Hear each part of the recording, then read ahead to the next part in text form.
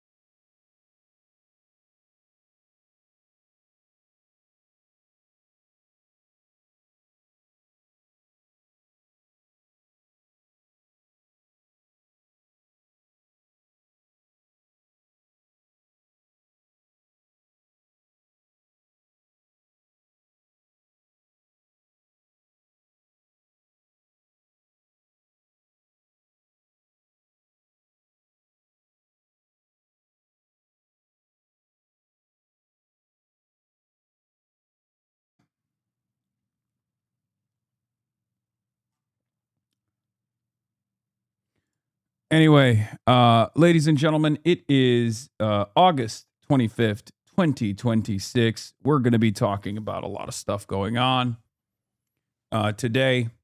But before we get into it, this is the part of the broadcast where I tell you about my personal news. So let me get started by saying yesterday, amidst an IMEU poll release announcement, my computer was victim to a million different lines of attack. And no, it wasn't Mossad. No, it wasn't Israel. And I mean, David bears a little bit of the responsibility, but not entirely. I had to end the broadcast. I had to end the broadcast earlier than usual because I just could not be live. My computer kept shutting off over and over again.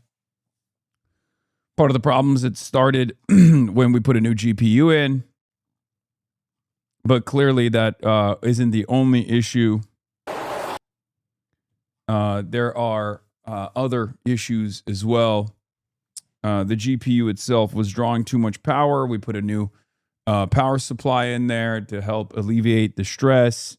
But it turns out the power that it was drawing that became an issue wasn't even about the power supply itself, but it actually was due to the fact that I have an oven in my home. And my mom doesn't really use it all that much, but really wanted to make sure that the oven was drawing power. And we brought in an electrician.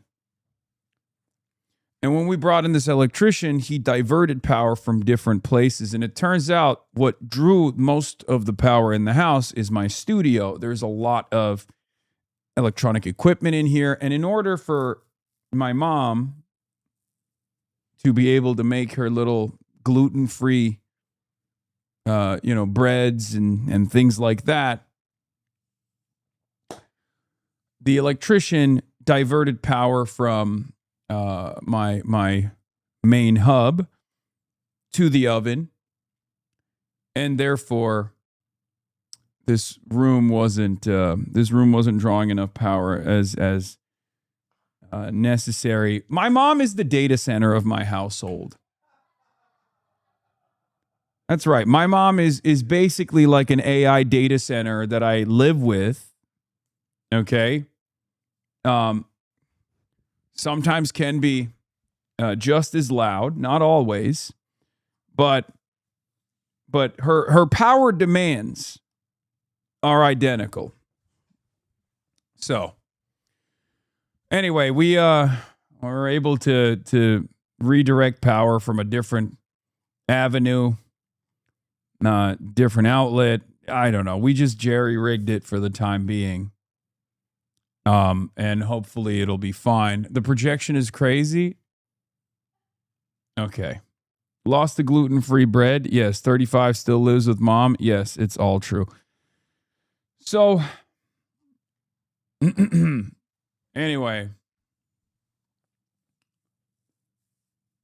What was I saying? Yeah, so that's the reason why my PC kept shutting off over and over again, and we couldn't finish the day. Hopefully there won't be problems today, but you never really know, honestly. You never know.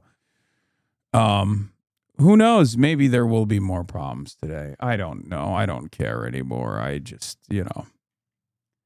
nothing matters. All right. But other than that,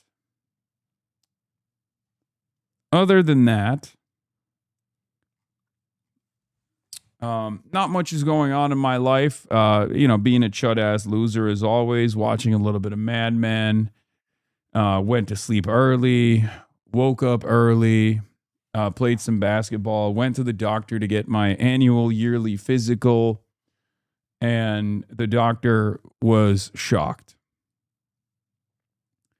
at how little water I have been drinking and how much caffeine I've been consuming, because apparently I have very low blood pressure. And it was so low, because I was going to ask him, this was going to be like, we're going to look at my testosterone levels, we're going to see if I can get on TRT, all this stuff. And the doctor literally was like, this is my physician for years at this point. He was like, dog, I can't draw blood from you. And I was like, why? He's like, because your blood pressure is so low that if I draw blood from you right now, you will faint. So I have to drink more water.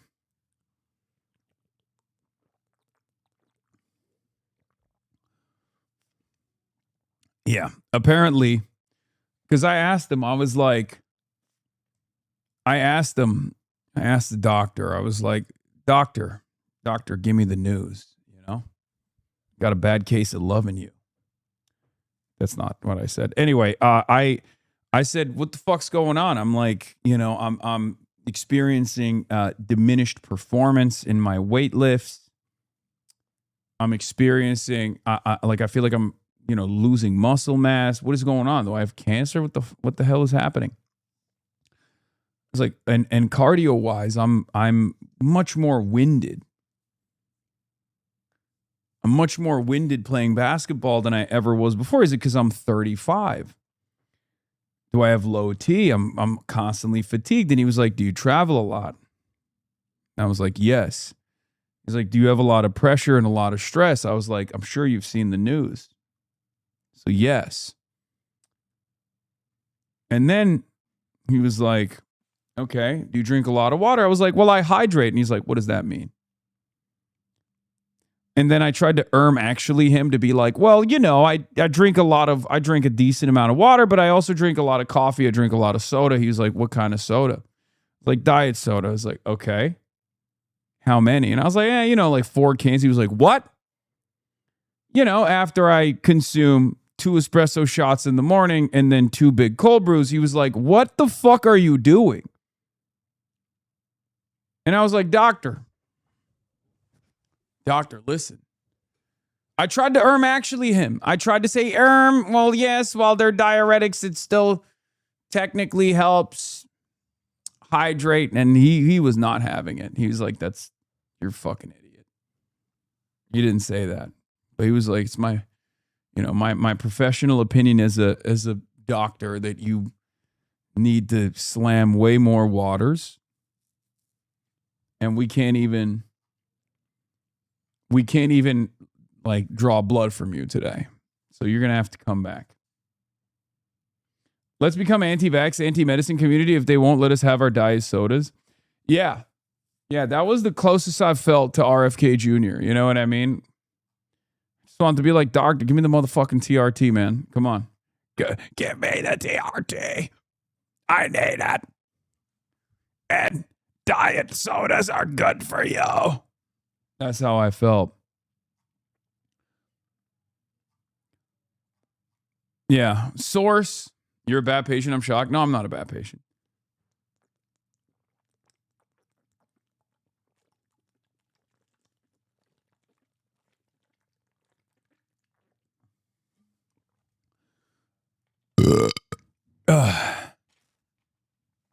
So.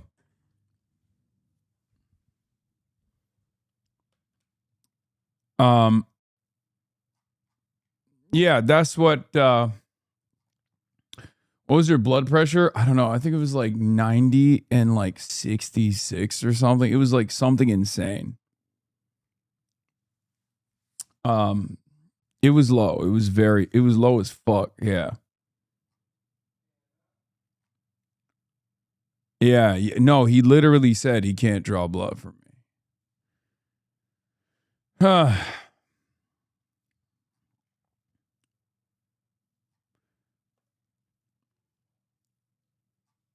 Mossad adjusting the strike gun right now? Okay. If you just chug water instead of drinking it at a normal pace, then you'll just dump it out, won't hydrate as well. Okay. 90-60 is borderline heart failure. 90-60-ish is how mine is all the time. I have orthostatic hypotension. Yeah. Doctors won't draw blood. Was it a nurse? No. Like he said, I'm not going to send you to get blood work done. Okay. Doctors complain when it's high and when it's low, like it's never good enough for them. That's what I'm saying, dude. That's what I'm saying. You've stirred up the chronically medically anxious chatters. I know. It's annoying. But you know what's not? You know what's even more annoying than that? The fact that Maya Higa is a liar. Because for the longest time, if you guys recall, Maya Higa and I have been ops, right? She is my enemy, and everyone knows it. And I'm not afraid to say it out loud.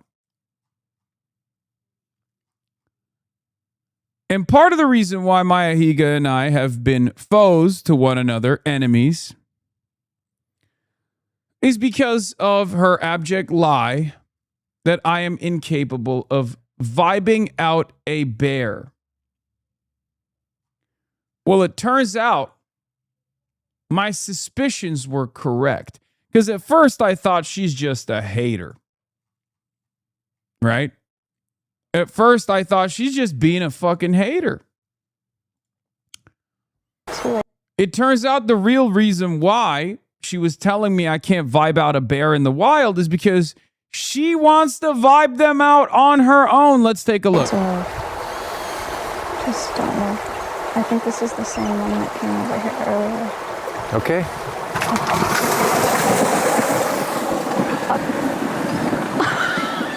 Oh my god. Oh my god. Now You got that, bro. It's you. It's you. That's all you, bro. That was awesome.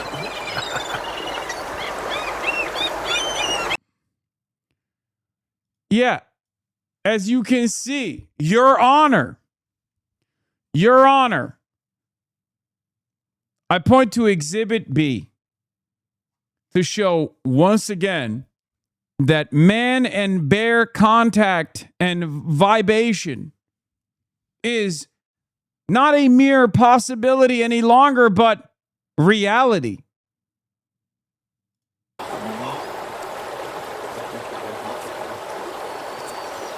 Here is the bear coming in for the first time.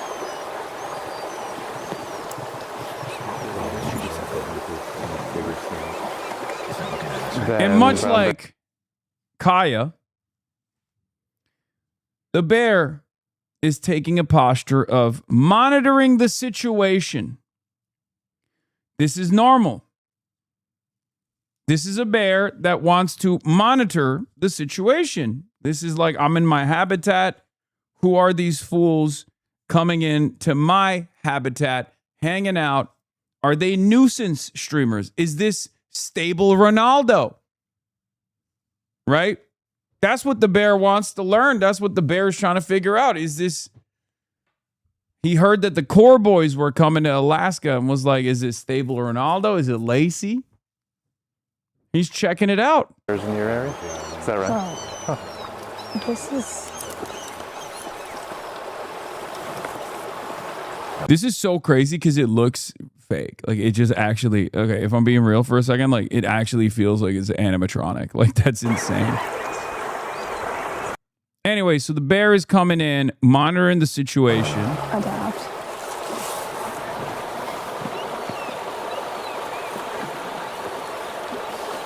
Wow, their snouts are so long. Presumably also, I mean, is it a fishy?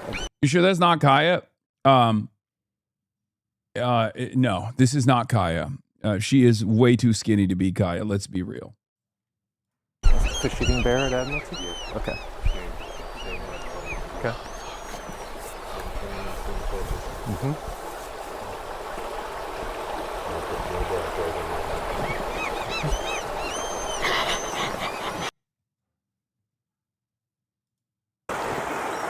Right.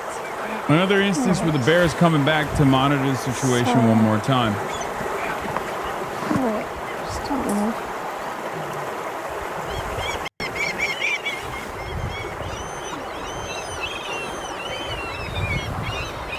Hey, buddy.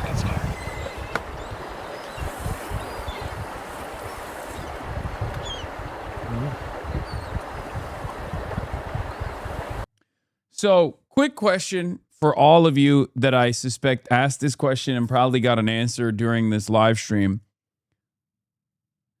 Are you allowed to pet the bear? Because I feel like that's a crime if you're not allowed. Because if the bear comes up to you, you should be able to pet it. Why is everybody saying no? This doesn't make sense. If it's brown, lay down. It is a federal crime.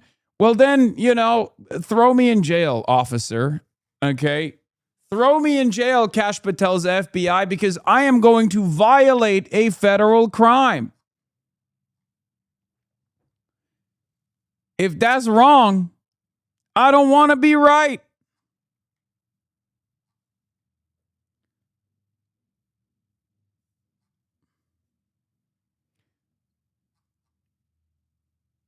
Literally the same animal.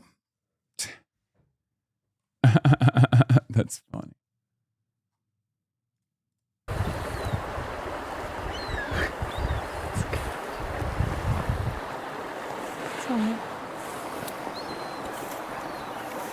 Should we turn with him, Andy? No, we're good.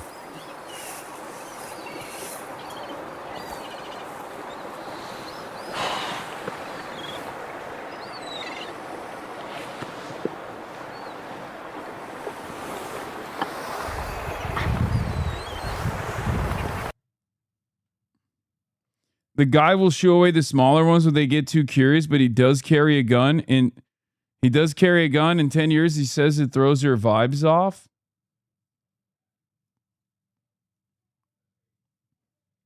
In Canada, the bear can pet you, though. Sometimes does end very well.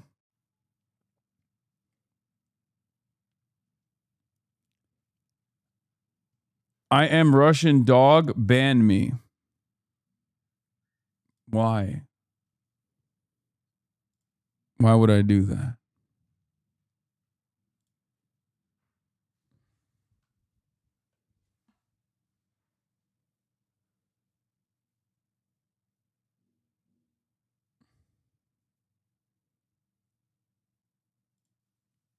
Anyway, that was good. That was a good little intro. Set the vibes up, you know. Speaking of vibes, of course, the other vibes in the real world are abysmal. We will talk about that. We will talk about how insane things have gotten. He does not carry a gun. You will be FBI's Al Capone, wanted for anti-Semitism, arrested for petting a bear. I would gladly go to prison. He does not carry a gun. Okay, sorry. I did not understand that. When are you going to do the census? Maybe this weekend. 40K likes on you monitoring a TikTok of you monitoring Austin's coffee habits. What is this?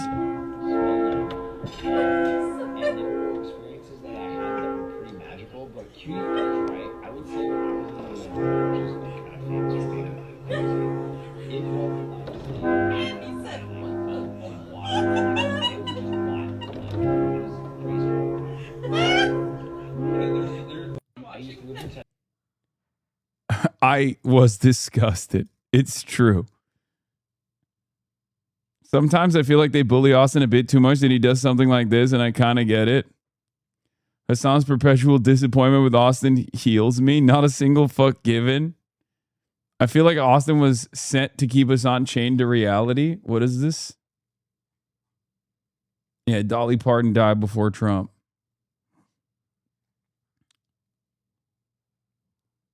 My mom is mad I'm going to Fear and on Saturday. Lamau, wait, why?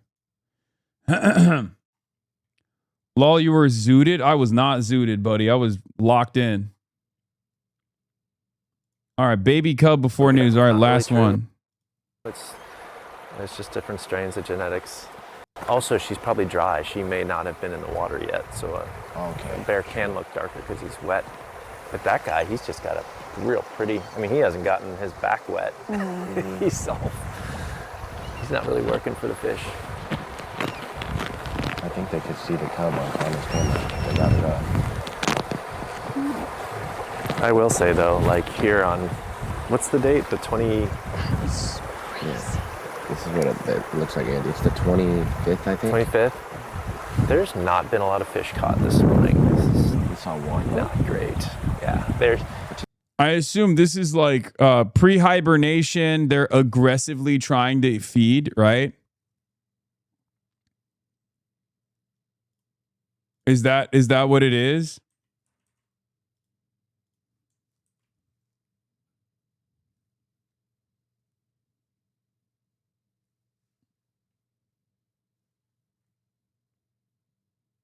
Before fall?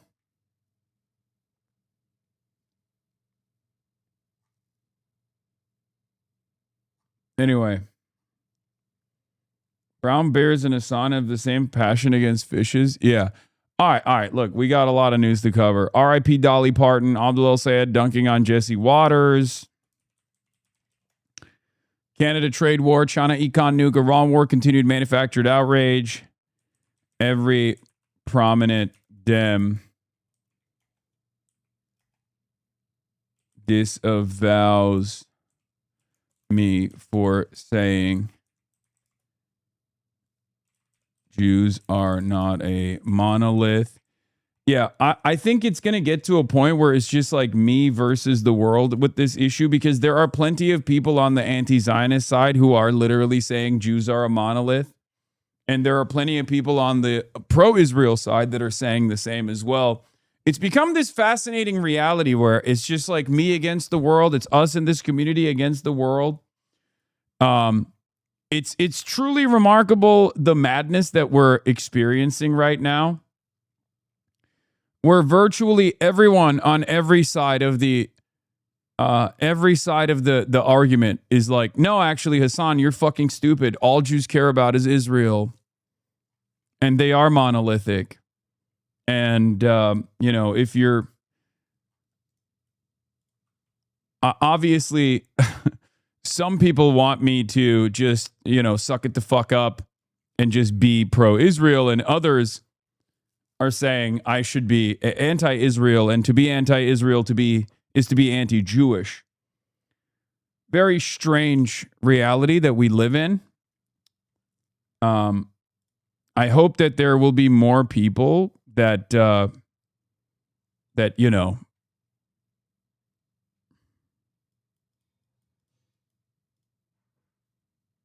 hopefully people will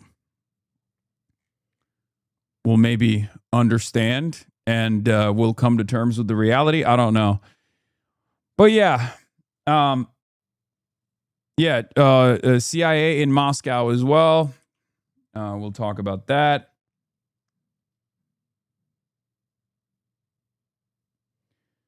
Did you see they put Jared Moskowitz in charge of Middle East subcommittee in the House? They also added Debbie Wasserman Schultz and Wesley Bell. Leadership is trying to stack it so no anti-Israel legislation can ever make it out of committee. Yeah, I see that. I think the Democratic Party is going to do everything in its power to keep the uniparty approach to Israel. It's very clear to me. Yeah, it's nasty. It's totally ridiculous. We live in hell, and every day. Every day, it is, it's increasingly clear that we just have to defeat them.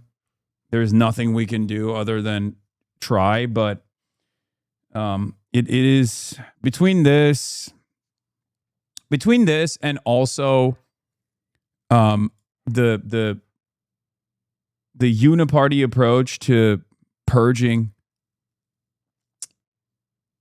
Israel critique in the ranks of the Democratic Party, their attacks against me. I'll be honest. I'll keep it $1.50. I think people are recognizing what's going on, but I don't know what to do, man. This is how you lose to Tucker Carlson and JD Vance. Like, JD Vance is going to come out. Tucker Carlson is going to come out and be like, yeah, we are the anti-Israel party. You should vote for us. We're America first. And I think a lot of people are going to do that. If we lose,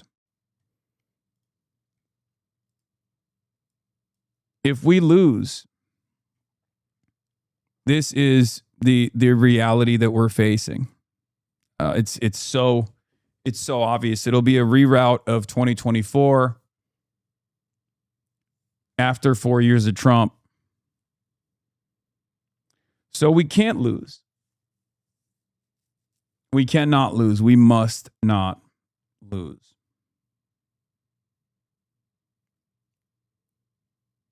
But it is kind of wild because we're now in a situation where it's increasingly clear to me that the democratic wishes of the majority will not be listened to, no matter how hard we fight for it, no matter how hard we try. We have to make ourselves unbowed and an undeniable force. Part of that revolves around reaching the normies, reaching the apolitical, doing everything we can to get them to understand that this is a unique predicament, right? This is not normal. Senator Jackie Rosen. Hasan Piker's been trafficking in anti-Semitic tropes for a while, but this is a new low. Blaming Jewish Americans for the violence and hate they're facing is not just wrong. It provides an excuse to those perpetuating these anti-Jewish hate crimes. Let me be absolutely clear. Crimes against Jews for being Jews is anti-Semitism, plain and simple. There's no excuse for it. They're like yelling about a thing that I didn't say. And if you're obviously a part of this community, you've most likely seen this. you've most likely seen, you know, the truth, and you're seeing the way the media is covering it, and you're like, what the fuck is going on? It's definitely worse than I ever expected it to be. You know, call me endlessly naive and charitable, but I think I still have this firm commitment to the truth. I still have this understanding that that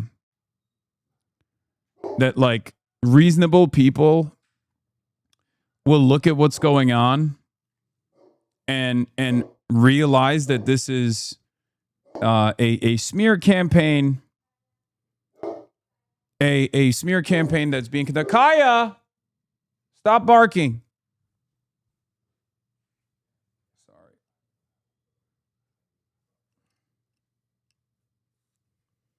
The vital clip has like 10 minutes cut from the middle. It's ridiculous. People are falling for this. I mean, even the clip that they show is like, even if it's like devoid of context, it's still kind of like people can understand what I'm saying there, right?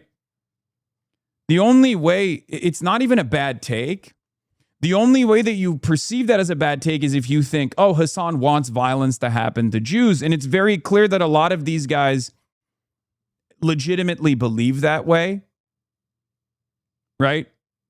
Because like me describing a thing that's already happening and then saying that that's bad and we must avoid it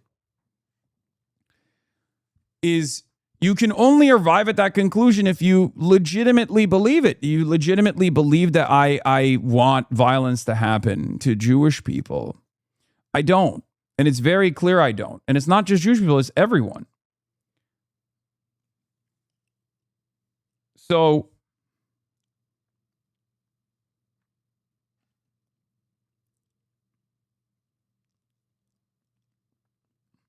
it drives me absolutely fucking insane, dude. I'm Jewish. I see anti-Semitism everywhere online, except here, except this stream and chat room. This is quite literally the least anti-Semitic space on the modern internet.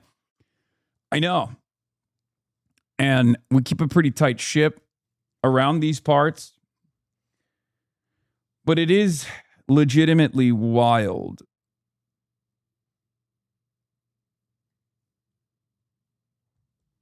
New Madeline tweet going viral defending you.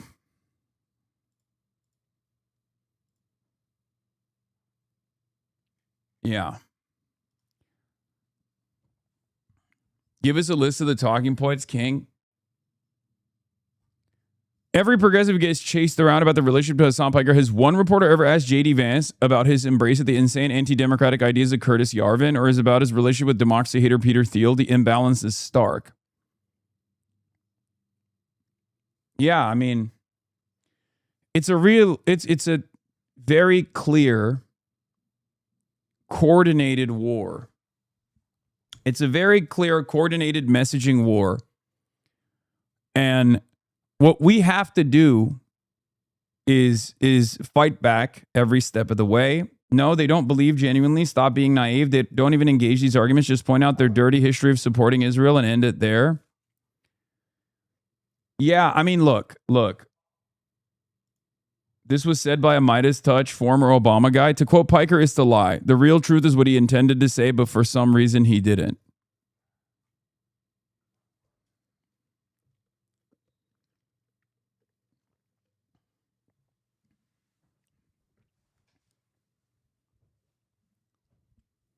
I don't... It's very clear that if you are a critic of Israel, you are going to be treated like fucking dirt no matter what. People will lie about you. Trusted resources will drop their journalistic integrity to aggressively posture against you.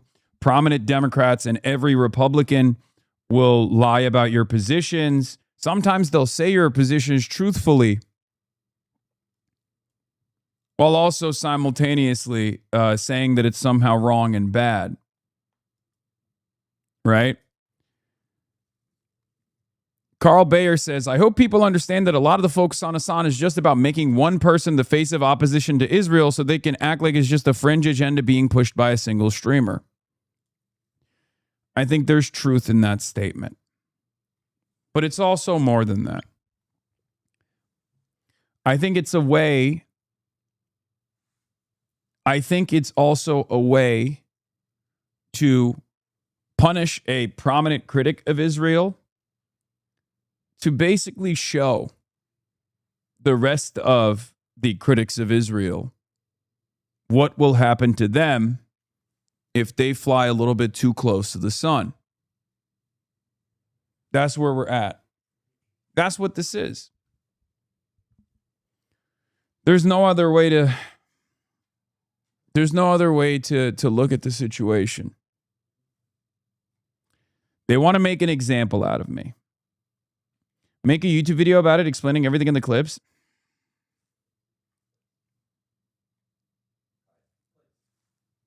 No, just let her leave. Kaya, out. Get out of here. Get out of here.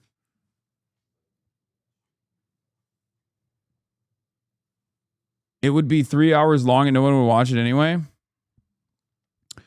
No, do it. No, chatters. I have done it.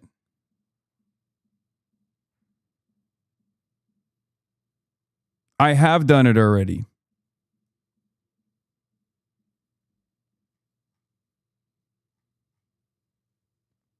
I've done that every single day. What are you talking about?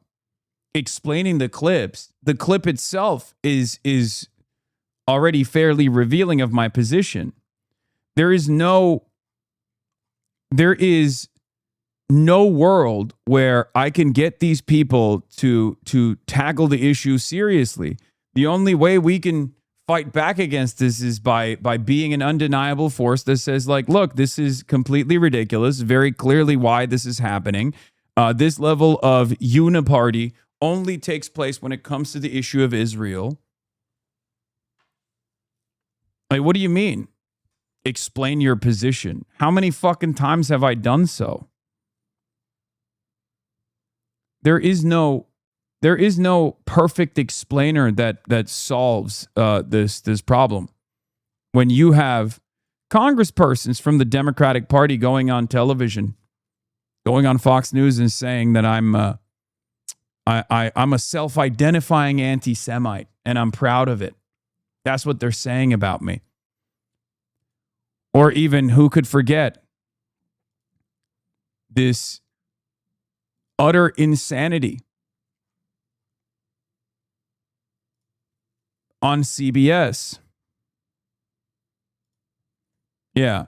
Just distance yourself from Hasan Piker. Bro, they're making up shit about Mark Ruffalo right now. There will always be a new guy to smear and demand you denounce.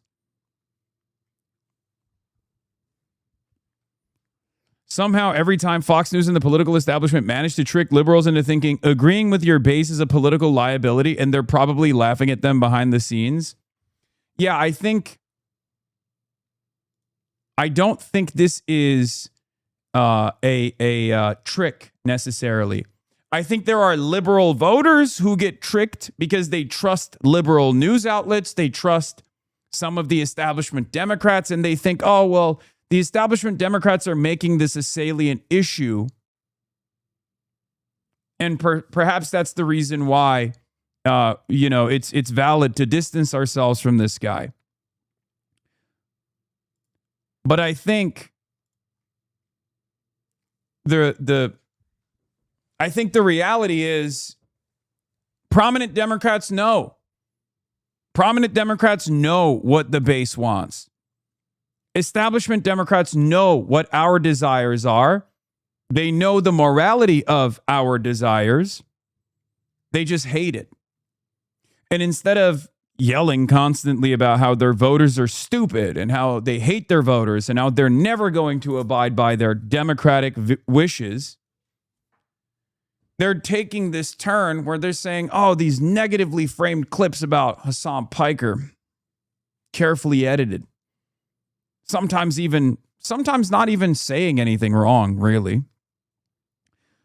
Show that, once again, we want to be pro Palestine. We just simply can't, because see, all of these prominent critics of Israel, all these pro Palestine folk, they're all scary, dangerous, radical terrorists. They're jihadists. They're a threat to America. Now, if you're a Democrat, you can't openly say that in the way that Republicans do, because then your own base is going to say, what the fuck are you talking about? This is racist as fuck. So what they do instead is lean into the Republican madness, lean into the Republican mania, repackage the same argument from an electability framework, because everything has to go back to electability.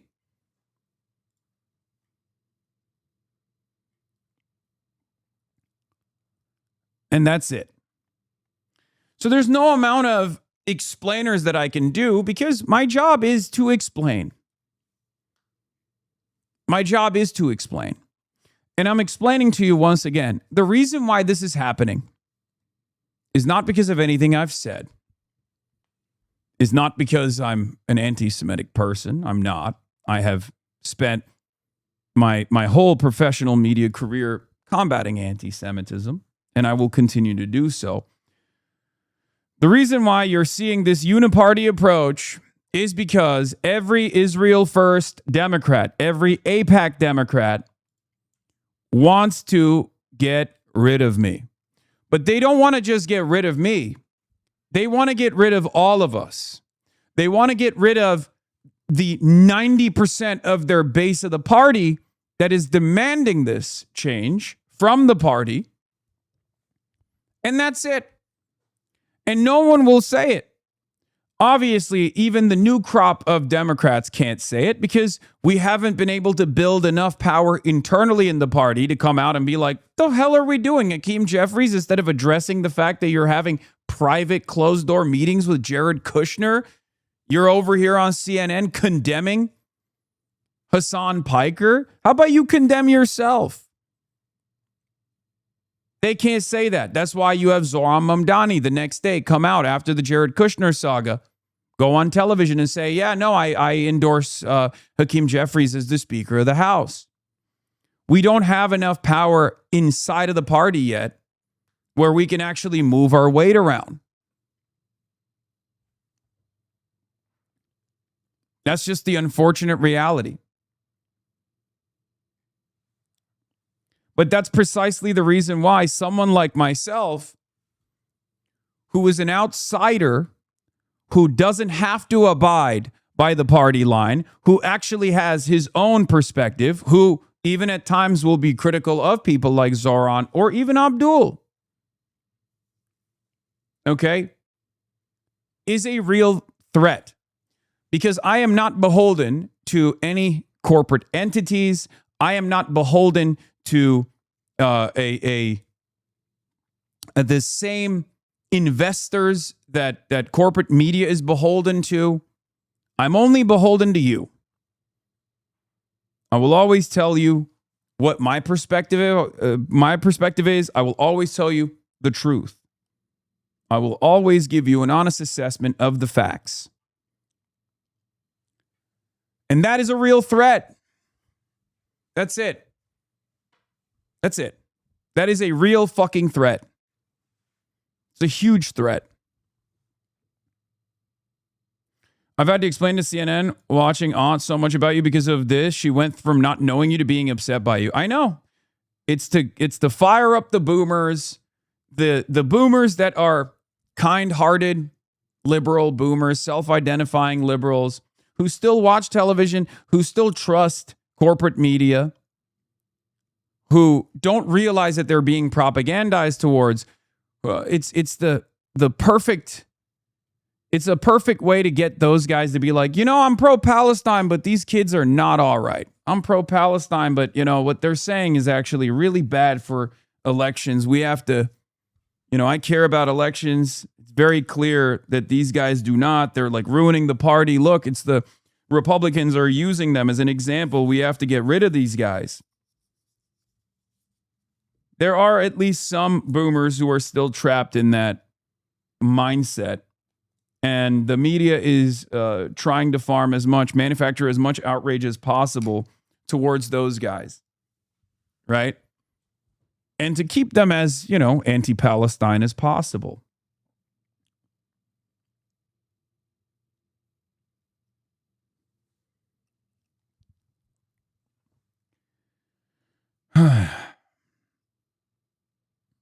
Do you think the current mainstream media messaging strat around you is new, effective, or justifies new strategies from you? No, it's not effective. Because the reality of the matter is, if the mainstream media narrative around Israel was effective, the overwhelming majority of Americans would not be anti-Israel. So this is just the same. This is just the rehashing of the exact same failed strategy. But they won't stop, because the goal here is not to actually change the hearts and minds. The goal here is to identify threats, to identify prominent critics of Israel and badger them, belittle them, ritualistically humiliate them, so that others that see that think twice before they speak out. So that others that see that, even if they're in line with the ideology, will also turn around and say, you know, I'm pro-Palestine. I don't really fucking like Hasan either. A lot of people yell at him. I think it's time to cut our losses. Not realizing that there always needs to be an effective communicator, a major media outlet on the independent side that holds this shit together. So if you are a leftist, if you're an anti-Zionist, even if you think that I am ineffective in my ambitions of trying to move the needle in our direction by way of electoralism, you have to comprehend that our enemies, not only the class enemies, but also advocates of a foreign country that are justifying the genocide and demanding more violence, demanding more belligerence, they recognize the danger. They recognize the threat. So they're actively trying to depose and destroy this independent media outlet.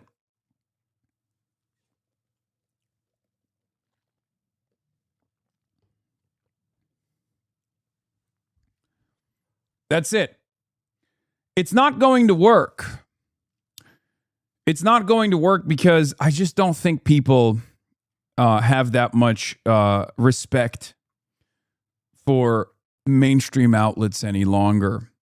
And it's sad because I am a firm and committed believer in the importance of the Fourth Estate, in the importance of news organs. So at a time when we need good, objective news reporting more than ever before to claw back a sense of consensus reality that is necessary for survival, not just the survival of American democracy, but the survival of this country in general. A lot of these corporate outlets are lighting on fire what remains of their modicum of credibility for the same exact reasons why they lost it, in defense of their emotional support apartheid state, in defense of Israel's genocide, in defense of Israel's apartheid. It's a terrifying prospect. It's very frustrating to watch, especially as someone who cares about the importance of journalism. A big part of my job is to do media criticism, right? Media critique. A big part of my job is just doing media critique, but the reason why I do it is because I understand the importance of media, good media. And a bunch of Zionist billionaires are straight up taking mainstream media out back and putting a bullet in the back of its head right now. I mean, what can you say? What can you say other than the Ellison purchase of CBS, putting Barry Weiss in charge as the editor-in-chief, regardless of how much enmity that draws from good journalists who recognize exactly what's going on? Same with CNN. And of course,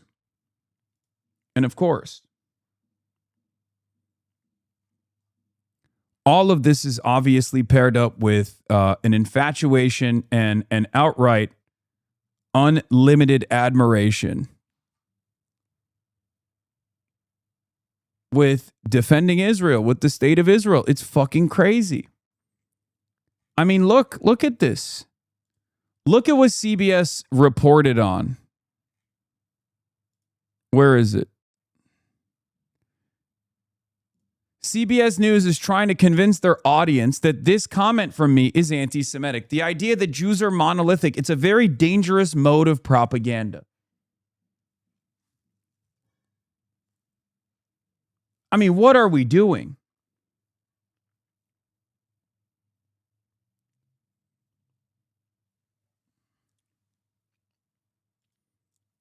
Based old lady defending you at the Hillary Skolton town hall. Deeply sexist attacks against women. In addition, you insinuated that Dr. El Sayed somehow endorsed the regrettably worded comment of Hasan Piker suggesting that America deserved 9/11 or 9/11. I don't understand that. Your accusations help create the climate that encourages hate speech, like the hunting permit for killing Muslims released by your constituent, Bob Reminga, a current trustee of Plainfield Charter Township, which is in Kent County. And if you haven't seen that, it's really horrifying. Your inflammatory rhetoric has nothing to do with creating a better economic future for the people of West Michigan, and everything to do with protecting the pipeline of our tax dollars to Israel to pay for their health care and their bombs.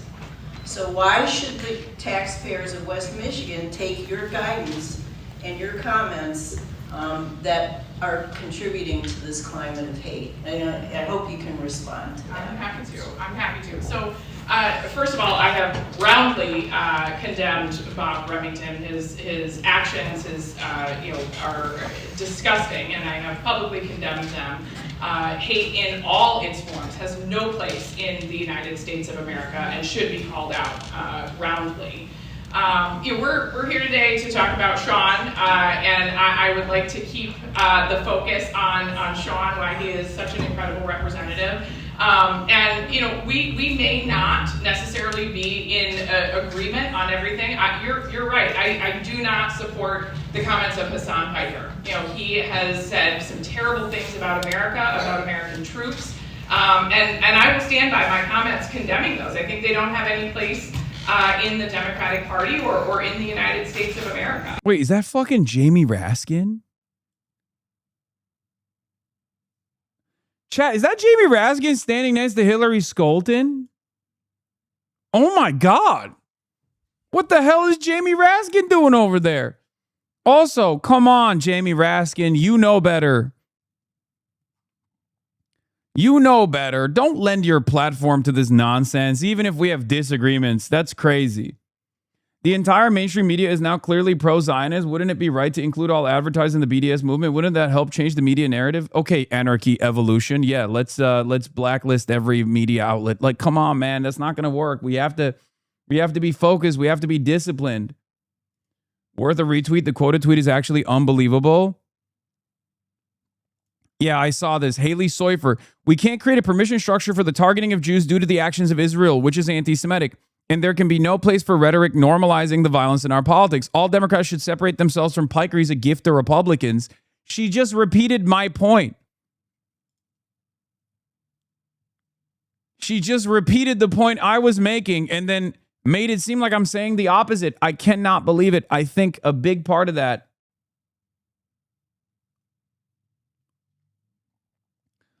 I genuinely think a big part of this, it has to stem from the fact that my name is Hasan, right? You know? It's got to be, because they're taking something that I have said a million times over.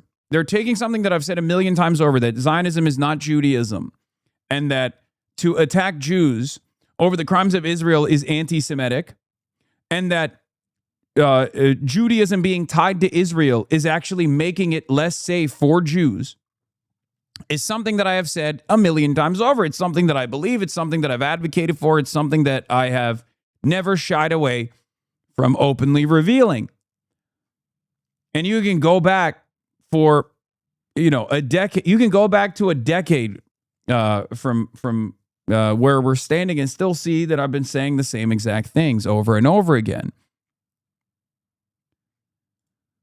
Joe Walsh, hey, Matthew Hasan said many any American Jew who doesn't condemn Israel will deserve the violence that comes their way. What an ugly anti-Semitic thing to say. It's like, is this hallucination? Are these people truly hysterical, or do they know better and they're just lying? Not that it really matters, because the impact of this is still to change discourse away from Israel's crimes back to the anti-Semitic hate crime of a Twitch streamer for a thing that he never said. I guess at this point, you can say whatever you want. You can call me a fucking Holocaust denier, and it's not like people give a shit, you know? Do you see what I'm saying? Like, that's where we're at. That is where we're fucking at. And then they ask like random fucking people that don't know the context, don't care about the context to respond to this shit. I don't even know what Faye said here, but like, what do you think should happen on this front? You know, the cancel culture is a little bit out of control here. We're seeing everybody want to say, hey, in a free society, we can't let certain people talk. I'm old enough to remember, you remember Donald Trump's campaign. Nick Fuentes doesn't speak for me, and he didn't speak for him. There's a person who's online who happens to have a view. Jake Lang, he's out there doing all these horrific things. Does he speak for the president? No, like, I kind of fucking, I'm not going to lie, I also low-key despise being compared to Jake Lang and Nick Fuentes. Not even low-key, high-key. Like, there is no comparison, man. Okay? I know FaZe is trying to defend me here, and he's saying like it's you know, this is cancel culture, and it's like, but that's crazy. Like, we should not be mentioning me anywhere near these fucking odious individuals. Like, what are we doing?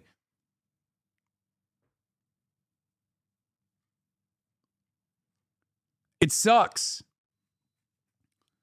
It sucks because there are so many clips. It sucks because most people go, oh, he's just a Twitch streamer. Who gives a fuck? But it's like, it's insane. Do you really think he's Nick Fuentes but tall? Fuentes is an explicit identitarian who often masks his beliefs with charm, whereas my impression is that Hasan Piker has standard lefty universalist ideas but says offensive things as a part of his streamer act. I hate having to give this caveat every time I defend Hasan, but I should say that he is far to the left of me. And it's wild because, like, the people who are supposed to be of sound mind are saying utterly unhinged things, okay?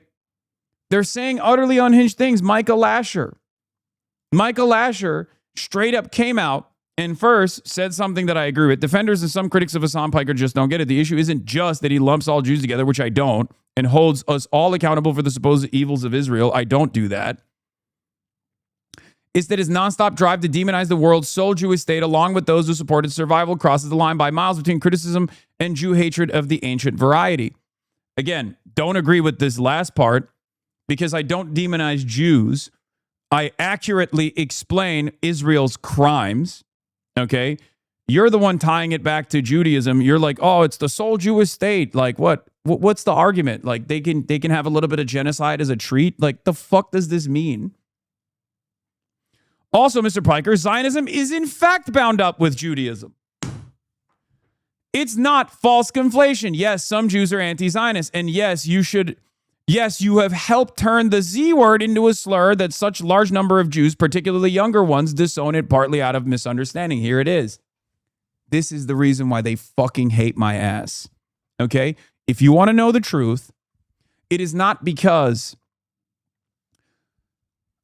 Zionists in America, Zionist organizations in America despise me because I'm not anti-Semitic and because I fight hard against anti-Semitism. That is why they fucking hate my ass way more than Nick Fuentes, way more than Candace Owens, way more than any number of people who have come out and said actual anti-Semitic things, because that is a perfect way to wrap up the story. Of course they oppose the world's sole Jewish state. They're Jew haters. But they can't say that about me, even though they try. But most normal people hear my commentary and they go, what the fuck are you talking about? This guy defends Jews all the time. As a matter of fact, one of the common criticisms that I hear from normies is that I'm doing too much throat clearing anytime I talk. Anytime I talk about the issue of Israel, I will spend a good deal of time talking about the dangers of anti-Semitism. And that hurts the feelings of people like Jonathan Greenblatt more than anything else, because Nick Fuentes is not going to convert a generation of young American Jews away from Zionist propaganda into seeing Israel and its actions for what it truly is. Okay? That's it. So Micah Lasher here unironically gives the game away. You have helped turn the Z word into a slur such that large numbers of Jews, particularly younger ones, disown it partly out of misunderstanding. No agency for young Jews, apparently, according to Micah Lasher. He says, yes, there are anti-Zionist Jews, but they don't know what they're saying. They've been hypnotized by you, Hasan. You controlled the media and you hypnotized young Jews into feeling shame, into feeling a sense of shame, as though I did that. I didn't do that. Israel's actions did that.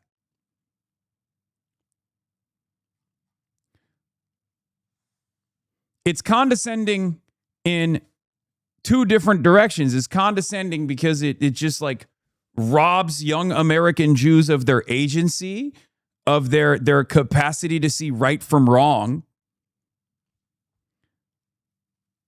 And it's condescending that we are not all united on this issue from a diligent pro-humanity perspective. But when Jews are attacked for supporting Israel, they're being attacked for a core part of their Jewish identity. It is Jew hatred. It is unacceptable, and your rhetoric encourages it. Spare us all your taxonomy of good Jews and bad Jews. Never done that.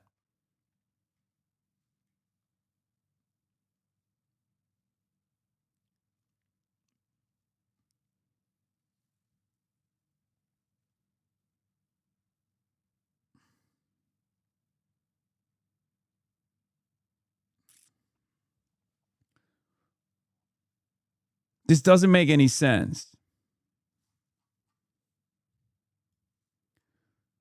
Yeah. It doesn't make any sense at all, but it's not supposed to make sense. There are people who are loving the attention. I'm sure Hasan Piker has gained hundreds of thousands of views because Fox News is allowing him to get more attention, but he isn't on the ballot. You know, Abdul speaks for Abdul, Donald Trump speaks for Donald Trump, and in a free society, we allow a discourse to occur without telling them they're canceled. I think it's different. I hear your point, but I definitely think that there is a difference, and that the Democrats see it. This is not. I didn't come up with Hakeem's statement; they did. Hey guys, love having you on the show. Thank you, Dana. Faz Thank you, and Dana. Whitlock, have a great day.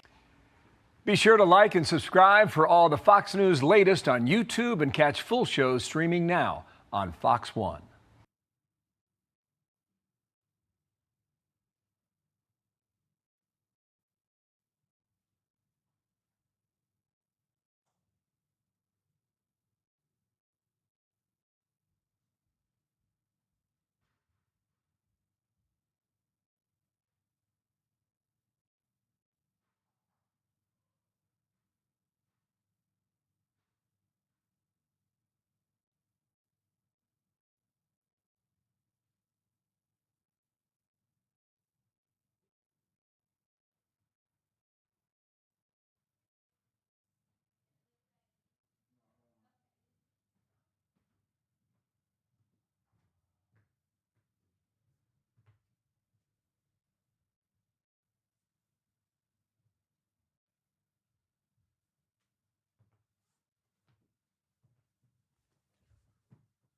Sorry, I absolutely despise that argument that this is, I bet Hasan is loving the attention. Him to get more I'm not.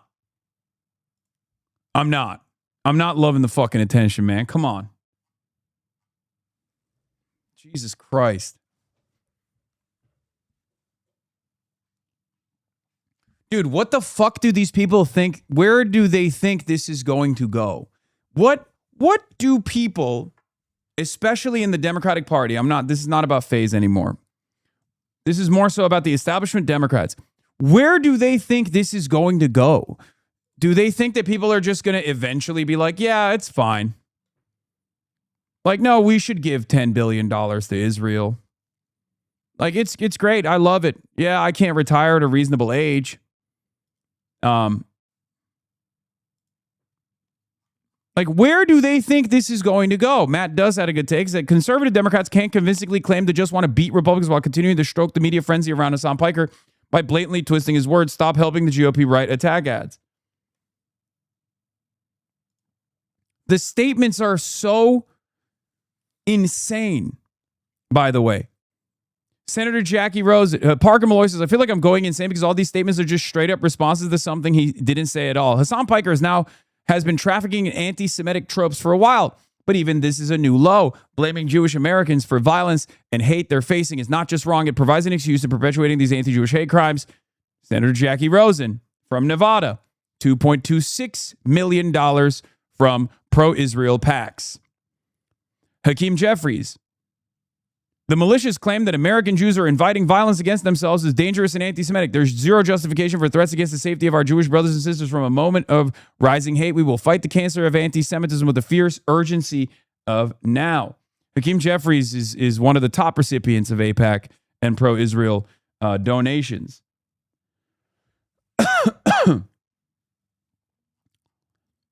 Ken Martin, head of the DNC, chair of the Democrats. Criticizing the policies and actions of the Israeli government is one thing. Blaming American Jews for the hatred, threats, and violence directed at them is something else entirely. It's dangerous, wrong, and anti-Semitic. No Jewish American should be held responsible for the actions of a foreign government, and there's never any justification for threatening the safety of Jewish communities. We must confront anti-Semitism wherever it happens with resolve and zero tolerance. Congresswoman Susie Lee claims that American Jews are responsible for the violence being committed. Like, it's literally... Jeffries is the top recipient of AIPAC money in both parties. Sorry. Apologies.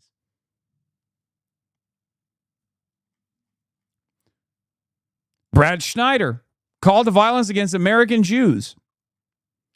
Elisa Slotkin. In response to Hasan Piker's recent comments on Jews in America being targeted because of their views on Israel, this shouldn't be hard. No community should face the threat of violence for their political views, period. I never said that.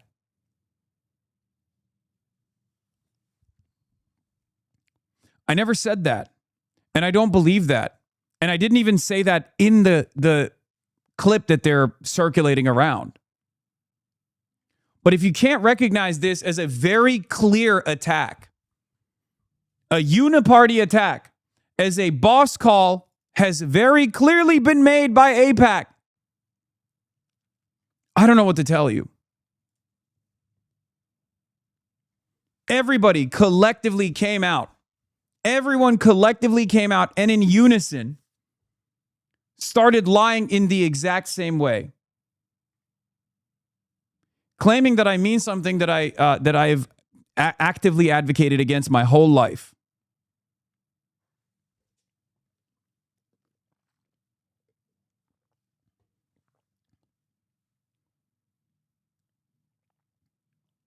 It's orchestrated. It's completely orchestrated.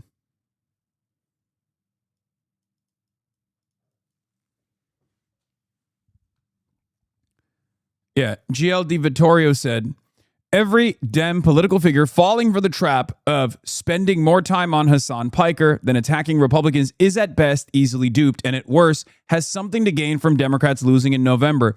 Either way, they shouldn't be taken seriously as a leader nor advisor.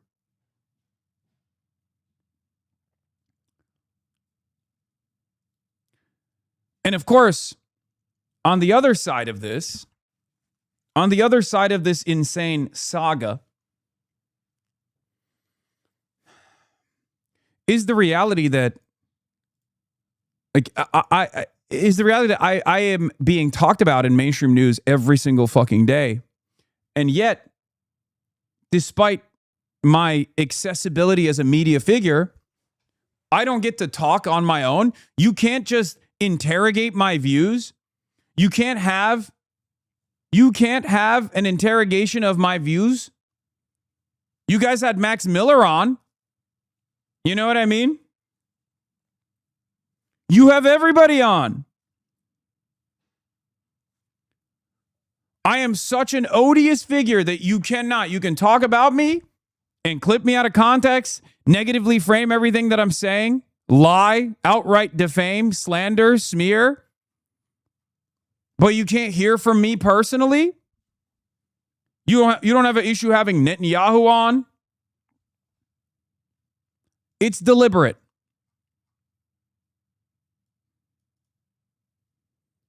But it's also backfiring. Matt Petty said, the Israel lobby's best hope was everyone in America would move on and forget about why they don't like Israel. This would have been the best time to do that. Gaza has been out of the headlines and Iran is fading out. And yet, AIPAC had to do their mass release, their big memo.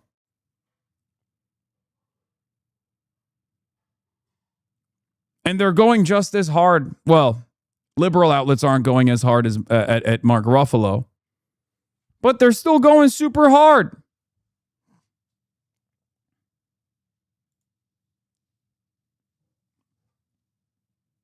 Yeah, Lisa Slotkin did it as well.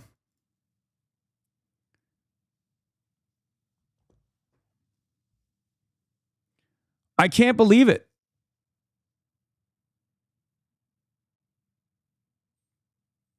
I cannot fucking believe it. These guys are toying with the Senate majority now? Yes. Yes.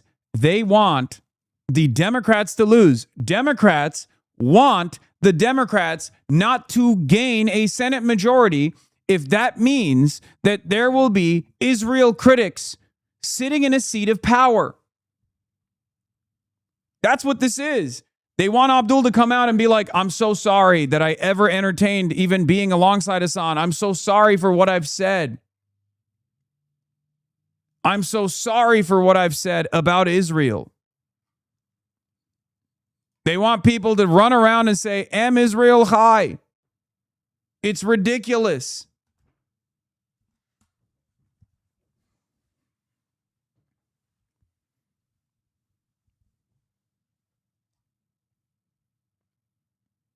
Brad Schneider is saying Abdul's statement was not good enough. Of course.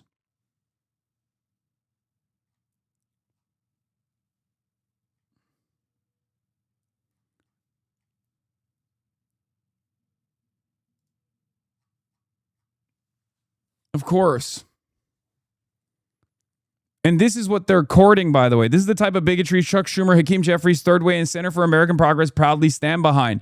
Jewish Democrat Senator Jackie Rosen just slammed Hasan Piker for being a Jew hater. Meanwhile, the Islamic communist in Michigan continues to defend Hasan. Abdul al-Sayed is unfit to serve in the Senate. This is your daily reminder of why it's a bad idea to elect a Muslim into office in America.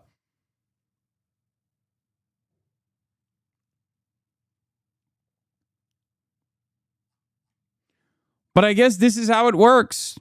If enough people repeat a fucking lie, then it might as well be the truth, right?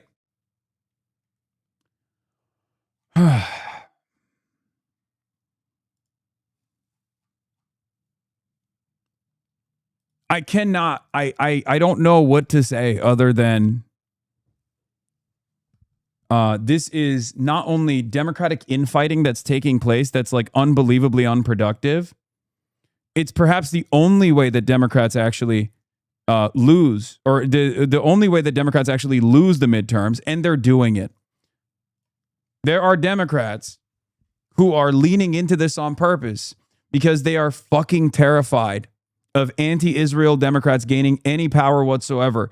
Or rather, they're terrified of democracy. That's what I need to stress over and over again, because the overwhelming majority of the masses want this. The overwhelming majority of the masses recognize that Israel has committed a genocide, recognize that we also have some level of culpability because they did it with our tax dollars, and they want to stop. They want to stop sending weapons to Israel. They want to stop sending money to Israel. They fucking hate that you can't talk about Israel without a million different prominent people in positions of power demanding your firing, sometimes even your execution.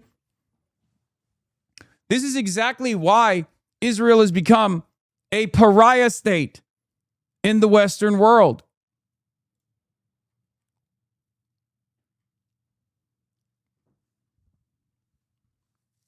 That's it.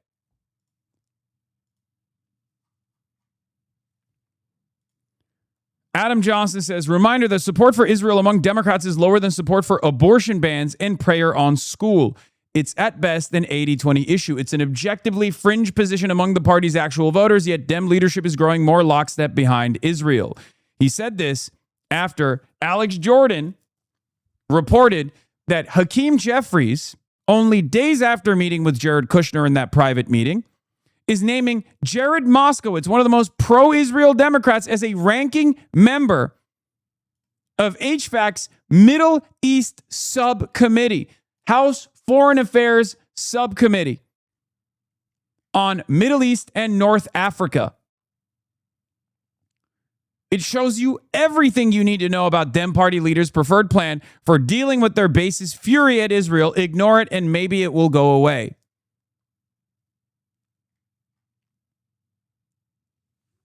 So at a time when the base is saying, what the fuck are you doing? We need to hold Israel accountable. We need to stop sending money to Israel.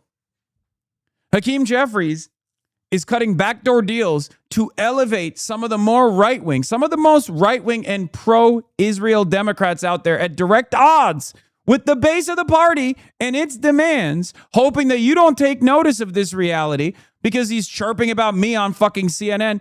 This is what they're doing. This is how politics continues to never deliver the results that you understandably and righteously are demanding.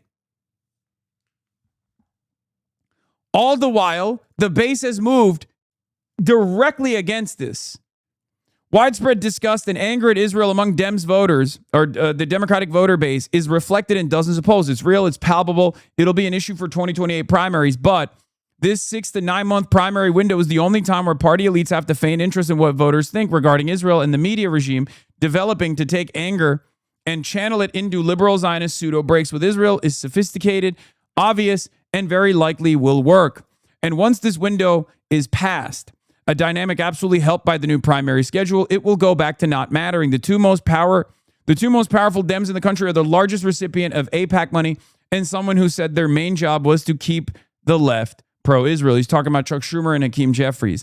The plan is to bullshit, provide fake off-ramps, refine two-state solution hand-waving, pseudo breaks, vote scolding, and banking on outrage slowly subsiding as the genocide maintains the status quo of lower intensity killing and reliance on starvation, constant relocation, and disease. This is what I mean when I say they have a openly uniparty approach to the issue. Okay?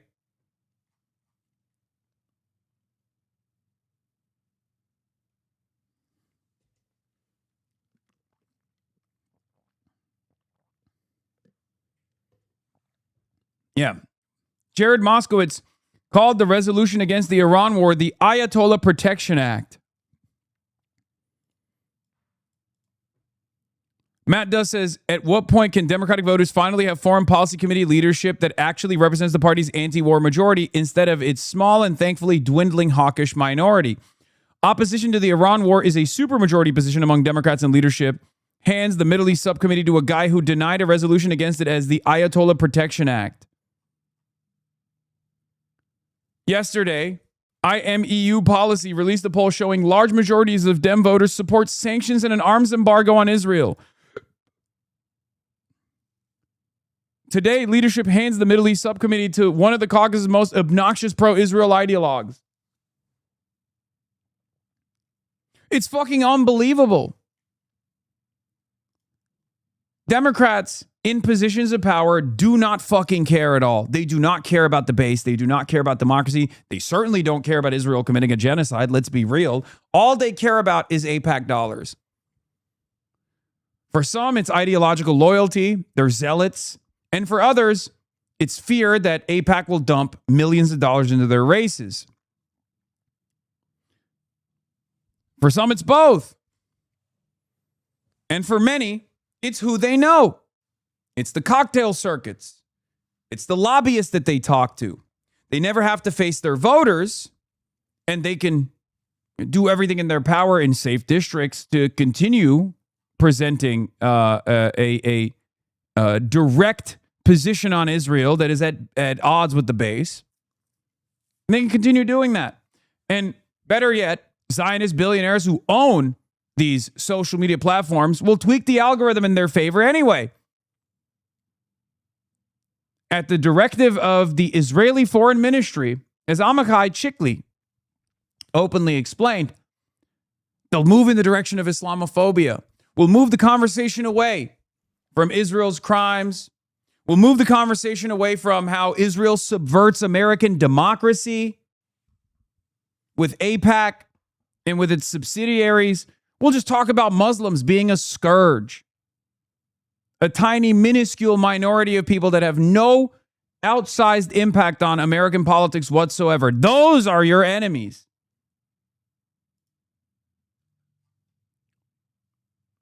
This is a 90-10 issue for Democrats. This might be one of the last opportunities we have in changing the trajectory of America, okay?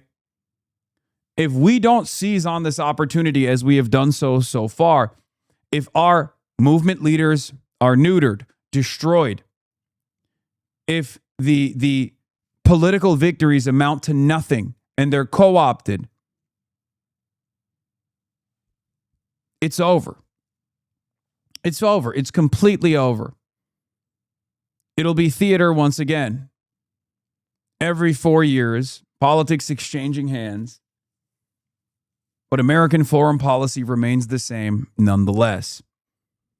And you'll sit around and wonder how we got here.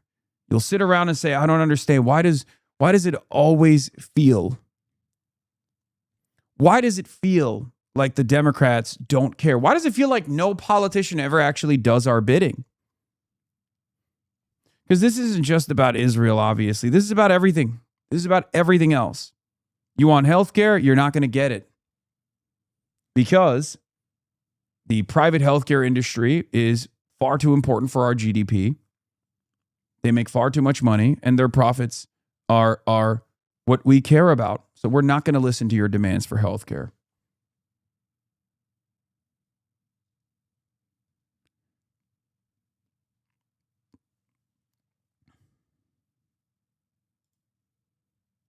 Support for Israel is a losing issue for Democrats. So all of the party bosses are trying to do their very best to present an alternative reality.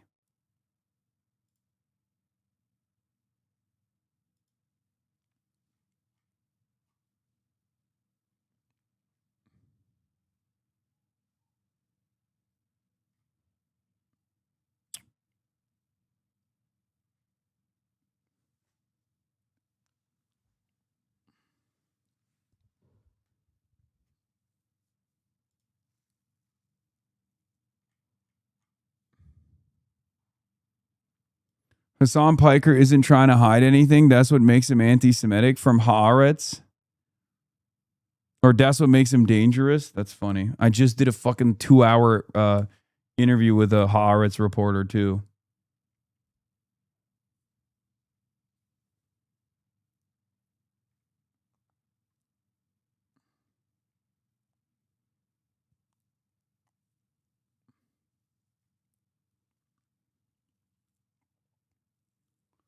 Are we downplaying the effect of Epstein files in this scenario? I don't think it's as relevant in this conversation as you think it is. I mean, I think that's more so a reality of the pedophilic elite who are defended every step of the way.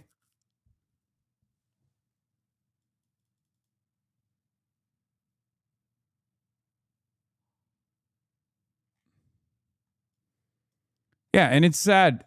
Jacob Kornblue, who I've met in person, by the way, at the Zoran Victory Party, writes an article for The Forward. My latest, how Hasan Piker caused new trouble for Democrats, especially in key Senate race in Michigan. It's only trouble if Abdul backs away from his position on Israel. Okay? That's it.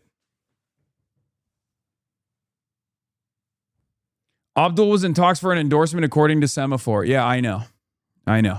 I read the article. Semaphore. Michigan State Senator Jeremy Moss was in talks to endorse Abdul El-Sayed before the Piker flap. The Democratic nominee for a House seat in Michigan was in talks to endorse his party's Senate nominee in the state, Abdul El-Sayed, before a flap on Monday over left-wing streamer Hasan Piker derailed those plans.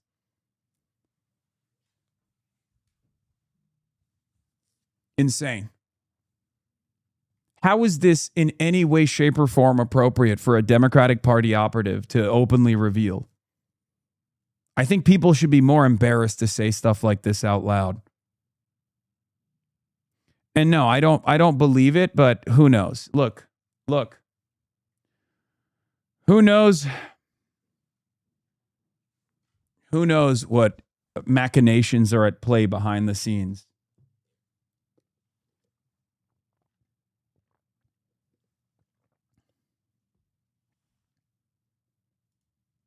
Ezra has another piece on you. No, this is old. Ravi Gupta says, I have deep disagreements with Piker, but he isn't a Jew hater. Ezra Klein, April 2026. Are they going after Ezra now?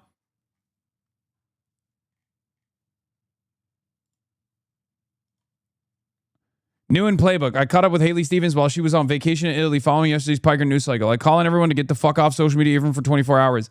Yeah, she also said unhinged things. Okay, in that.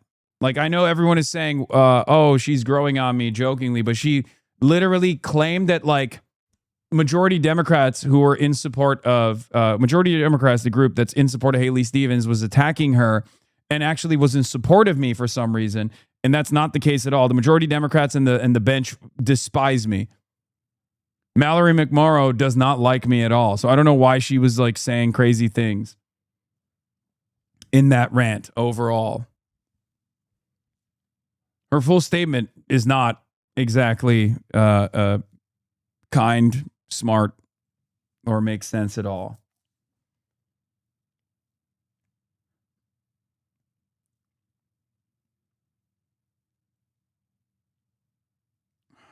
The Hasan derangement syndrome is in high gear, though. It's clear.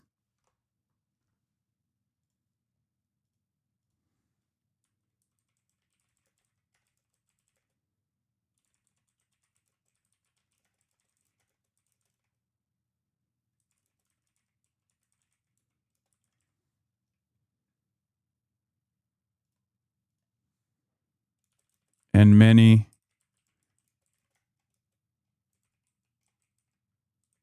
corporate media. This is all right. Anti-Semitic, by the way.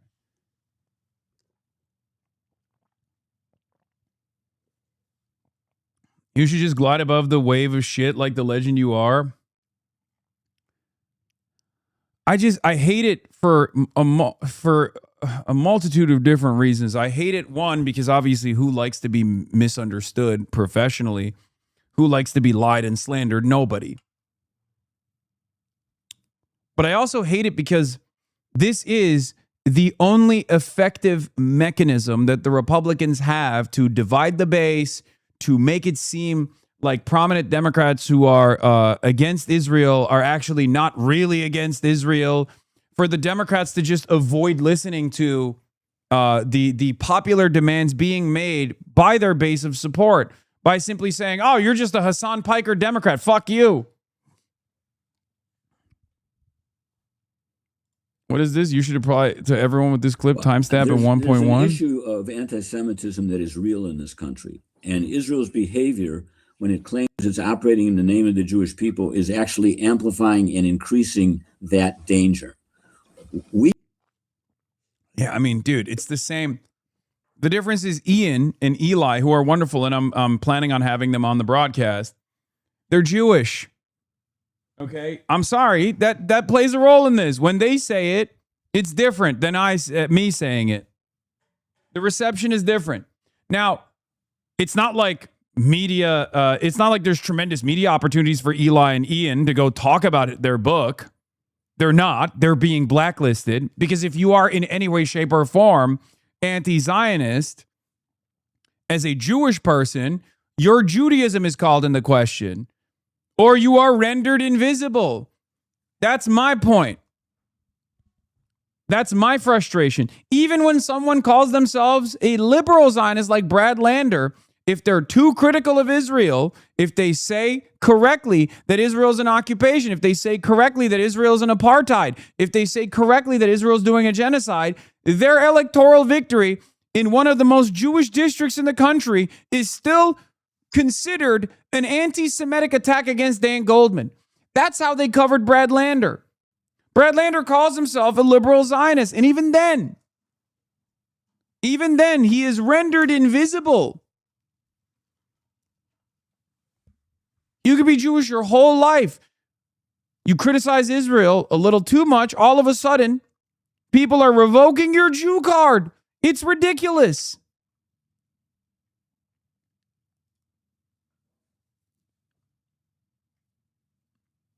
Yeah. Israel has attacked a critical water desalination plant and a mosque in Gaza as it intensifies the attacks on the enclave despite a ceasefire. Every day, Israel is violating all manner of different human rights. Every single day. But all the media has to say for it is, oh, well, people who are criticizing this kind of stuff, people who are calling into question our allegiance to Israel, are actually vicious anti-Semites. They are far, far more dangerous than Israel's actions every damn day. Here's another one.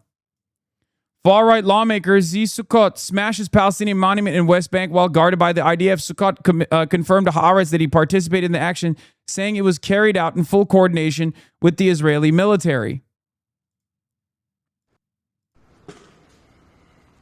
Look.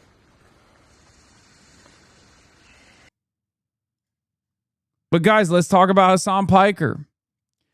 And the thing is, Israel First Democrats unironically support this shit. They don't give a fuck. They don't care. They do not care. They like it. They have to like it.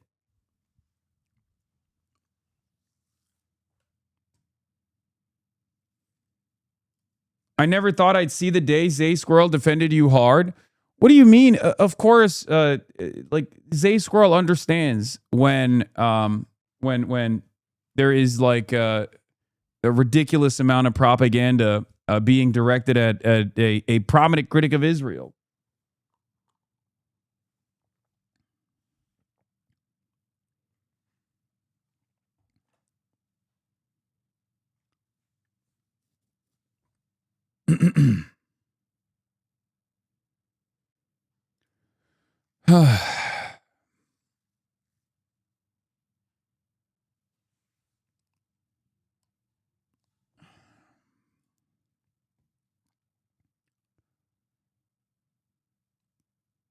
Now, there's also this nonsense from Josh Buttheimer on Dana Fash.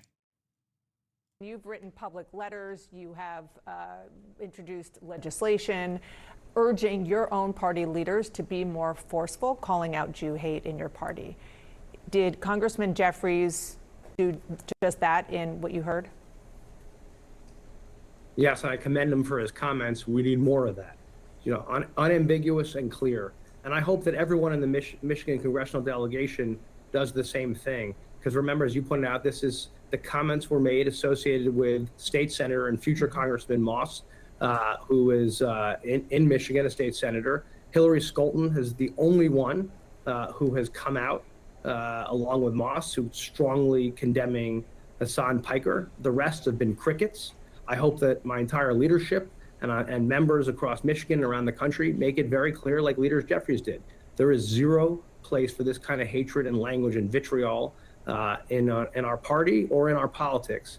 And then let me be very clear, because Mike Lawler and I have a resolution condemning Hasan Piker. We introduced a couple months ago, along with Candace Owens, who also peddles in hate.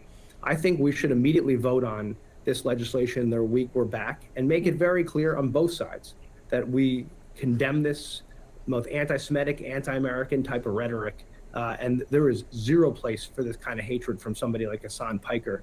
He's pathetic and he should be put outside and not welcome into any kind of tent.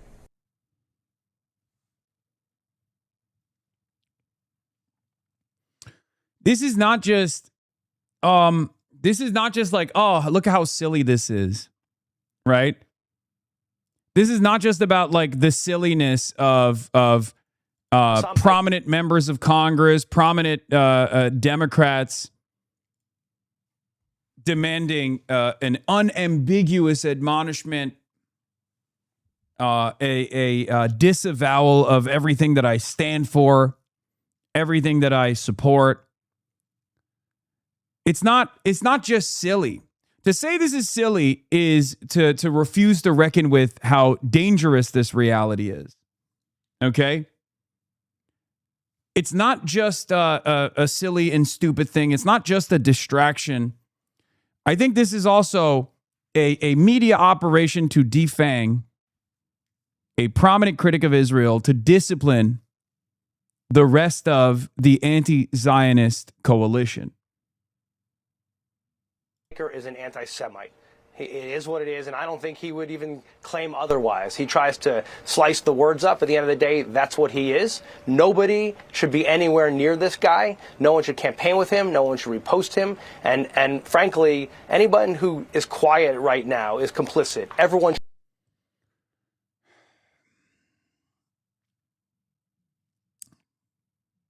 Yeah, this is completely insane. Of course, he's going on Fox News and saying this. Bro, you broke his brain. Guys, he knows better, okay? He knows he's lying. He knows he's lying. You think he's confused? He's like, oh, well, Hasan would agree to being an anti-Semite. He would say it out loud. It's like, no, he's fucking lying, dude. He's not. I know sometimes I say like, well, some of this is hysteria and some of this is just like outright lies. He is a fucking liar. That's it. Then sue the fuck. Many of you do not understand the complicated ways of being a public personality, not a private citizen, but a public personality and political speech. You do not understand how difficult it is to actually prosecute a defamation claim in this goddamn country. Okay? None of you know anything about how litigation works. There are instances where it goes beyond a certain line, but because of the threshold to successfully litigate defamation as a fucking public personality, especially in the political speech category, some of you have no understanding of what's actionable and what's not. Okay? Stop saying then eat it. I am pushing back. I'm pushing back against the lies with truth.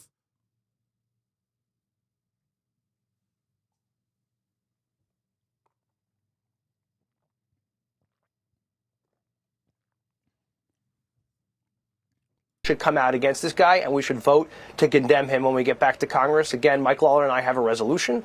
I'm hoping that Republican leaders should bring it to the floor so we can stand up to him and to people like Candace Owens who are spewing hate across the board.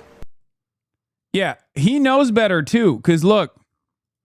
Argument is that he is anti-Zionist and not anti-Semitic, and that they are two very different things. If that's what he believes, then he should probably practice that, because he has done a very good job of smushing the two together. Argument is, no, I haven't.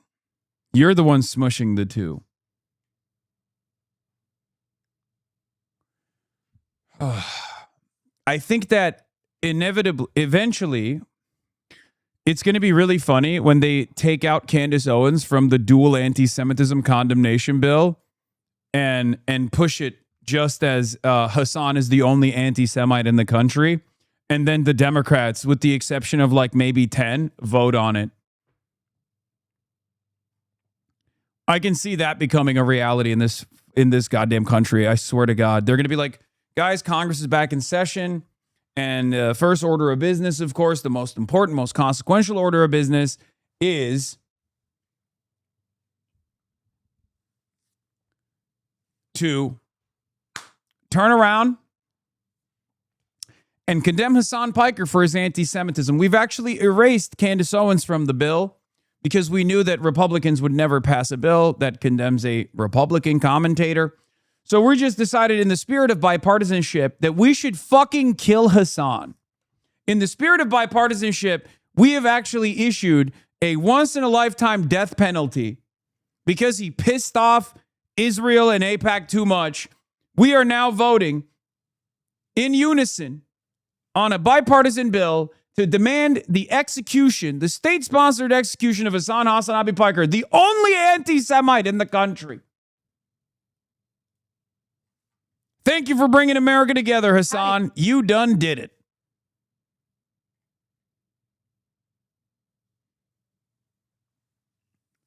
And of course, in the spirit of bipartisanship, the overwhelming majority of Democrats will vote for that bill.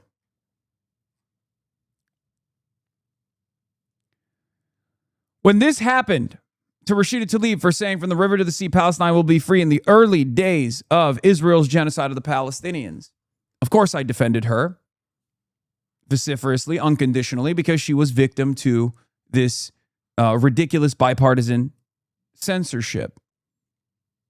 Since then, plenty prominent Republicans and plenty prominent Democrats have said heinous things, actually heinous things, because saying from the river to the sea, Palestine will be free is not a heinous thing at all. It's not hate speech at all. It's actually, as a matter of fact, a rallying cry for the dispossessed. No such censures took place for Randy Fine and numerous others who deserved it. But here's the issue.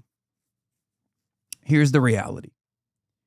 That was in the beginning of Israel's genocide.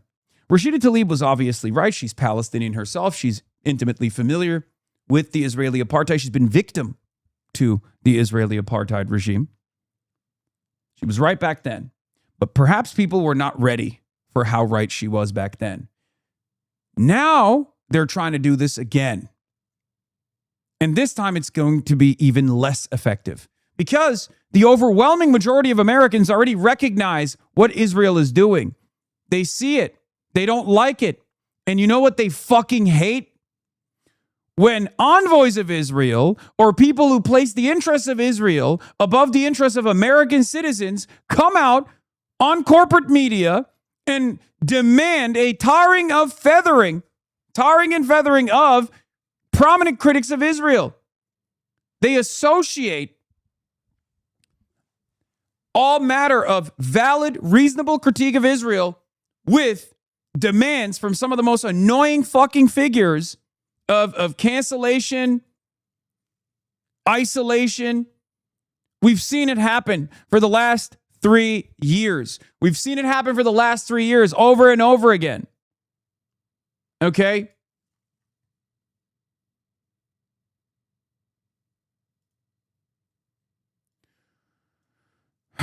Brian Tashman says, the reason you see establishment figures relentlessly focus on Hasan Piker after they supported Israel's campaign of extermination and starvation enabled by Biden and Trump is so they can tell themselves they aren't immoral or wrong. It's Israel critics who are the immoral ones.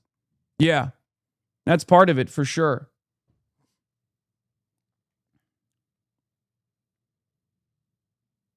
My county GOP posted photos of you. Saratoga County Republican Committee. When you wonder why people get radicalized by Democrats, here's the hairy, fairy godmother of the movement, Piker the punk. Yeah, rhinos, we said it. He's a punk. Sorry if it's controversial or confrontational, but just because you forget 9/11 victims doesn't mean we don't. Second Amendment all day. Freedom of speech is the best part of America. Blowback from meddling in the Middle East is real. Hasan is more American than anyone trying to cancel him. Bigoted fear-mongering post because MAGA is all about fear, hate, and cruelty. He's a Twitch streamer, lol.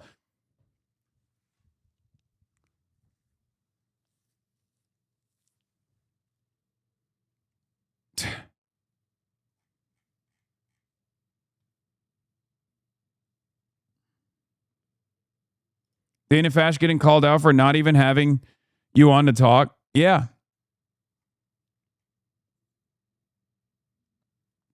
This is the effect of the Abdul statement. It had zero. Yeah, of course it didn't. And the reason why he did it is not because he thought people would finally go, oh, doy, I guess Abdul is good now. The reason why he did it is because prominent Democrats, I suspect, inside of Michigan politics, forced him to say something so that, because they were dangling their endorsement over it. And they were forcing him to make a mistake. Obviously, his job right now is to unite the base.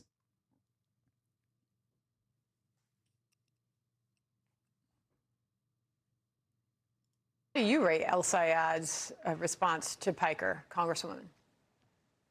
That was the most pathetic, half-baked attempt. I was going to use a different word, but I cleaned it up. That was not any shape, way, or form a statement of disavowing, condemning, or pushing himself away from Hasan Piker. Hasan Piker is a D-class angertainment, violence perpetuator on a Twitch stream that literally wants to traffic. This also is part of the problem. Like, boomers don't understand streaming at all. So they just think that all I do is run around and say like heinous things, you know?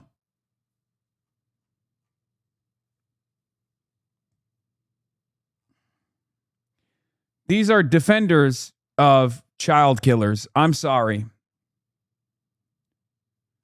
If you're a defender of Israel, your word means nothing to me, okay? If you're a defender of genocide, you've already defended the worst crime. In people's anger and fear-mongering. That is what he does. But here's where Abdul El Sayed has a problem. You cannot rent Hasan Piker's audience during the primary and then ask Michigan voters to forget whose megaphone you borrowed in order to build your campaign. He is going to forever be tied to Hasan Piker in what he has said to date and what he says moving forward, because it's clear he doesn't want to create distance between him and Hasan Piker. He wants to keep that audience, keep that relationship, while somehow trying to fool voters that he's maybe not as close with this guy. This is a guy who showed up on his campaign primary evening party and was partying with him.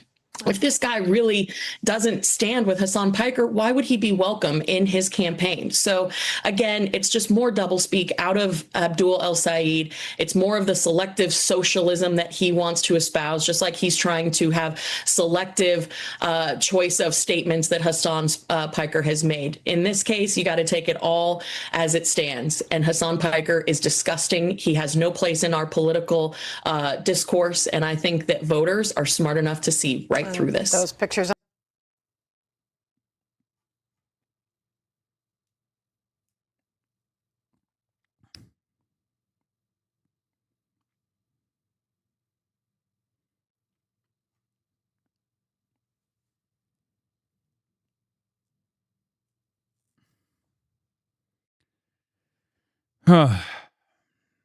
Who the fuck is she? I don't know. I think she's like a congressperson. I feel rage baited. If you make it through this, you're undeniable. I will make it through this. We will make it through this, by the way. That's not the problem. We will make it through this. It's just, I fucking hate it because my job requires charitability. My job requires people to receive what I have to say with at least an ounce of grace and charity. Okay? Because my position, albeit on Israel is very popular now, wasn't so popular 3 years ago. And it required a lot of people to overcome their social conditioning. It required a lot of people to listen to what I had to say and be charitable.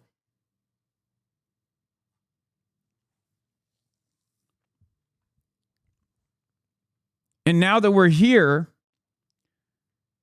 centrist Democrats are showing once again that they hate their left flank and they hate people who have voted for the Democratic Party their whole lives more than they hate the Republicans. They want to defeat their left more than they want to defeat the Republicans. It's undeniable. They're showing it. They're showing it right now. There has to be some serious internal conversations.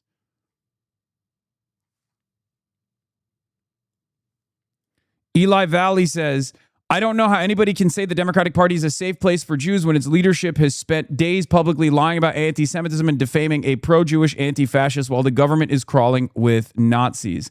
When they lie through their teeth like this, they endanger American Jews. They don't care, though. Their priority is to find common ground with an openly Nazi opposition, truly despicable.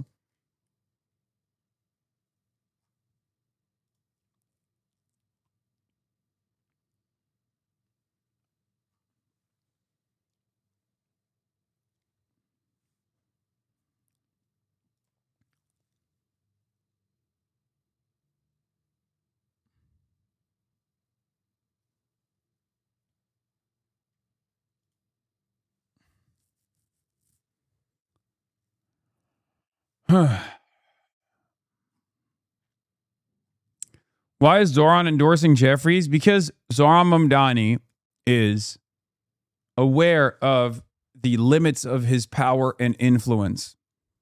And instead of actively engaging in a knife fight with the leader of the Democratic Party, he is trying to be a good mayor for New York. He's playing politics. He's being pragmatic. Do I agree with this decision? I do not. But ultimately, what I know is this. Time and time again, I have actually opposed some of the things that Zoran has done, some of the decisions that he's made, and he's proven himself to be correct. The Chi Ose, like telling Chi that he shouldn't run against Hakeem Jeffries this early, that was the smart decision.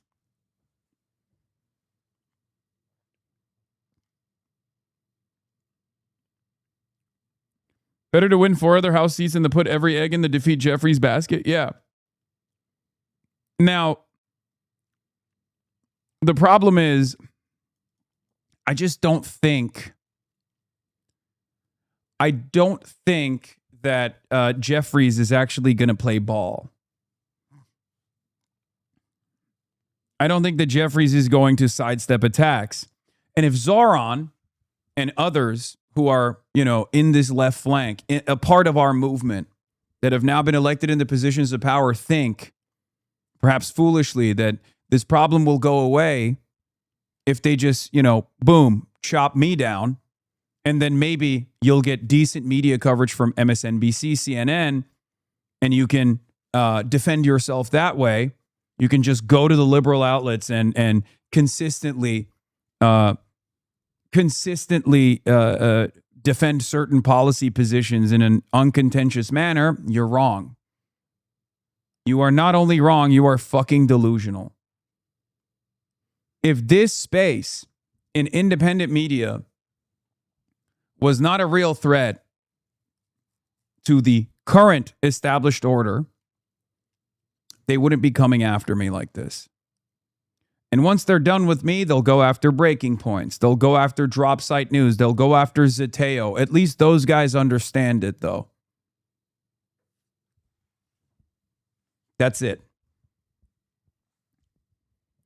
There is no quarter for our politics because our politics is on the side of the people. They're not coming after me because I'm this odious, toxic, repulsive figure. Oh my God, I run my mouth too much. No, they're coming after me because I am a megaphone for your anger. And not only am I offering a platform for your frustrations, for your criticisms, not only of the Republican Party, but of the Democrats too, the establishment Democrats, the do-nothing Democrats, the corporate Democrats. But they're coming after me because they can't come after all of us.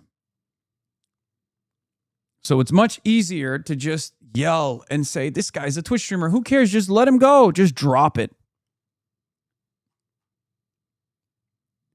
It is not my statements alone that they refuse to reckon with, that they don't want to hear. It's your voices that they don't want to hear. That is the reality. Okay?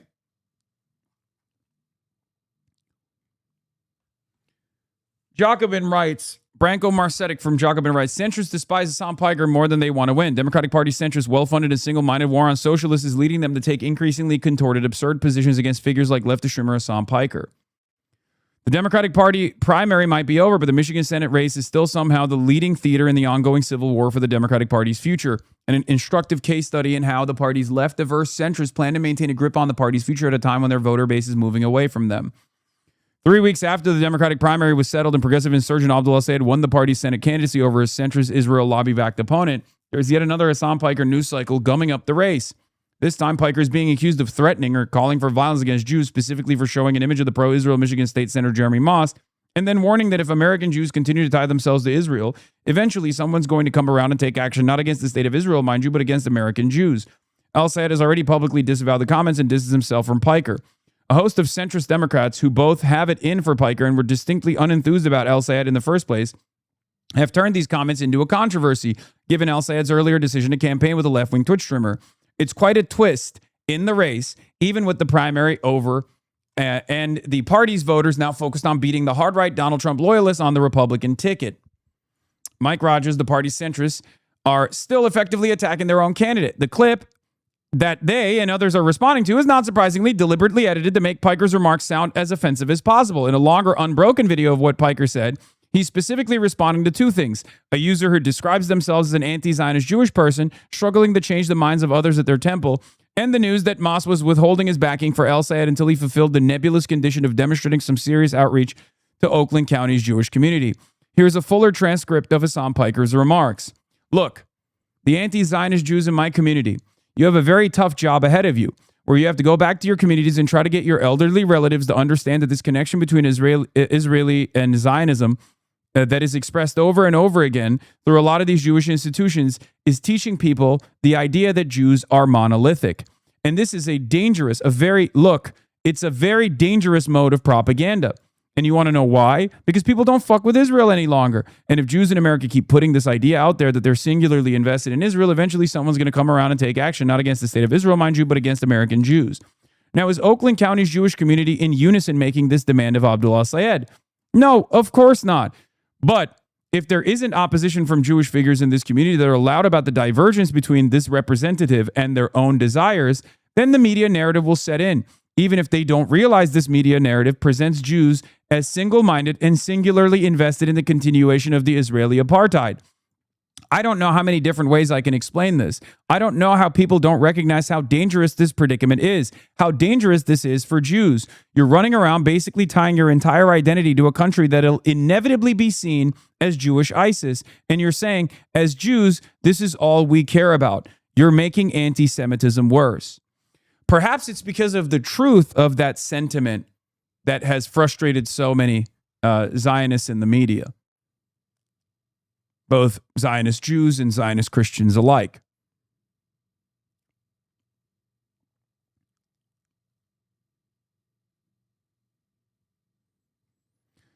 It's an extreme stretch to describe Piker's remarks as an incitement or justification for violence and bigotry against Jews. The basic point he's making, that the tendency by pro-Israel voices to conflate Jewishness with lockstep support for Israel makes Jews less safe, has been made by a number of Jewish voices, including Ezra Klein at the New York Times, David Cleon at The Nation, Norman Solomon at The Guardian, union organizer Molly Kraft, and Hannah Arendt nearly 80 years ago. This controversy also comes as al-Sayed's Republican opponent, Mike Rogers, getting a free pass from both al-Sayed's centrist Democrat critics and the national media for surrounding himself with a panoply of unsavory characters. A campaign campus coordinator who promotes white supremacists and joked about expelling Jews to North Korea, another member of his student outreach team who defended young Republicans who had been caught making racist jokes and saying they love Hitler, and a faith coalition leadership team made up of homophobic extremists, an anti-Muslim bigot, and one pastor connected to a church sex abuse scandal. It is a remarkable scenario for Democrats concerned with bigotry to entirely ignore these distasteful and alarming associations held by a member of the opposing party and focus their attacks on their own candidate instead. It is a sign of the importance that centrists see in winning what they view as an intra-party civil war. It is a fight they seem to see as more important than winning a Senate race and control of Congress. Al-Sayed's primary win was a shock to the system for Democratic centrists, involving not just the victory of a pro-Palestine Medicare for all supporting progressive in a key battleground state, but also one in which the Democratic Socialists of America didn't endorse yet play a key role. This put establishment Democrats in a bit of an awkward position. They have long claimed the left habitually refused to vote blue no matter who come the general election, and so paved the way for GOP victories. This wasn't actually true. It's been one of the Democratic Center's most reliable go-to attack lines against their left flank. With the tables, you should write an opinion piece for the New York Times. Brother, if you think the New York Times would ever allow me right now, as I am the recipient of enmity from all aspects of the pro-Israel movement, if you think the New York Times would allow me to defend myself with my own words on the fucking opinion editorial section right now, you are the most delusional person on the planet.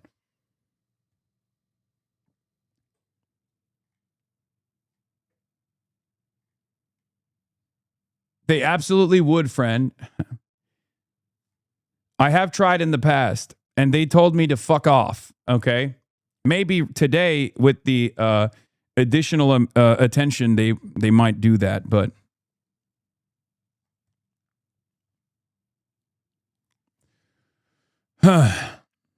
One Michigan rep, Hillary Skolton, had preemptively refused to back El-Sayed against his Republican opponent before he'd even won the primary, and she now continues to do so despite being called out for it by one of El-Sayed's own former rivals. Days after his win, Third Way, a Wall Street-funded organization that advocates for Democrats to adopt Republican economic policies like cutting Medicare and Social Security, announced a $15 million campaign to attack both the DSA and candidates who work with the group, even if it meant costing the Democrats swing seats. They specifically name-checked El-Sayed as one of their main targets. I will tell you this much. Okay? I will tell you this. I understand as a part of my job, I understand how media narratives work. I understand how propaganda works. This is a big part of what I do. I try to explain to you guys how like certain trends, certain metas are followed in mainstream outlets. And there's this this united front approach that sometimes establishment media takes. I never thought that I would be the recipient of this. I never thought that I would be at the heart of this united front approach coming from centrist pundits, right-wing Democrats, the entirety of the Republican Party, in direct coordination with the GOP as they attempt to undermine a very important Senate seat, that the Democratic majority in the Senate hinges on. Abdul's victory.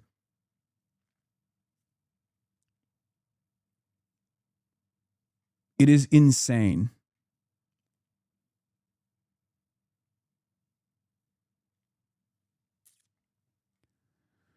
Meanwhile, the week before this saw several stories about prominent Democrats publicly abandoning the vote blue no matter who ethos. A group of prominent Michigan Democrats announced their support for El-Sayed's GOP opponent for purely factional reasons. If El-Sayed were to win the general election in this important swing state, we fear the far left and anti-Jewish elements in the Democratic Party would become dominant, including in the imminent 2028 presidential race. They wrote, not long after the news that some Democratic bundlers are raising money for his Republican opponent.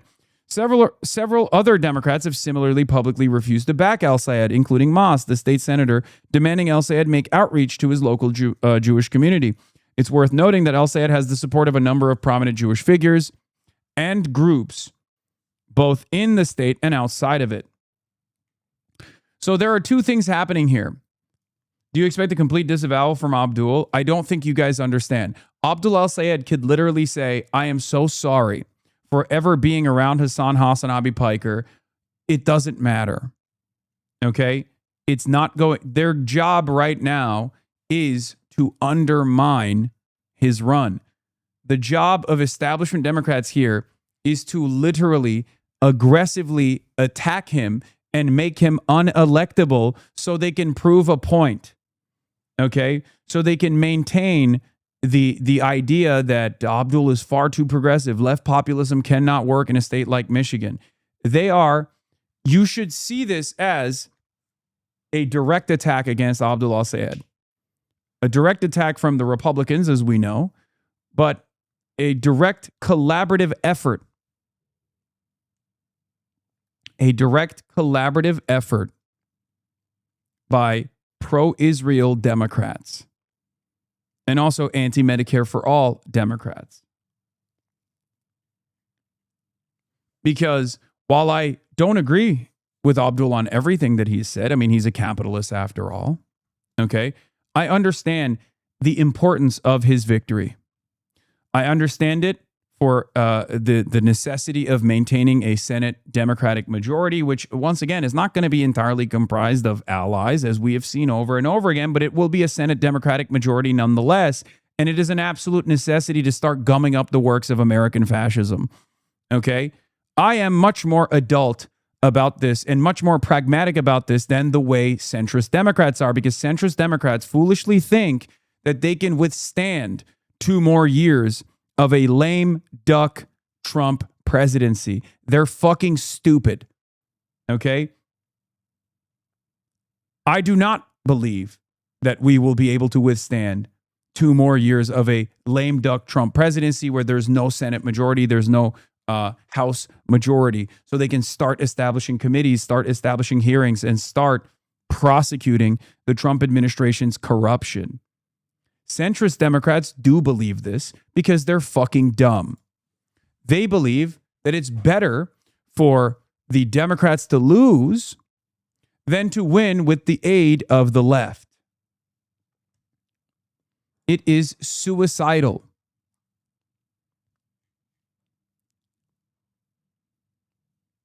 That's what it is. They're not dumb, they're paid. No, they're dumb because they think that these same fascist forces won't come after them. That's why they're dumb. They think, oh, as long as we collaborate with the Republicans, they won't come after us. They'll just take care of our commie left flank. They're fucking stupid. They think their complicity with the fascists will take the crosshairs away from them. Eventually, they will be in the concentration camps by our side.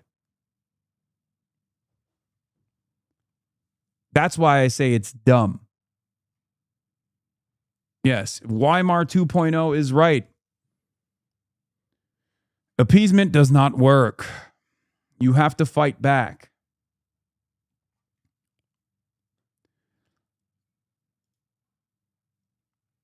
Abdullah said distanced himself from Hasan Piker's comments on American Jews. I'm not a fan of Hasan, but how was his comment wrong? If you conflate the interests of Israel with the interests of Jewish diaspora, you'll get more anti-Semitism. Hasan is correct here. They were like, meh, close enough. Not remotely. Right-wing Israeli interests have a lot of centrist balls in vices, and they will turn every time they see a left-wing threat to their power.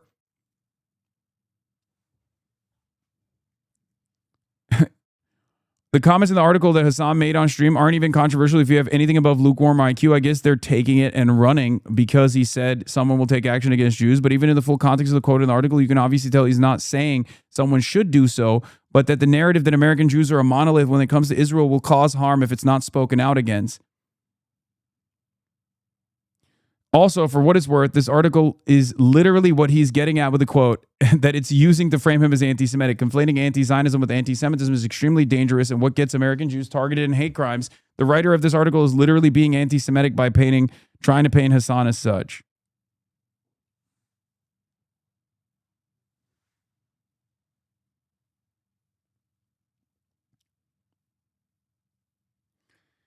Yeah. No, it's really good that that pro-Israel folks are doing a number on the argument that anti-Semites represent. That anti-Semites say what? They say Jews are organized. They say Jews control the media, and they say that Jews through organized Jewry will flex their muscle over and over again.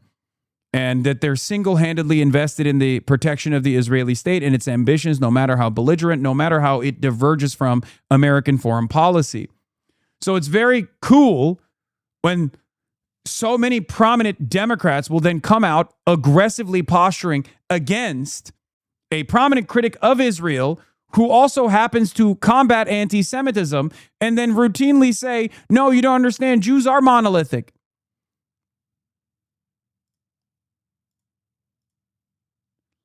Nexus Project Scholar basically repeating what you said in the clip. I know. It's so fucking annoying.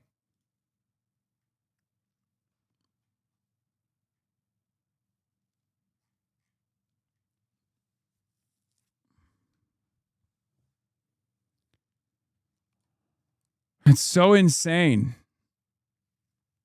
Anyway, here's El Sayed weighing in on the Hasan Piker controversy, I guess, or this is Wood TV. A live stream from a supporter of Democratic U.S. Senate candidate Abdul El-Sayed is causing quite the stir, and not just from Republicans. News 8 political reporter Rick Albin in studio now with more on this controversy. Rick. Brian, that post that was from Twitch streamer Hasan Piker, who was once quoted as saying America deserved 9/11, suggested support for Israel is unpopular and says, quoting here, if Jews in America keep putting this idea out there that they are singularly invested in Israel, eventually someone's going to come around and take action, end quote. Piker has campaigned alongside El-Sayed. While not condemning the remarks directly, El-Sayed released a statement saying in part, quote, nobody speaks for the campaign besides me and my campaign spokespeople, end quote. This all started after a recording surfaced, allegedly, from U.S. House candidate Jeremy Moss, who is Jewish. Moss was heard on a recording saying, quote, I would say that the entire purpose of my campaign is to make sure America continues to support Israel. That's the end of the quote, but Moss denounced the clip, calling it a manipulated and unsourced audio with things I never did and never would say. El-Sayed's GOP opponent, Mike Rogers, condemned the Piker's remarks and tied the streamer to El-Sayed's campaign. Democrats are weighing in as well, including Grand Rapids Congresswoman Hillary Scholten, while not mentioning El-Sayed. Scholten, who backed El-Sayed's primary opponent Haley Stevens in the primary, called Piker a hack who thrives on hate, shock, and awe because he lacks substance. It's dangerous for everyone. It's going to be one of the biggest races in the country, and this is also going to be a race that, when you see this kind of exchange, will rapidly go from an online post to national news. Back to you. All right, Rick, thank you. Now to a growing issue for some Democratic Party candidates in November. Some candidates are denouncing recent words by the progressive activist Hasan Piker. I like that they openly mentioned that I'm a progressive activist. That's great. That's nice. You know, that's cool. I'd prefer socialist, but it's fine. You know?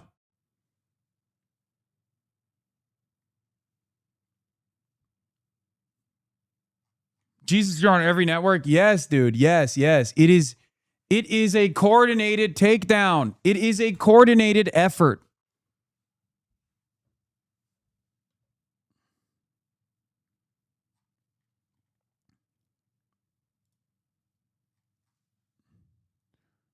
I've listened to the full clip, and it's very obvious that Hasan is saying a version of the point Ezra Klein made here. We have 70 days left to the election, and every single news cycle about internal fighting is a gift to MAGA freaks. We got to get it together, folks. No one cares.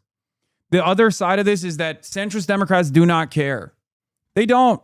Right-wing Democrats want Abdul El-Sayed to lose. We cannot let that happen.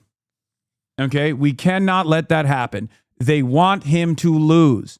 They want to make the argument over and over again that Abdul El-Sayed lost because he's too progressive. He lost because he was for Medicare for all. He lost because he was too critical of Israel at a time when the overwhelming majority of Americans oppose Israel. I'm sorry. It is unbelievable what's going on here. We have to redouble our efforts, not fucking shy away. They want you to be discouraged. Okay? They want you to be discouraged. They want you to feel sad and pathetic about the work that you put in. They want you to feel like everything you did amounts to nothing. Okay? Because if the goal is uniparty, and at least for some right-wing Dems and right-wing fascists in this country, that goal is uniparty. For them, your feelings of discouragement, your feelings of your feelings of wanting to refuse to participate in this process is exactly the point. They don't want you to participate in this process in any way, shape, or form. Elections are not the end-all, be-all. Okay? You are not going to, by way of elections, defeat capitalism and bring about socialism. That's not going to happen. I don't think that it will happen. In a bourgeois system, obviously, capital will be protected no matter what. Having said that, however, if you were to just decide that There's no reason to participate in electoral democracy. You are a fool and you're giving in to their desires. You're giving in to their demands, especially when we already have, for the first time ever, effective communicators on our side. This is how you grow the fucking movement.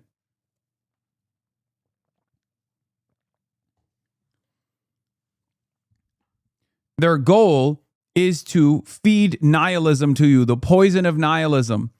Their goal is to make you feel like none of your efforts matter. Okay? Your efforts don't matter at the end of the day. This is the centrist right-wing party, baby. This is the party of the centrist Democrats. This is the party of Zionism. This is the party that will defend Israel no matter what. They want you to feel this way.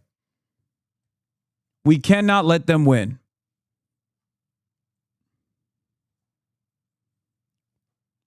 Establishment Dems saw the 2024 defeat. And a major part of that was their reluctance to move on Gaza.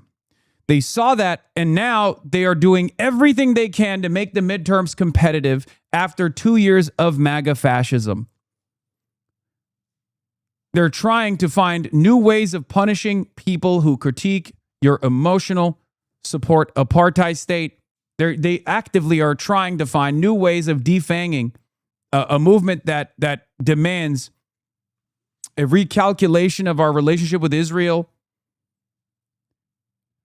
And they're making that the position that they hold on to rather than talk about ICE, talk about prices, talk about Trump's corruption, talk about Trump's violence, talk about Trump burning American credibility and American munition at the behest of Israel in Iran.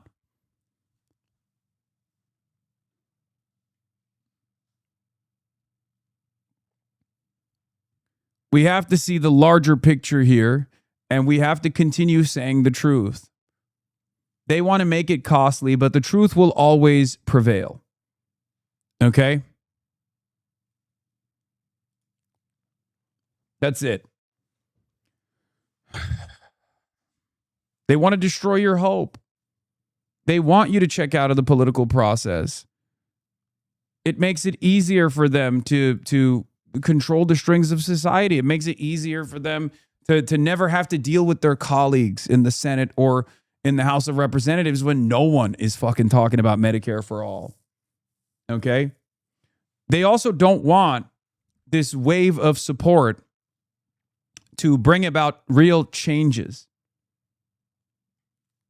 They don't want this wave of support to bring about changes internally in the Democratic Party, because not every single Democrat, there's hundreds of them in the House of Representatives, not every single one of them is refusing to speak out against Israel because they are just like primarily invested in defending Israel. They're not zealots, not all of them. Some of them are, but not all of them are. A big part of the reason why some of these elected representatives don't speak out is because they're fearful. They're fearful of the barrage of hit pieces, the barrage of guilt by associations that they'll receive, the attacks that they will receive from AIPAC, the attacks that they'll receive from prominent Zionists in the pundit class. So we have to continue fighting. We have to overcome this sophisticated and absolutely coordinated smear campaign. And we have to always say the truth. Because I do believe that if we make it out of this midterm season with significant victories under our belt, other Democrats are going to start taking notice of this. They're going to want a piece of that action. They're going to want a piece of the momentum.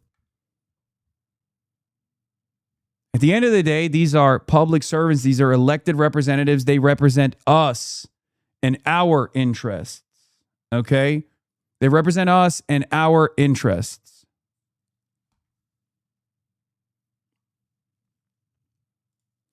Piker's response to Democrats criticizing his anti-Semitic statement is to claim that it was secretly orchestrated by AIPAC.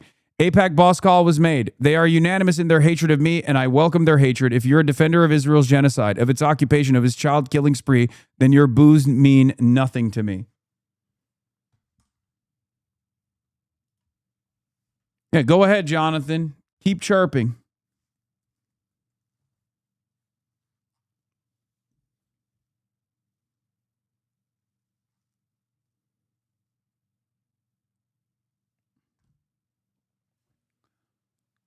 This was never supposed to be easy. Okay? Power does not concede without demand. And power never concedes unless there is also a real push for it. So we have to be unbowed, we have to be resilient, and we have to become undeniable. This is one aspect of it. Elections are simply one aspect of this process. It's not the end all be all. I'll keep repeating it over and over again. I know that some people hear me say this and they go, oh, let's vote for liberal Zionist Democrats and then we'll make the changes. It's fucking bullshit. Okay? That's not the argument that I'm making. So stop.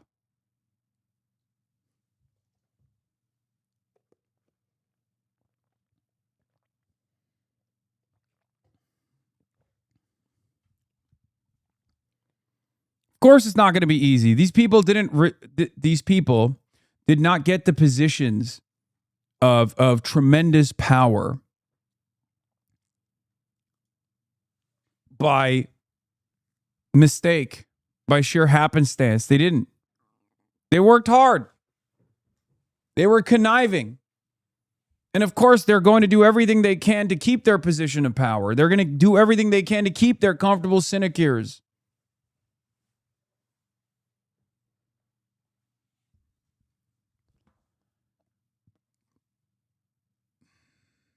That's it.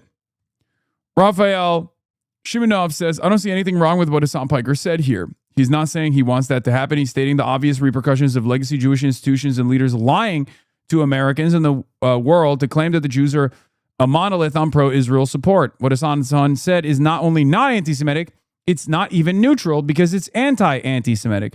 And it's what Jews from anti-Zionists, even liberal Zionists, have been saying for decades. Stop conflating our faith and culture with occupation, apartheid, and genocide. The more you do it, the more it fuels anti-Semitism.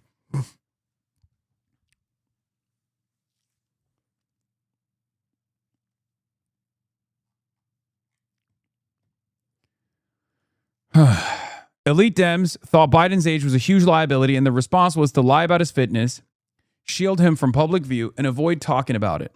You know what they didn't do? Obsessively try to make his age and mental acuity a storyline for weeks on end. What they're doing here is decidedly not taking on a party liability, but trying to reframe an ideological debate that they've already lost as an unsettled question about optics and electoral strategy. They are creating a liability as a cudgel. Yeah.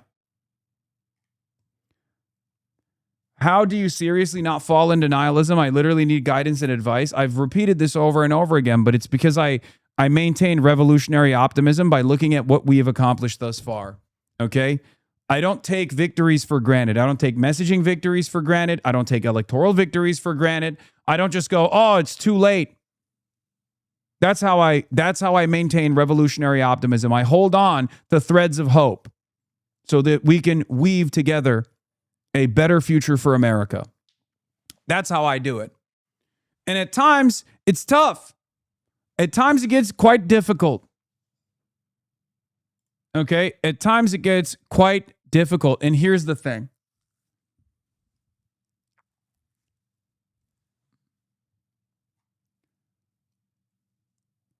At times when I feel discouraged, I also will let my spite motivate me.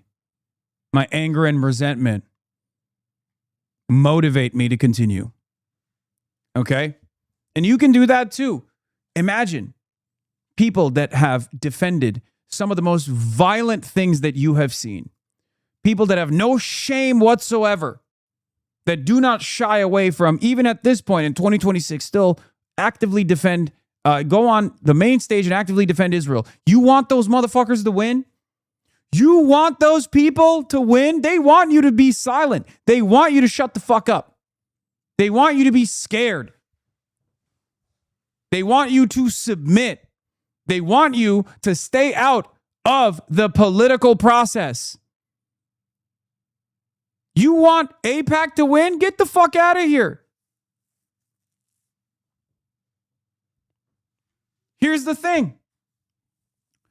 I see this as going through the motions of the same process that AIPAC is going through right now.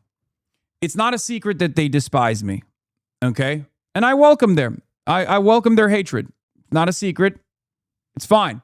Your boos mean nothing when I've seen what makes you cheer. And what makes you cheer is the death of children, okay? Death and destruction, a genocide. So here's the thing. Here's the thing.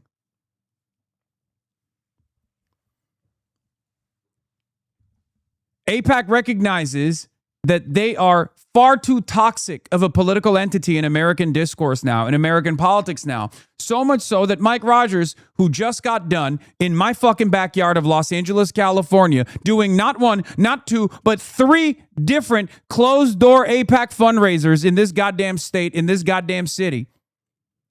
And in that conversation that he had with AIPAC bundlers and pro-Israel donors, or 4, not 3, sorry, 4 apparently, I apologize. In the first meeting that he had with the AIPAC fundraisers, he begged them to not associate directly with the campaign, which is illegal, by the way, just so you understand. You are not supposed to be able to have direct correspondence with, PACs that are fundraising for you, but obviously we don't have any fucking laws. We don't have a real FEC, so who's going to prosecute that? Nobody knows. Maybe one day when the Democrats have Senate majority, Democrats have majority in the House, maybe we can start prosecuting some of this stuff. I'm not holding out hope. Listen, Mike Rogers told AIPAC fundraisers to stay away from the race directly, to continue fundraising for him, but to do it in a more opaque structure. He did not want AIPAC to be directly involved in the race in the same way that AIPAC was in the Haley Stevens run. Because Mike Rogers understands that AIPAC is toxic. So what I think AIPAC is trying to do is make me toxic.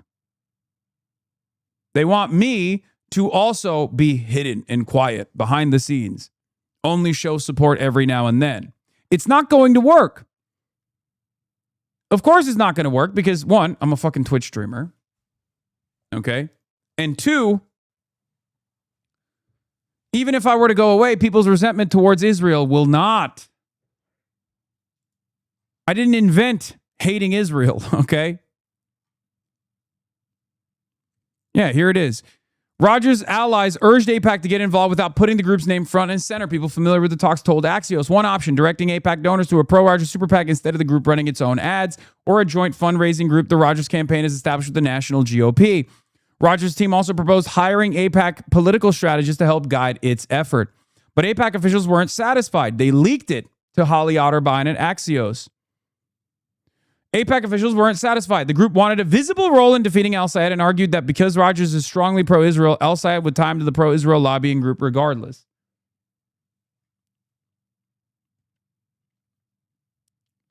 AIPAC very clearly saw this race as a prime opportunity to salvage their reputation after losing so many primaries. Being denied that by Mike Rogers, of all people, who's still asking for their money anyway, is catastrophic. That's where we're at. They want their opposition to feel the same level of enmity that they receive. They want their opposition, which ironically enough is a testament to how far they've fallen, because if AIPAC, this massively consequential political action group, is now putting up their primary opponent as a fucking Twitch streamer, as a socialist, anti-imperialist Twitch streamer, oh my God, you've fallen off. You have fallen off so fucking hard.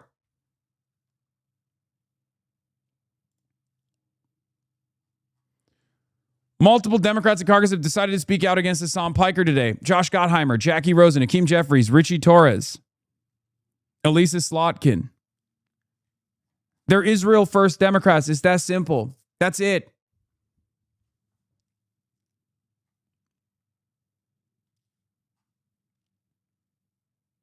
Rogers featured you in his latest campaign video. Abdul El-Sayed is extremely scary. The people that he have around him speak nothing but rhetoric. Rhetoric, one of his key spokespeople, he has done on social media, and you can. This lady is a kook, by the way. She's crazy. She's supposedly a Democrat. She's an anti-vaxxer, anti-LGBTQ. You won't see that in this fucking ad, obviously. She's a crazy person.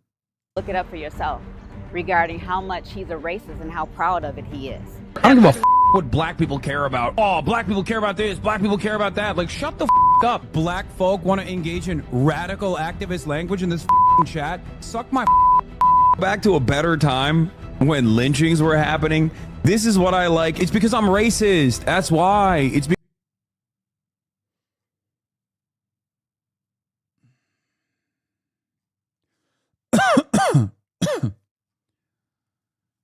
We'll see. Because We'll see I'm how this racist, goes. dude. I'm not voting for someone that's who he keeps company with.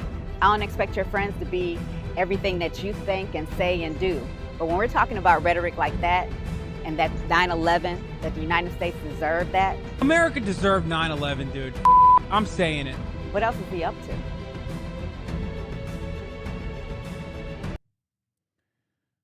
Both parties are Israel or capitalism servants. You're pissing both of them off. It's simple. I want to be optimistic about the movement, but I doubt the game mechanics will permit it. We have no other option but to fight, man. That's it. What's the other option? What's the alternative?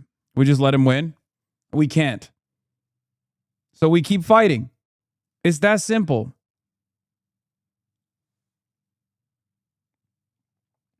The people that we care for, the crimes that have taken place that we must address, we can't just cast it aside. We can't just check out of the system. We can't just check out of the process. You understand? We can't just decide like, fuck it, who cares? You know, it's too tough. Especially when our enemies want us to feel nihilistic. Our enemies want us to shy away.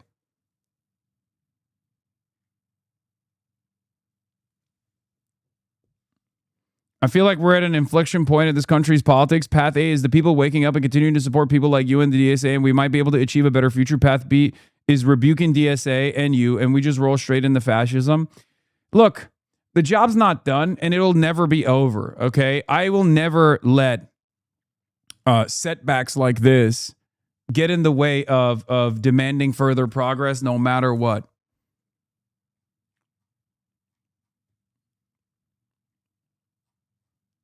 Because we can't, we do not have the comfort of failure. We do not have the comfort of just saying, all right, we don't have the comfort of indifference. Okay? Like, even if the Democratic Party decided to destroy Abdul's chances of winning this race, as they're actively trying to do, okay?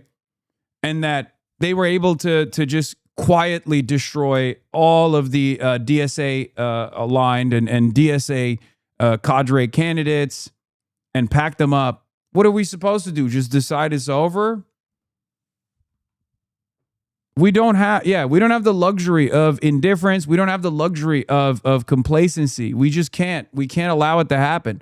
We just move on, and we recalculate, we recalibrate. Until we win. It's that simple. That's what happens when you believe in something. Our opposition is cynical. They don't believe in anything. All they believe in is maintaining their seat of power. But that's what happens when you believe in shit, okay? You keep fighting. If you stand for something, you have to keep fighting. It's that simple. So let the victories, no matter how minor it may seem, no matter how marginal it may look like to you, let those victories give you confidence. Because, of course, it's going to be tough. Of course, people are going to yell at us. People are going to say we're bad. People are going to say we're wrong.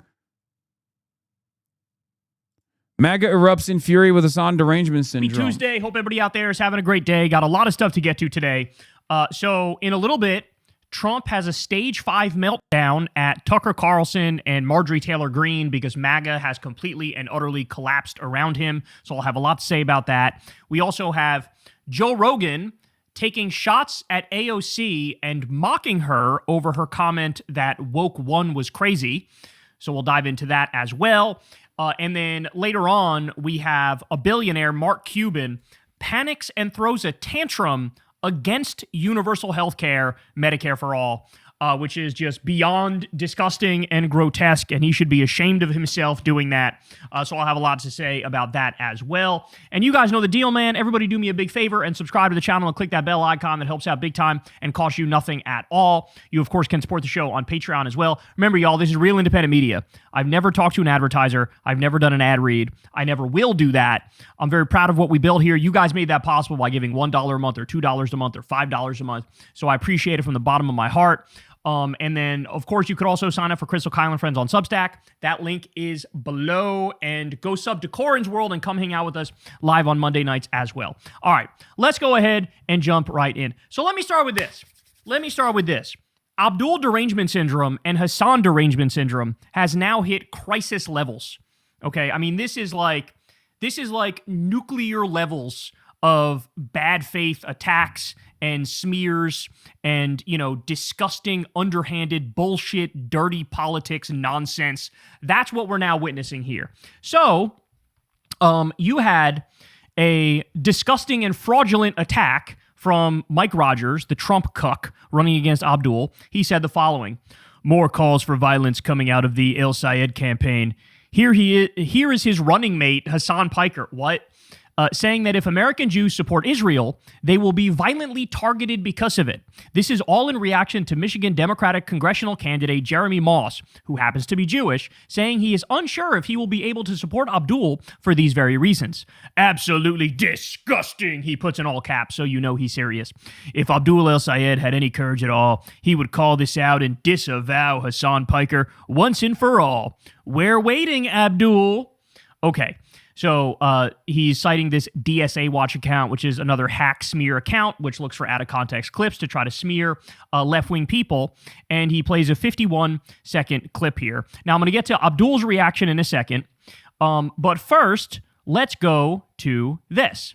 So Palkey says the following: Mike Rogers is pushing a blatantly clipped video. In the full clip, Hasan never called for violence. He was discussing Jeremy Moss's refusal to endorse Abdul El Sayed, and that the worst anti-Semitism comes from those who conflate all Jews with Israel. So now I'm going to play the entire comment that Hasan made, and you're going to determine whether or not you think he's calling for violence and whether or not you think this is anti-Semitic. Let's listen. Here we go. I wonder what he has to do to gain the support of Oakland County's Jewish community. Yeah, he has to drop his critiques of Israel. That's what it is. Now, is Oakland County's Jewish community in unison making this demand of Abdul El Sayed? No, of course not. But if there isn't opposition from Jewish figures in this community that are loud about the divergence between this representative and their own desires, then the media narrative will set in. Even if they don't realize that this media narrative presents Jews as single-minded and singularly invested in the continuation of the Israeli apartheid.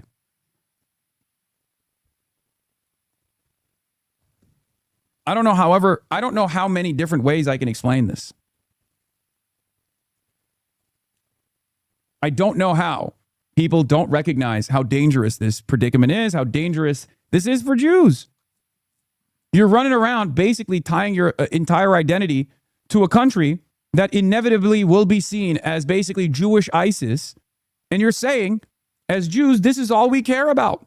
He's literally calling out Zionists for making anti-Semitism worse by insisting that all Jews are represented by the state of Israel. He's saying that makes Jews less safe. He is literally calling out Zionist anti-Semitism. That's the point. Let's continue. Republican U.S. Senate candidate Mike Rogers is endorsing a one-year moratorium on new data centers.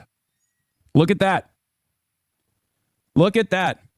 They are positioning themselves and reacting to the popularity of our policies, our positions. Look at that. Yeah, Ben Jacobs says, Ben Jacobs reports on Jeremy Moss's take. Adam Johnson says, I'll translate for those unfamiliar with these serious outreach threats. Moderate on Israel, support apartheid and the arming of genocide, albeit some mild scolding about Netanyahu, or else I will withhold my support and help Rogers. This is a variation on Hakeem Jeffries' further conversations threat. There are pro-genocide uncommitted movements everywhere for those with eyes to see. That's precisely what is going on here. These guys are shamelessly ignoring the doctor's advice. Fuck, I had more water than I ever have today. Okay, hold on. I got more water. I will drink more water. Saying that they are uncommitted. They're uncommitted to Abdul el-Sayed because Abdul has an anti-genocide position that is broadly popular, and these guys can't contend with that reality. They want Abdul to take a less popular and immoral position, a position that he does not hold. It's totally ridiculous, and we should not let these people forget. We should not let others forget what shameless positions that they are holding on to in this pivotal moment where the Senate majority hinges on this seat, and they are casting that aside. Because while not all Jews in Michigan are single-handedly or single-mindedly in unison holding up the continuation of Israel's apartheid as a major reason as to why they will withhold their support, there are those who are doing that. And we must not let people forget that reality. What part of that was anti-Semitic? What part of that was a call for violence?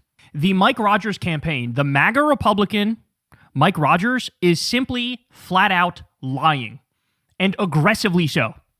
That's what's happening here, and everybody who's being honest knows it. So, naturally, the Diet MAGA Democrats get in on the fun. Okay, the Diet MAGA Democrats, one of them named Hillary Scholten, who said during the primary that if Abdul wins, I don't know if I could support him. I'm probably not going to support him. Now she's out here pissing in the punch bowl and trying to take down Abdul, doing MAGA's dirty work for them. So she comes out and says, today, Congresswoman Hillary Scholten issued the following statement after Twitch streamer Hasan Piker said that American Jews who support Israel are inviting violence. In his stream, Piker directly discussed and targeted Michigan State Senator Jeremy Moss. More on that guy in a second, by the way. Showing his picture while stating that eventually someone will come around and take action, not against Israel, but against American Jews. Today, Congresswoman Hillary Scholten issued the following statement after Twitch streamer Hasan Piker, blah, blah, blah, blah, blah. Hasan Piker calls for violence against American Jews. Excuse you?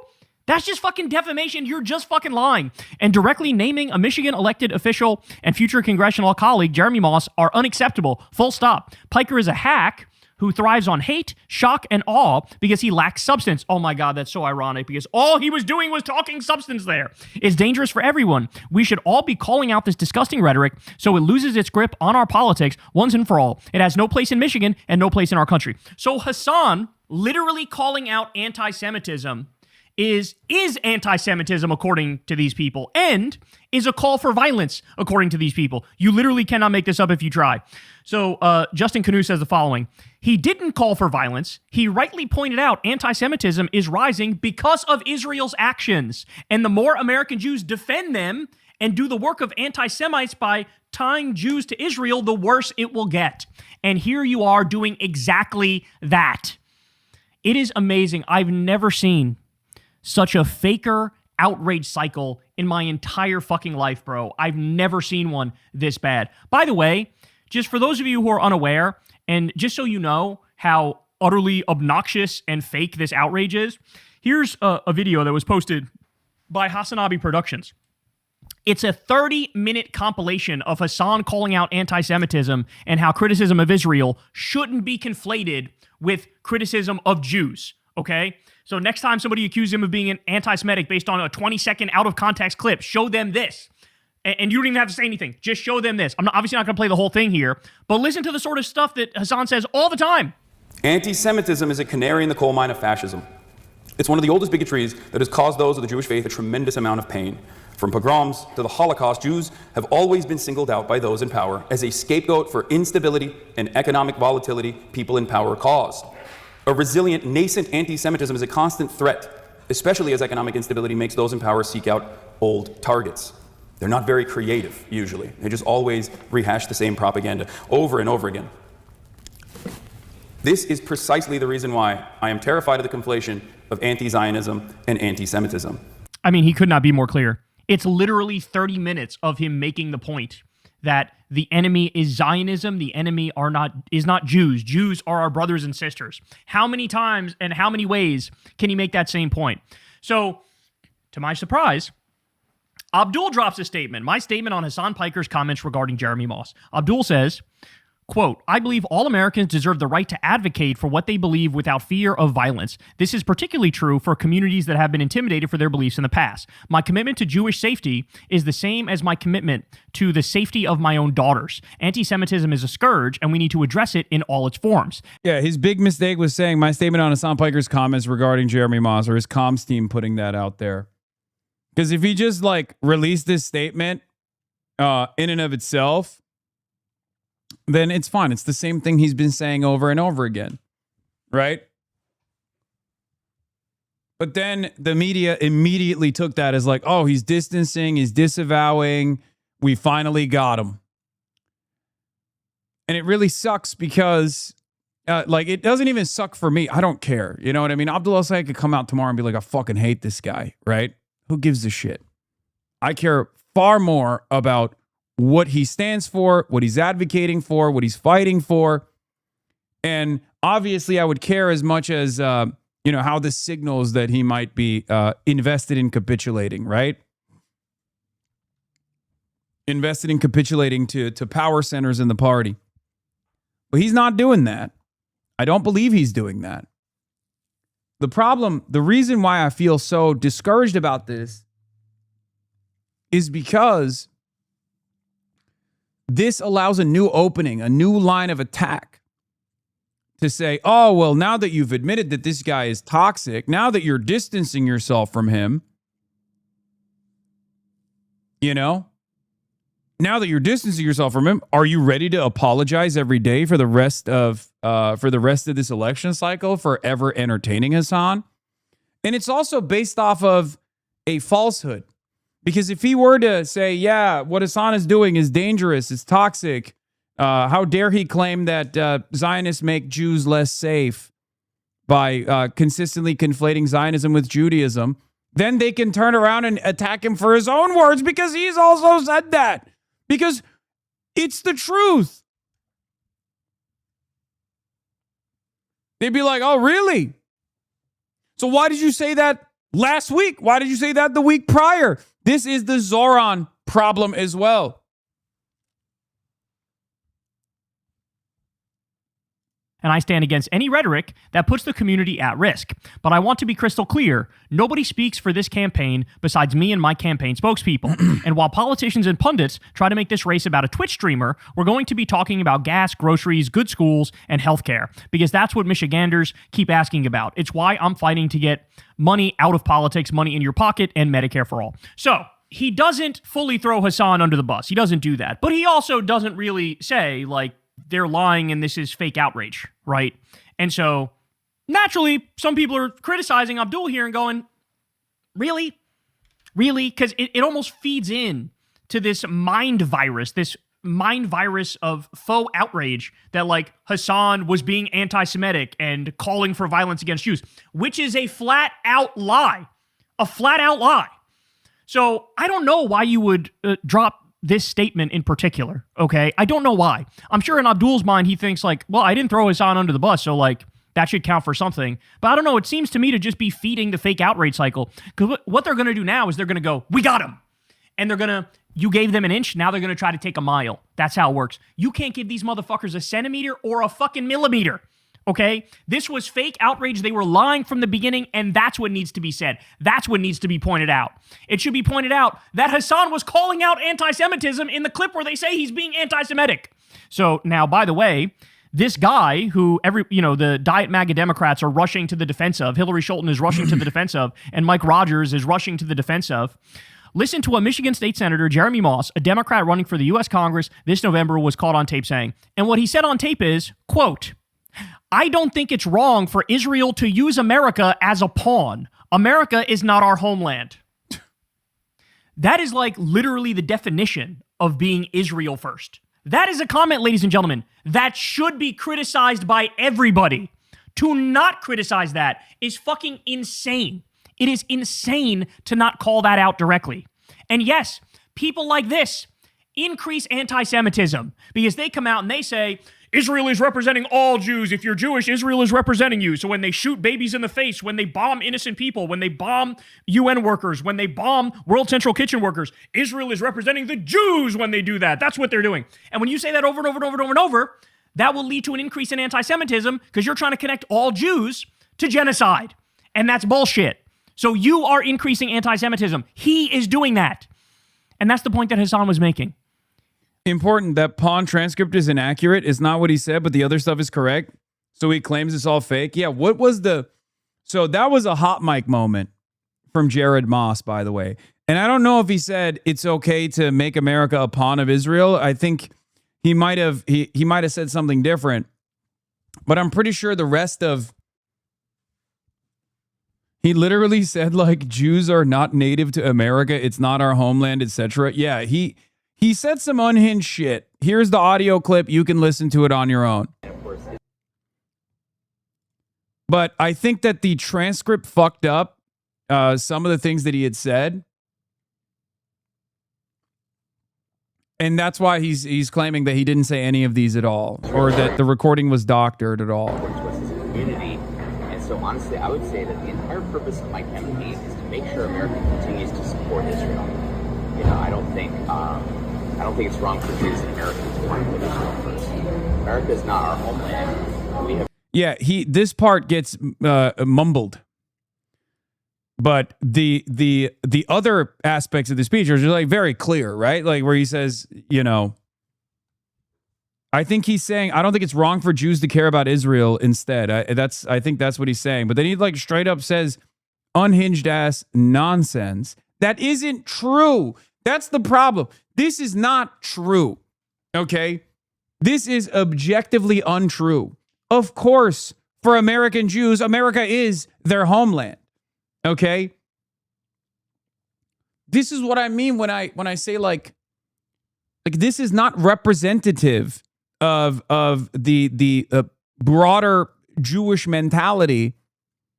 This is not representative at all of how many American Jews feel. Even those who actually feel a sense of sympathy or a sense of loyalty to Israel don't fucking feel this way, okay? That's why I always say there is this weird handshake between some of the most rabid anti-Semites and some of the most rabid Israel defenders. It's the it's the Jonathan Pollard equation, you know, where Jonathan Pollard will go on Israeli news and say like, of course we have dual loyalty. Now, of course, he's in Israel now, so obviously he can say whatever the fuck he wants in Israel. But like that is objectively increasing anti-Semitic sentiment in the country. When people hear that stuff, especially because they're far removed from Jewish people in general, they don't live in neighborhoods where Jewish people live in, they've never met Jewish people, you know? And they hear stuff like that and they suspect Jews of having dual loyalty, and they go, oh, see, here it is, an admission. That feeds into anti-Semitism.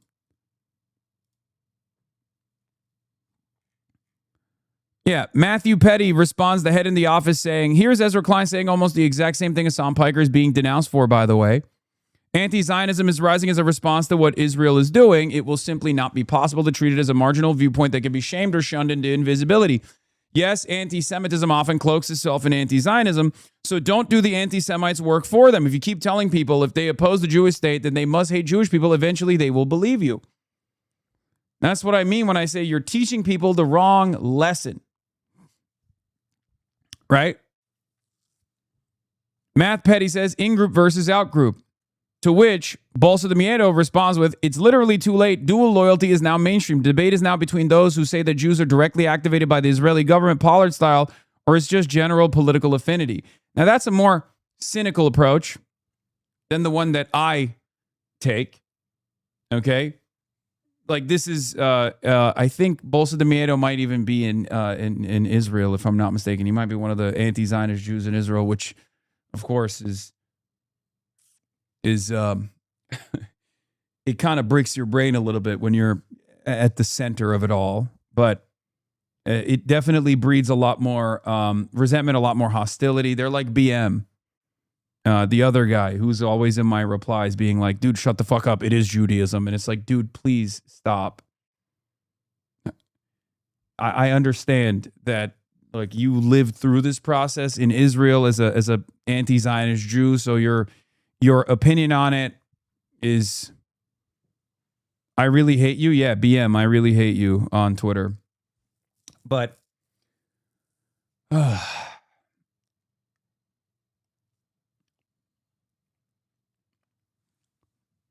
ultimately, what's the difference between being an anti-imperialist American and an anti-Zionist in Israel? Exactly. It's not dissimilar. Yeah, it breaks your brain. Everybody positions you as an op. Did you see this? When the head of a major left-leaning DC think tank regularly gets in fights with a Dem base and progressive influences on social media almost in an irrational and uncontrollable way, does that ultimately hurt the think tank? Left-wing rep Mark Pecan from Wisconsin said, an apparent reference to the Center for American Progress CEO Neera Tanden, a vocal critic of Piker on social media. Yeah, I'm glad that there are some people who are starting to pick fights with Neera over her ridiculous attitude.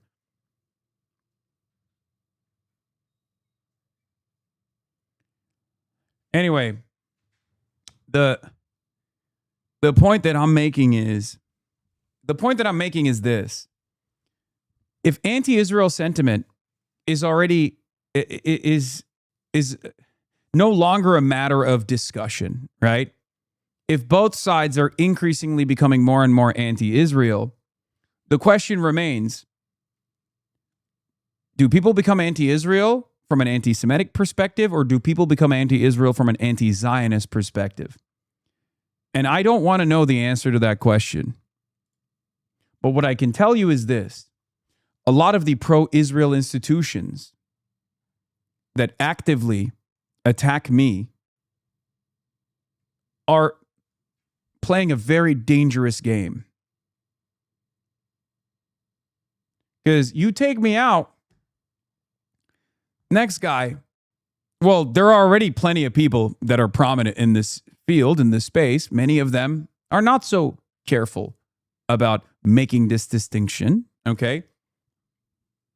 But you take me out, and what remains after I go away is not going to be so careful, is not going to be actively defending the safety and security of Jewish people, because it's much easier it's much easier to convince Americans that Jews are this monolithic force. Just like it's much easier to convince Americans on other odious ideologies like white supremacy, white identitarianism. Americans are predisposed to tribalistic arguments. They like it. It's much easier for them to be anti-Israel from an anti-Semitic perspective, an anti-Semitic framework, than it is from a framework that not only opposes Israel's inception as a settler colonialist state, but also opposes America as well under similar grounds.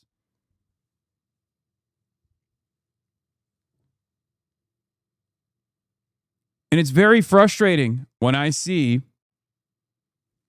people who do care about anti-Semitism fall for this as well. People who are also critical of Israel, maybe not to the same degree as we are.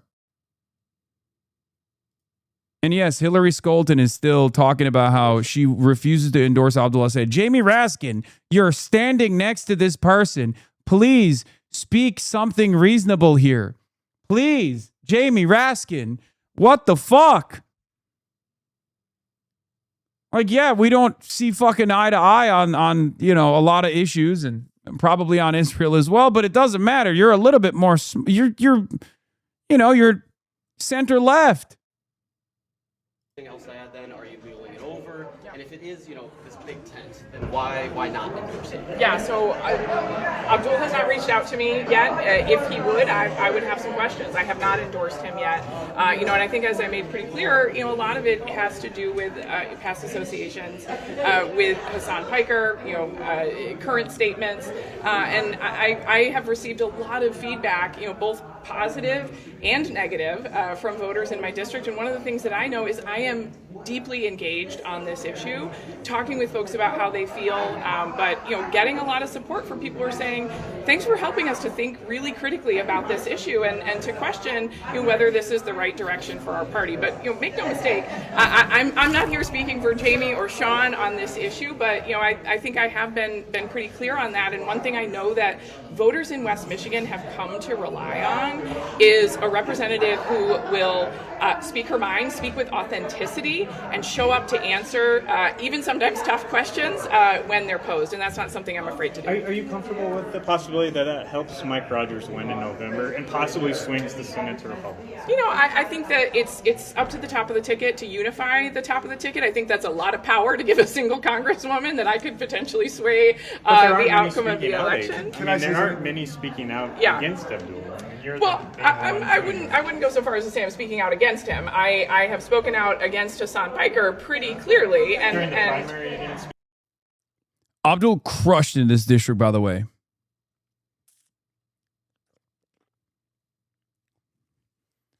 I guess her district didn't care about the Hasan Piker affiliation or endorsement.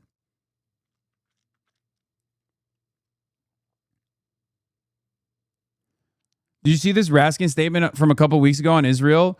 Young people interested in democratic socialism, not the psychotic Stalinism of Trump's friends Kim Jong-un, President Xi, and Vladimir Putin, are more welcome in the Democratic Party. I believe in you. Young Americans are not talking about the dictatorship of the proletariat or seizing the means of production. He's wrong. They are, but it's fine. Whatever. They just want healthcare for everyone in the richest country in the world, a dramatically increased minimum wage. Yeah, he's just like, he's that kind of Democrat. He's like much more, he is, much more positionally open-minded towards like, Medicare for all, shit like that. But having said that, that is the reason why I'm like kind of confused as to why he's not, he's not pulling her aside and just being like, Hillary, what the fuck are you doing? You know what I mean? He's like a Chris Van Hollen. Exactly. He's like a Chris Van Hollen type Democrat. Jamie Raskin is. So I'm a little bit confused. Jamie Raskin is the type of Democrat, by my estimation, maybe I'm wrong and maybe he'll prove me wrong, but he's the type of Democrat that probably sees the attacks and goes, yeah, I don't think this guy is actually anti-Semitic. I'm not going to say anything about it. Perhaps I'm wrong. There are Democrats like that out there whose silence is being noticed. Some of them are doing it because they understand that there is a 2028 ambition. There is a 2028 ambition out there for them, ambitions for higher office, and they recognize that the path towards winning the Democratic primary will abso-fucking-lutely revolve around not presenting themselves as pro-Israel stooges, right? And then there are, I suspect, others who see what's going on and they're just like, yeah, this is not correct.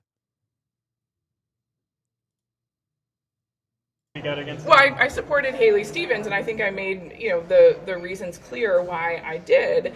But I think that the larger issue is that I'm out here supporting Democrats. I've been all over the. How much motion? Oh, it's not her. Okay, so here's the thing. Her endorsement, and I would say Moss's endorsement, by my calculations, and I might be totally off base here. Maybe Abdul's team has a different estimate or a different weight that they're placing on it, but their endorsement isn't powerful on its own. It's more so their refusal to endorse that's driving the discourse, right? What is this? Hasan says psych right now. The title is a lie. Oh yeah, no. Yeah, she did. Dolly Parton passed away at the age of 80. So it's not that Abdul is desperate for their endorsement. It's that any kind of refusal to endorse feeds into the media narrative that recycles the same propaganda that like the Dems are in a state of disarray, right? And that's precisely the reason why the NRCC is pushing this line. Democrat Hillary Scholten posted on social media, like they know, Hillary Scholten knows the role that she's playing. The role that she's playing is the role of a spoiler. She understands that her endorsement doesn't carry a lot of weight for Abdul in her district. Her refusal to endorse Abdul al-Sayed is actually feeding into Republican attacks, claiming that the Dem base is not united around Abdul because there's something there. Where there's smoke, there's fire. It's to get like independents and moderates and people on the edges like a little bit confused and a little bit suspicious about Abdul al-Sayed. Oh, like prominent Democrats are not endorsing him. I wonder if there's something going on. And then they see the attack ads and they're like, oh, maybe it's because he's a Islamic jihadist. It's a lie. Why are you confused by this? I understand you being mad, but it was obvious they would do this. No, after the rat fucking Bernie in 2020, where the winner of Iowa conceded to Biden. Why is this surprising? As a poli-sci major, why are you appealing to their reason and consciousness when their pursuit of power is everything to these people? Twofold. One, because I'm not going to succumb to nihilism, especially at a time when we've actually generated tremendous victories. And I'm just not going to push that aside. And two, this is an opportunity for me to present myself as an impartial analyst, even though I'm in the fucking middle of this story myself, to others who are paying close attention to this race. So while I suspect the Democrats of playing the role of a spoiler, I still have to, present the story to newcomers as something that I'm shocked by. And also, there was an instance where I was shocked by it. There was an instance where I was actually confused because there was a unification that took place immediately after the electoral victory. When the primary was over, there was a hugging of Abdul al-Sayed.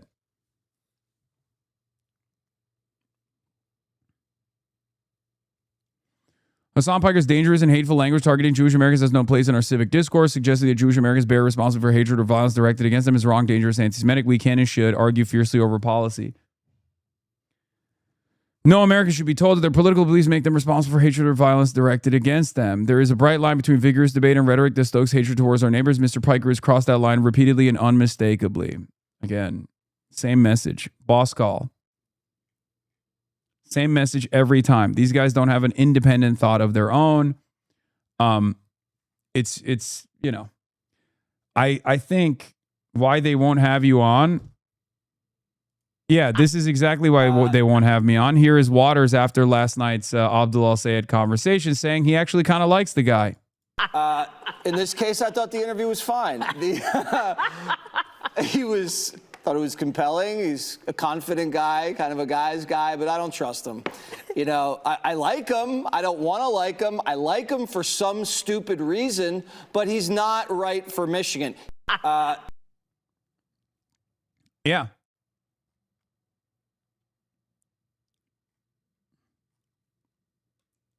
No, but this is also part of the reason, because our positions are not fucking insane. Our positions are unbelievably sane. And if we have at least like a level of confidence and a level of charisma to defend these positions, even the most hostile and most contentious interviews will turn into ones that are where, the audience reception will be different. We're going to be covering the Abdul al-Sayed. We're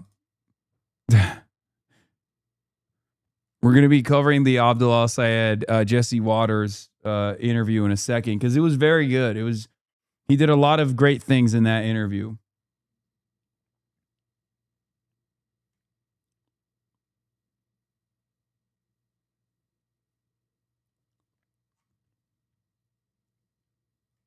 Bro, I'm gonna fucking lose it.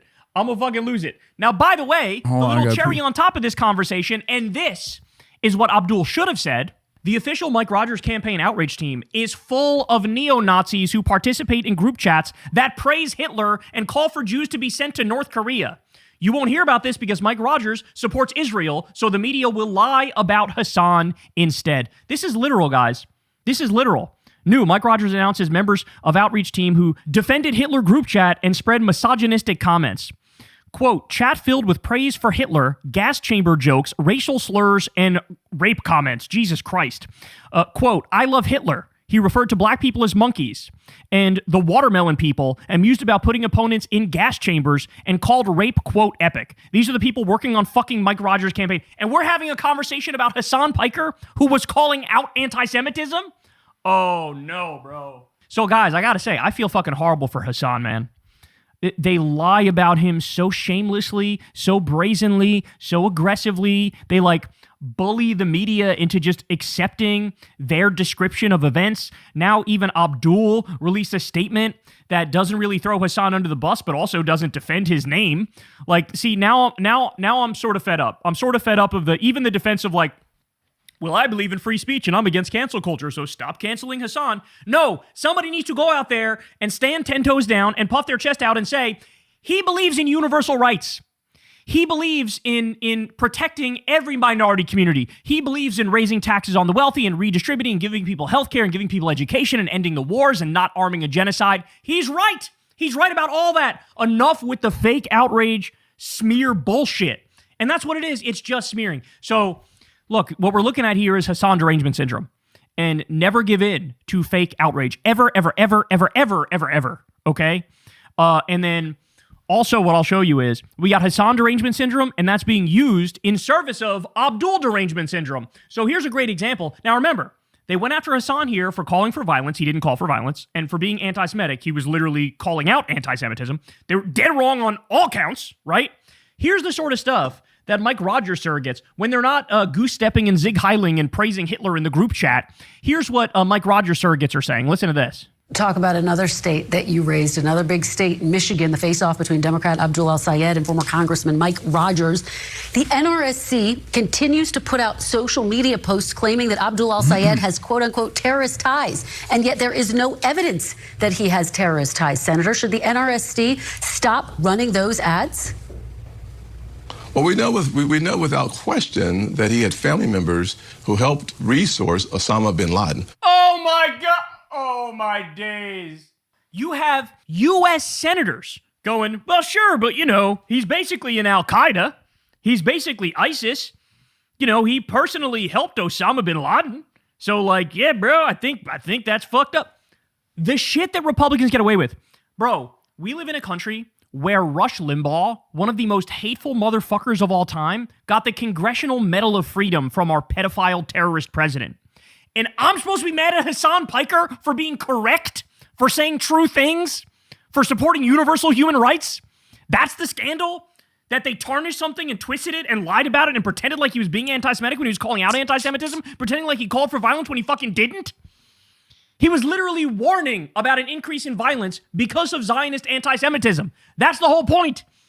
Oh my God. Yeah, I mean, Abdul's basically an ISIS. Can we talk about this?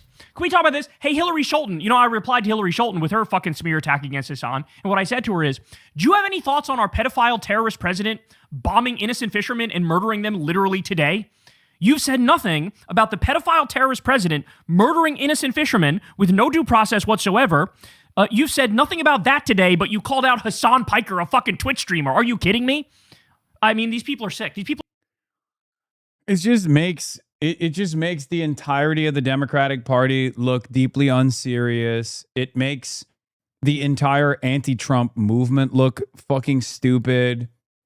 And worse than all of that, it makes the entire anti-Trump movement look like they are super, super pro-Israel, because unfortunately some of the most prominent Democrats in the country are super pro-Israel. They are Israel first.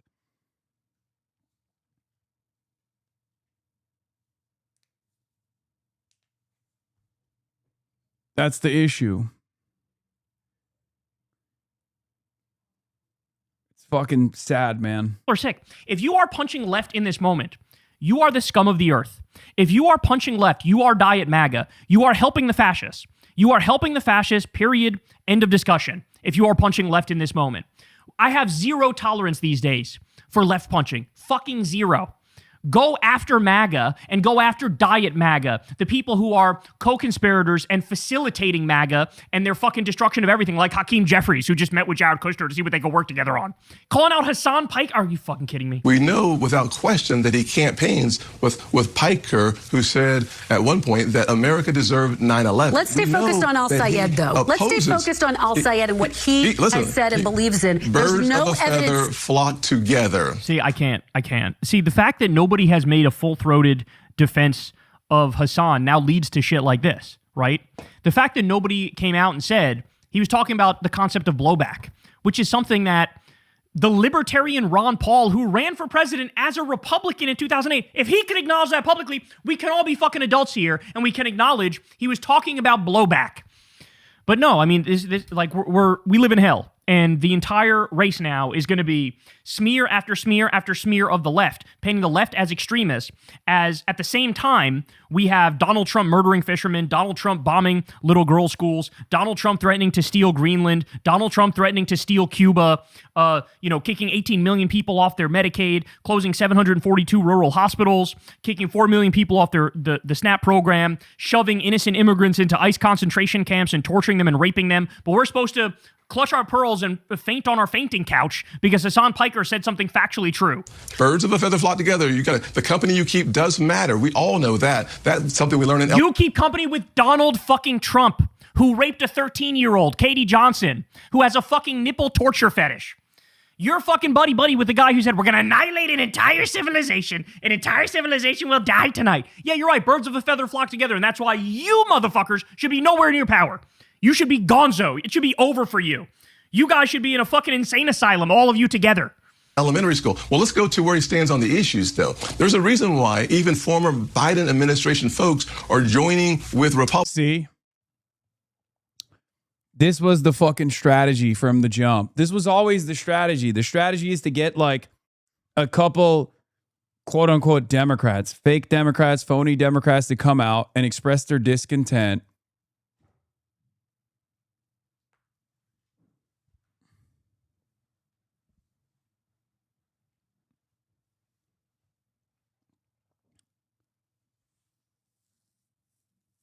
It's to divide and conquer. Republicans and hosting fundraisers. And Democrats are leaning into it hook, line, and sinker. They can't openly. There are a lot of Israel First Democrats who at least experience a level of shame to not directly attack Abdul al-Sayed.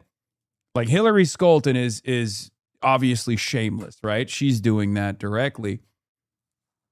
But these other Democrats are playing that exact same role. They are Israel loyalists. They're in the pocket of big pharma. They're in the pocket of healthcare profiteers. And they can't come out and actively be like, Abdul al-Sayed, we hope you lose. We hope you lose we hope we lose the Democrat Senate majority. So they're just doing this sneak attack to be like, oh, well, Abdul is weak. He's a weak guy for being in line with this disgusting, vile, repulsive Twitch streamer who has said horrible things that everyone that has voted for us at this point now also agrees with. So they can't say the truth. The truth is they don't like that Abdul is critical of Israel and they want to maintain a pro-Israel position in the party for one reason or another. Right? They can't just come out and be like, we don't really fuck with Abdul. We don't really even want to win the Senate majority if we win it with Abdul, who is critical of Israel, who happens to have the popular support and the popular position on this issue because we oppose democracy. They can't say that out loud. So they just try to find anything else they can. But yes, their goal is to create an established narrative, a line of attack that leans into what the Republicans are saying. They're just channeling the Republican communiques. But they're actually just mad at you. They're mad at you for participating. They're mad at you for having your voices be heard. They're mad at you for going out and phone banking, door knocking, getting involved in the electoral process, and actually defeating incumbent Democrats. We took out a lot of incumbent Democrats, folks, a lot more than the Tea Party movement did. And the Tea Party movement was orchestrated and backed by Republican mega donors, billionaire Republican mega donors. It was entirely AstroTurf. We took out major incumbents.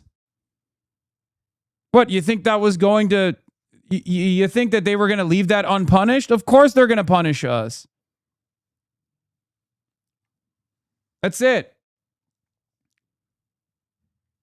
Throughout Michigan to support Mike Rogers. Here's one of the reasons why. We've got a candidate. Yeah, because they're all bought by the fucking Israel lobby and they're diet MAGA, and they know that Abdul's actually going to cut off the weapons to Israel, and they would do anything to continue to fund the genocide, and so they're Republicans now. And Abdul El-Sayed, who wants to abolish ICE. Everybody should want to abolish ICE. It's a criminal gang. It's not a fucking government agency. They're not upholding the law. They're destroying the law. And the police. Here's a candidate so radical that even Democrats in Michigan are joining forces for the... You got like literally 2 of them on somebody's front lawn, and they're all funded by Israel. First time with Republicans to elect Mike Rogers. It's just fucking disgusting. To be very clear, there is no evidence that al-Sayed supports any terrorist organization. Oh, thank you. Thank you for that. Just to be clear, he's not literally ISIS. He's not best friends with Osama bin Laden. Just to be clear, he's not actually in Al-Qaeda, even though your pedophile terrorist president decided to put a former Al-Qaeda leader as the head of the country of Syria. I mean, what a sick joke. What a sick joke. Here's one more for you. Mike Rogers, this is the sort of shit he's talking about. Listen to what he says here. And when I get there, we're going to fix this. We're going to fight to bring down Nice microphone you got there, bro. costs. Oh, we're here going you to are. pass the SAVE Act. We're going to get... We're going to pass this. In other words, we're going to rig elections from now till the end of time. You bet. We're going to take transgender flags out of our schools and put the American school back in there. So Abdul is talking about putting money in your pocket and Medicare for all, and this guy's talking about removing trans flags from school and passing the Election Rigging SAVE Act to make Trump a dictator. But be really mad because Hasan said something accurate. Be really mad because Hasan said something objectively correct. Be really mad because a bunch of people are smearing and lying about Hasan and saying he said something anti-Semitic, even though he was literally calling out anti-Semitism. Oh my God. Oh my God. I am so fucking sick of MAGA. I am so sick of these lying smear merchants. And I'm so sick of diet MAGA helping to further the most obnoxious and incorrect smear attacks I've ever seen in my entire life. Hey, y'all, do me a favor.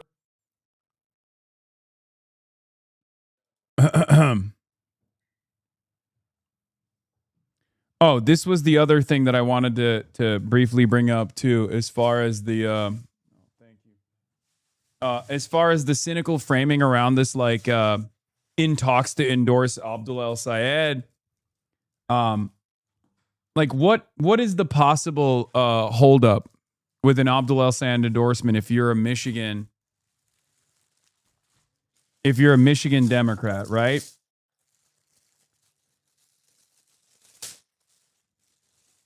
Like they're basically letting it be known that their holdup is around the issue of Israel. But of course they can't say that. So they have to make it seem like the holdup is actually like a sincere disagreement that somehow Abdul is trafficking in anti-Semitic conspiracies and his allegiance to a Twitch streamer is causing people to believe that. It's fucking bullshit, right? Adam calls it out. He says, this framing is cynical bullshit like most of what Semaphore publishers. Moss was in talks to endorse El-Sayed in that he was reiterating to him that his support was conditional on El-Sayed changing his stance on Israel and Zionism. The fake Piker outrage is clearly pretextual. It's the Hakeem Jeffries further conversations veiled mob threat. Me and the Israel crybully lobby will keep manufacturing anti-Semitism scandals, in air quotes, targeting and thus weakening your campaign until you accept the core premises of Zionist ideology. Until our media correctly identifies these bad faith anti-Semitism scandals for what they are, disciplining mechanisms targeting electeds who threaten the lockstep arming and backing Israel, they will continue to be nothing more than PR surrogates for the Israel crybully lobby. 77% of Democrats believe Israel is committing a genocide in Gaza, yet only 8% of Democrats in Congress do. If you're wondering why there is a 10x gap in these figures, these disciplining mechanisms, these bad faith media campaigns, are one major way this disconnect is maintained. The second El-Sayed goes in front of a camera and spouts off all the brainless axioms, Israel has a right to defend itself, two-state solution, one bad man theory, Netanyahu, these anti-Semitism scandals will magically go away and the disciplining campaign will end. It's a formula. It's as predictable as the tides. None of this is good faith. None of this is about fighting anti-Semitism. It's about disciplining and imposing a political cost on anyone who breaks from the axioms of Israel and U.S. imperialism more broadly. This is exactly what they did to Zohran Mamdani as well. And Zohran Mamdani bucked the trend in some ways, but also certainly bent to the wishes in others, right?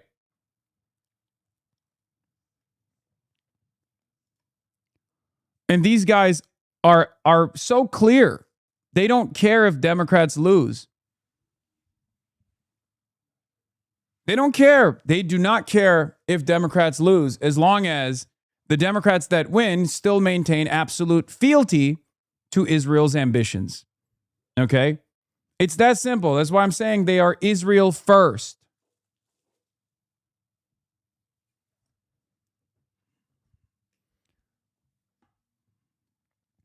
Now I'm getting the AIPAC isn't the super PAC United Democracy Project is. Somehow this meeting led to the UDP canceling an already edited ad. I agree the lawmakers can definitely dance on the head of a pin, but we can use common sense to know what's going on here. Yeah. David Dayan calling out Rogers speaking with the chair of AIPAC. I know we don't have a federal election rule anymore, but the law does, say directly the super PACs can't coordinate directly with candidates. It was straight up illegal. Not that the law fucking matters at all. And this is the one element where the conservative Democrats, the Israel firsters, will never in a million years, never in a million fucking years take a stance on. Even if they were to prosecute Trump in any way, shape, or form, they're certainly not going to prosecute any Trumpian dipshits for violating election laws, especially as it pertains to violating election laws in direct coordination with the, Israel PAC. Anyway, going back to finishing off this centrist despise Hasan Piker more than they want to win article. They want Abdul to take a less popular and immoral position, a position that he does not hold, Piker said about Moss's demand. We should not let these people forget these shameless positions that they're holding on to in this pivotal moment where the Senate majority hinges on this seat. This is obviously an inconvenient topic for Democratic centrists who don't want voters to remember their party disloyalty if El-Sayed does end up losing. So in a bit of a political judo, they've cleverly turned Piker's criticism along these lines into a news cycle about him allegedly inciting violence against Jews. A news cycle that, as a bonus, also hurts El-Sayed's campaign while seeming to leave centrist fingerprints off of it. The other is that this comes less than 3 weeks after Third Way's announcement that it was now devoting itself to discrediting the left and targeting El-Sayed in particular. And a lot of these Americans who are on the left supposedly unironically think they can overcome propaganda. That they read these articles and they go, oh, fuck Third Way. But then they literally lap up Third Way's propaganda 2 weeks after the fact. That's the other side of the story. There are so many people that I see who are like, you know what? I don't really fuck with Hasan. Fuck this guy. I'm also pro-Palestine, but fuck this guy. And it's like, and then they literally regurgitate the fucking centrist propaganda that they seemingly are smarter than. They're not. You're not smarter than it. After all the hammering and panic about deepfakes and AI, at the end of the day, the methods of propaganda and misinformation remain basically the same as they have been for decades, misleadingly editing and lying about what someone you don't like said. Do you see this, by the way?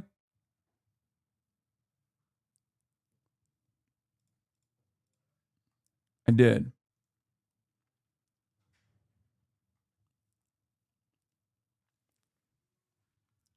That might seem odd. After all, sabotaging El-Sayed's campaign would be overwhelmingly contrary to the interests of these Democrats' own voters who are terrified of Trump and want their party to have a Senate majority. But El-Sayed losing would reap benefits for them as an ideological faction at a moment when they feel the party slipping away. It would allow them to resume casting progressives as the party's biggest electoral liability and help Democratic voters forget the party centrists handed Trump the presidency twice. If they create the perception that El-Sayed lost because of Piker, it would help discredit the broader socialist left that Piker comes out of in the eyes of these voters, just as Third Way is planning. And last, It would keep out a progressive who could tilt the whole Senate's political center of gravity leftward and instead install a right-wing candidate who is far more ideologically in common with them in terms of both his lockstep support for Israel and his corporate-friendly politics. This might seem surprising, but it's worth remembering that as reported by Amy Parnas and Jonathan Allen in their account of the 2020 election, centrist Democrats were seriously unsure who they would vote for if that year's race boiled down to Trump and Bernie Sanders, because their fears of losing their party to socialism competed with their fears of Trump winning a second term. Most everyone involved in the Democratic primary party considers the Michigan Senate race a high-stakes election, but many rank-and-file Democratic voters likely don't realize the stakes are very different for their party's centrist wing, for whom the most perilous outcome might be their party actually winning in November. So yeah, it hurts my soul that Abdul al-Sayed is in this unique position where he has to toe the line, okay? Because the expectation, even if he understands the context of every single smear, and I'm certain, given the similarity of positions that he has with the broader anti-Zionist movement, he obviously intimately understands the way that these smear campaigns work, because he has been the recipient of the same smear campaigns. So what is he supposed to do? Run around and constantly address every fucking smear at my behest? Because if he were to do that, then he gets bogged down on this nonsense where every moment that he's spent defending me is a moment where he's not talking about his policies. So he sidesteps the issue to bring the center of the conversation back to issues that actually matter to Michiganders. But of course, when your own party is actively trying to rat fuck you, it's quite difficult to do that over and over again. And then sometimes you can't be perfect all the time. Sometimes you make a mistake. And it's once again a clear-cut indication that this mistake is not going to be rewarded. It's not seen as fealty. It's seen as a mistake that they will pounce on. Yeah, I mean, the Ezra Klein piece on this already addressed most of this stuff, and that was back in April when I was victim to these heinous smears. All the same, I only really started watching Hasan streams at the start of the Iran war. I stuck around because he's someone my age who has the same views that I do. He's a megaphone for my views, my morals. So when he's getting attacked on all sides, yeah, I'm taking it personally.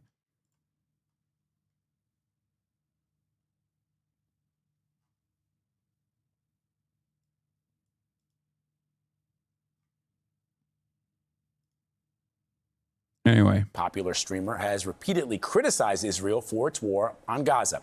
His rhetoric has become an issue for the Democratic Senate candidate in Michigan, Abdul al-Sayed, who is now trying to back away from Piker.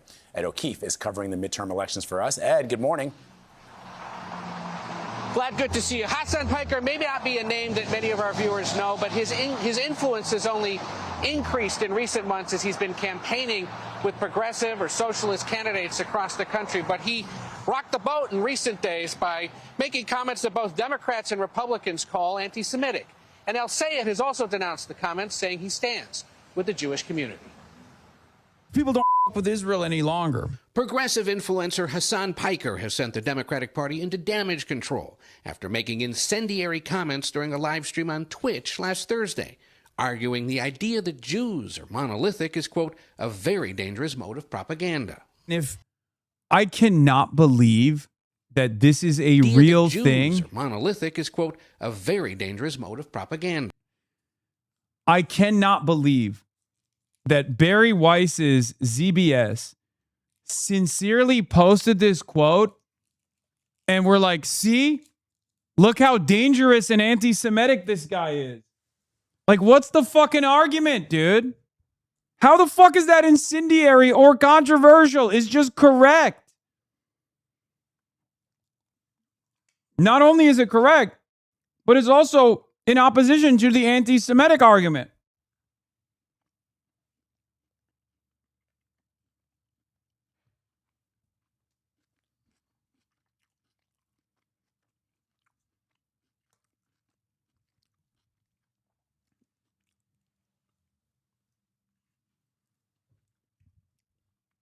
Like, what argument are you carrying water for? That Jews are a monolithic force? What the fuck?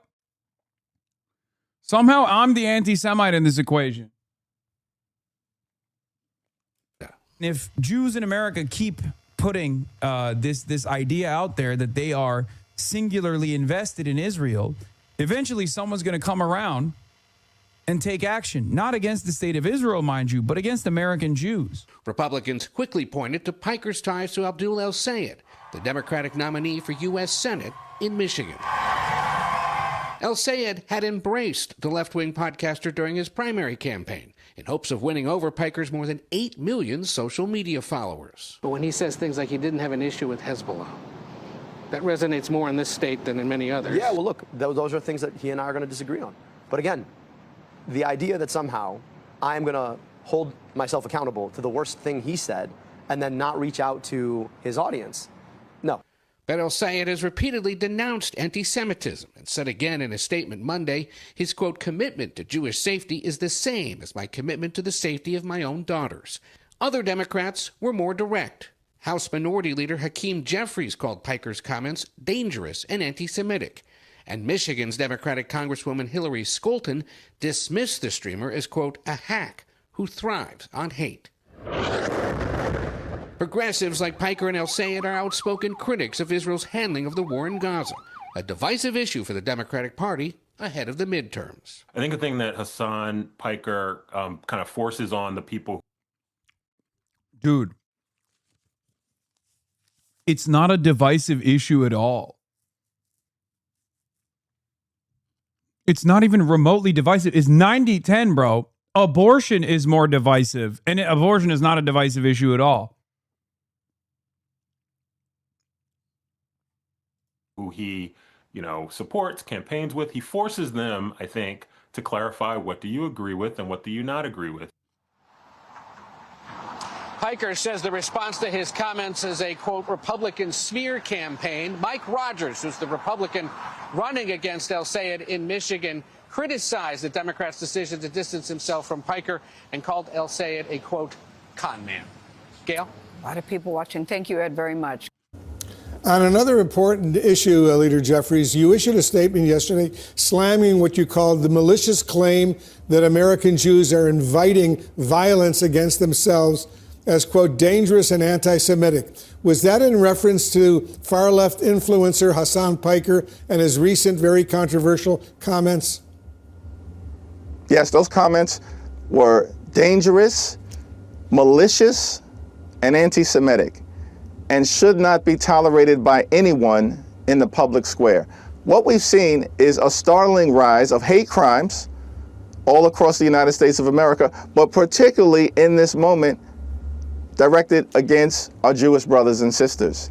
And everybody, regardless of ideological perspective, should be willing to denounce this rise of anti-Semitic rhetoric, hate crimes, and bigotry.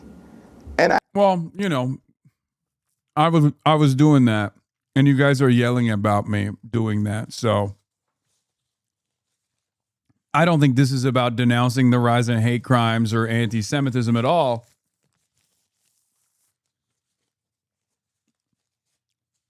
I think it has everything to do with denouncing the crimes of Israel, which these guys don't want.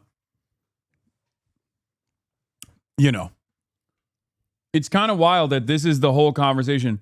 Dude, I was talking to some journalists earlier, like some of which that went back and like actually read the entire transcript, and they could not fucking understand what they were asking me in our conversations, like, well, did you expect this level of pushback at all? And I was like, no. Why the fuck would I? It's something I've said a million times over.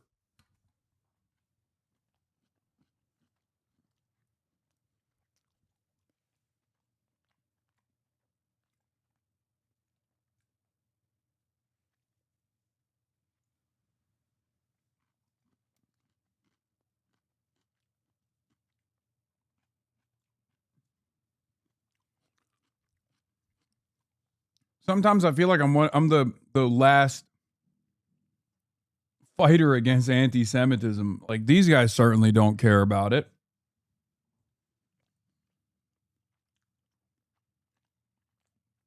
Will these concerted campaigns destroy Abdul's chances? No.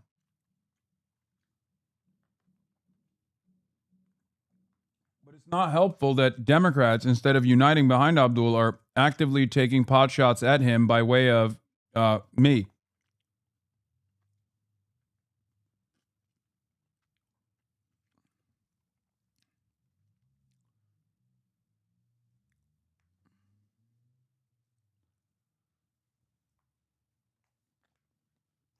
Actually try to move us to a society where we embrace everyone, even where there are differences on issues, be they foreign or domestic.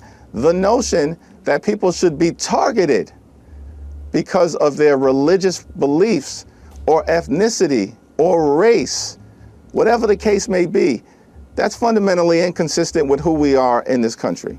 Yes, indeed. Hasan Piker's clout among Democrats, though, particularly some younger Democratic voters, seems to be growing. We saw, for example, his prominence in the Michigan Senate Democratic primary. So why not call him out by name in your statement if you feel so passionately about this issue?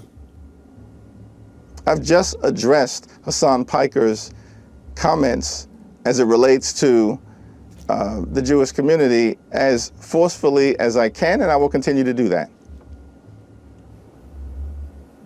Yes, but in your original statement, he was not addressed by name. That's why I was raising the... Wolf Blitzer, who literally used to do PR for AIPAC,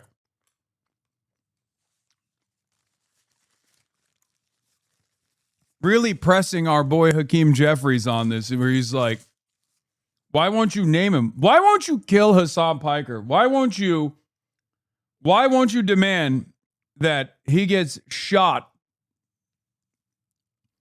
Why won't you do that?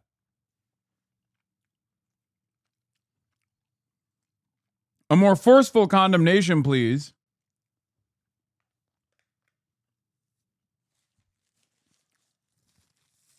The question, Leader Jeffries, you want to give me a final thought before I let you go? And we're grateful to you for joining us.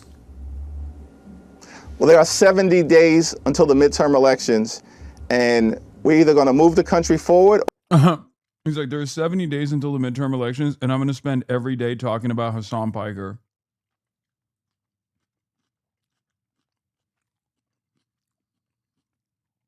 Time is running out. We have to kill him before the midterms are over.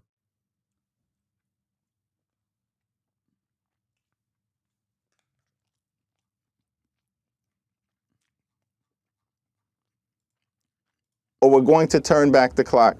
And Donald Trump's administration has been a disaster for the American people. That is clear. And we have an opportunity to take back control of the House and the United States Senate so we can begin the process of ending this national nightmare.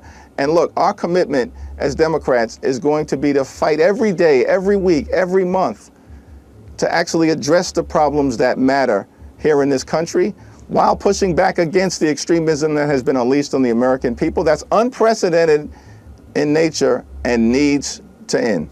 And far-left Michigan Senate candidate Abdul El-Sayed is trying to distance himself from controversial Twitch streamer Hasan Piker ahead of the midterms, releasing this statement on X, quote, "Anti-Semitism is a scourge and we need to address it in all its forms. And I stand against any rhetoric that puts the community at risk. But I want to be crystal clear.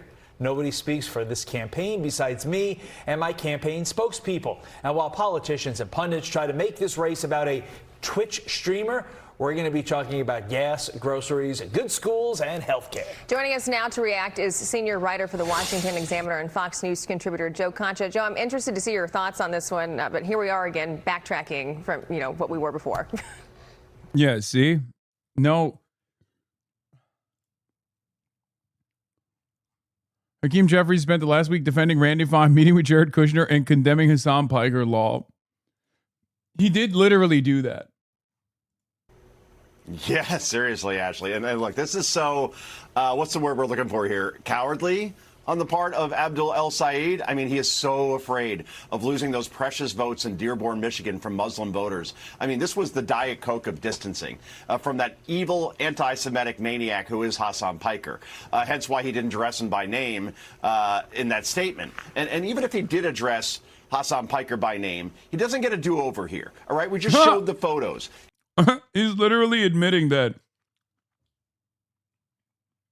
they don't even give a fuck.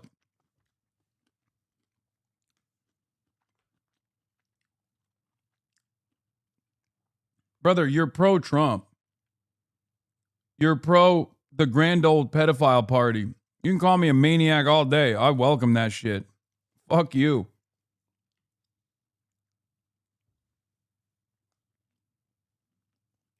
He campaigned with Hasan Piker. He was side by side with him. If I'm El Sayed's opponent, Republican Mike Rogers, I'd put Piker and El Sayed together in every ad to run every day moving forward until Election Day and remind voters what Piker has said. America deserved 9/11, calling Jews, quote, inbreds, unquote, that he has a large poster of the World Trade Center exploding when one of the planes hit on 9/11, sitting prominently right behind him over his shoulder on his podcast. And just this week, Piker warned American Jews to stop supporting Israel or someone will, quote, come around and take action, not against Israel, but American Jews, unquote. Oh, that's a call to violence. So every Democrat who has appeared on his podcast and his campaign own all of this, whether it's AOC, Zohran Mamdani, El Sayed, Bernie Sanders.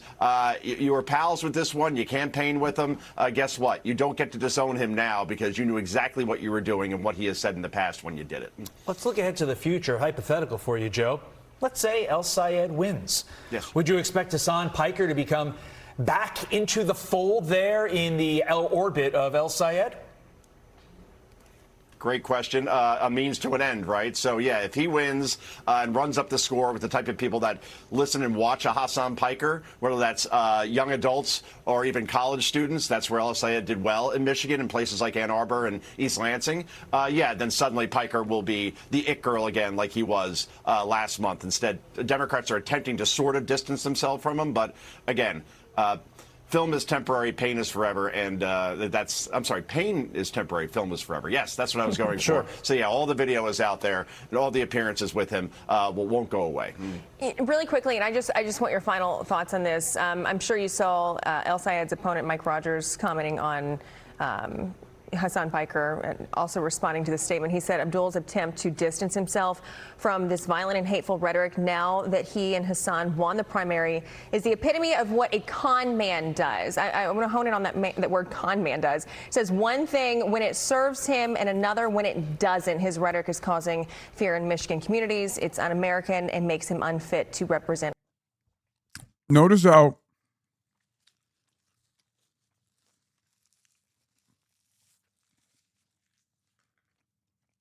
how even Mike Rogers' sentiment here is to like divide the base.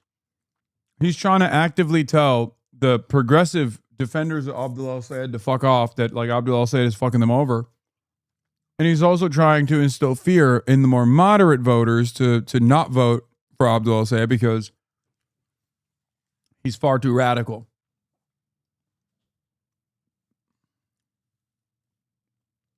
He misquoted you from a straightforward quote and said you made a call to violence. Yeah, yes, they are lying. What are we? Is this our new? Is this your first time tuning into the Republican side? They lie about everything. Why wouldn't they lie about this? They literally said Alex Peretti and Renee Good were white terrorists, not white nationalists. They would defend that, obviously.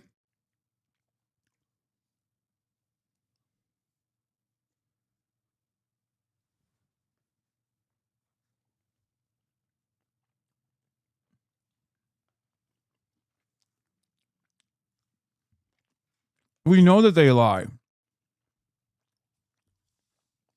We know that they lie all the time. The problem is liberals are saying, well, they lie all the time, but this time they're right. Our state, your thoughts? Did you see what I was confident that we get Abdul kudos for condemning you. I'm shocked it only made the story bigger. Who could have seen that coming? Yeah. I mean, Abdul saw it coming too. I saw it coming. That's what I kept repeatedly saying. Like, this is not going to be successful for anybody. It's just a lose-lose situation. Mike Rogers did there in his statement. He said when he, as an El Sayed and Hasan Piker, won the primary, as if they're running mates. Right. So, yeah, it's good stuff. And Mike Rogers is a very capable Republican. He nearly beat Alyssa Slotkin for the last time he ran for Senate 2 years ago, lost by something like 0.3% of the vote. So, yeah, he came very close last time. Now he has a very vulnerable opponent in a state that Donald Trump has won twice. If El Sayed wins there, then socialism is very, very much for real. Save the tape now. It ain't going to happen. Rogers wins this, and he wins quite comfortably. Wow, there you go. Joe Concha. Calling it. Mark it.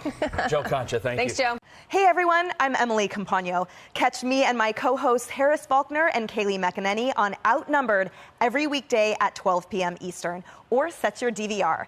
Also, don't forget to subscribe to the Fox News YouTube page for daily highlights. Well, some Democrats are distancing themselves from Hasan Piker. This after.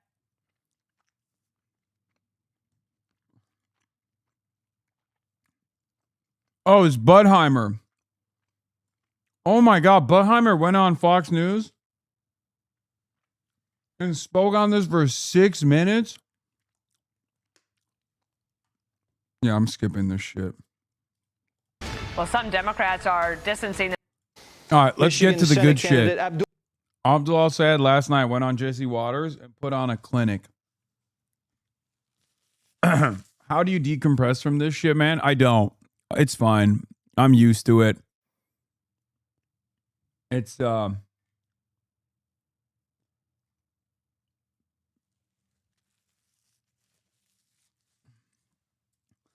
it's just a sad state of affairs because, like, it's perhaps more important than ever before to create some kind of consensus reality rooted in objective facts. And the media is absolutely destroying any opportunity that remains by saying, like, no, we're just going to still play the role of defending Israel. We're just going to do everything we can. We're going to be the little servants of AIPAC. You know? It sucks.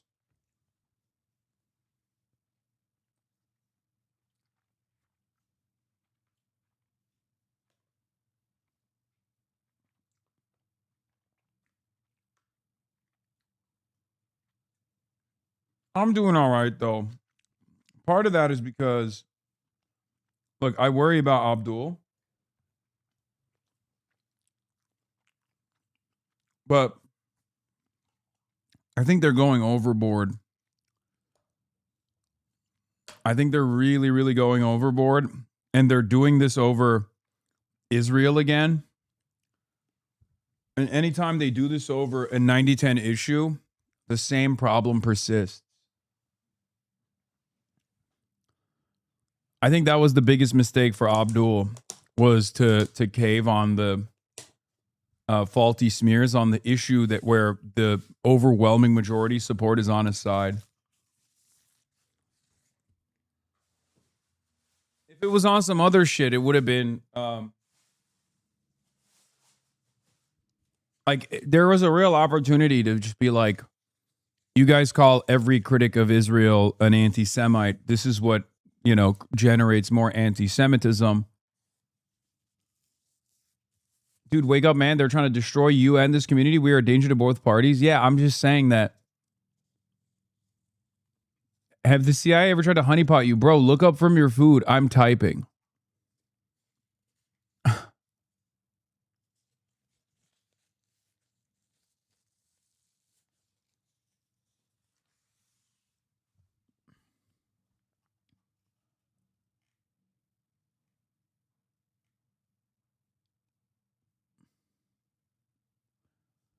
I'm being anointed to lighten the mood. Thank you. Look up from your food. Yeah, all right, let's just get to this.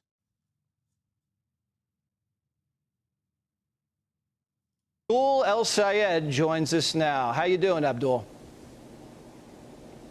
I'm good, Jesse. I appreciate the opportunity for a good, wholesome conversation, and I just want to start where we agree. We both played football and lacrosse.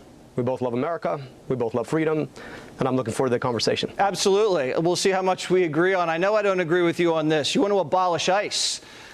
Who's going to deport the criminal aliens from the country? Well, you and I both know that long before we ever had ICE, we had INS. We were able to enforce our immigration policies without shooting people in the face and the back of the head. And we just celebrated our 250th anniversary. That was an anniversary of throwing away tyranny. Now, to bring that tyranny back under the guise of the U.S. government itself, that seems to me to be inconsistent with the freedom you and I both love. Yeah, and but I mean, that's a dodge, Abdul. They did the same thing that? as ICE back then, INS. Do you know how many... They didn't. That's bullshit. It's not like the INS was great, but to compare them to this iteration of ICE is totally ridiculous. Even ICE of a different time period, like maybe a decade ago, is not the same as ICE right now. That isn't to say that ICE is good. It's just to show you how insane things have gotten.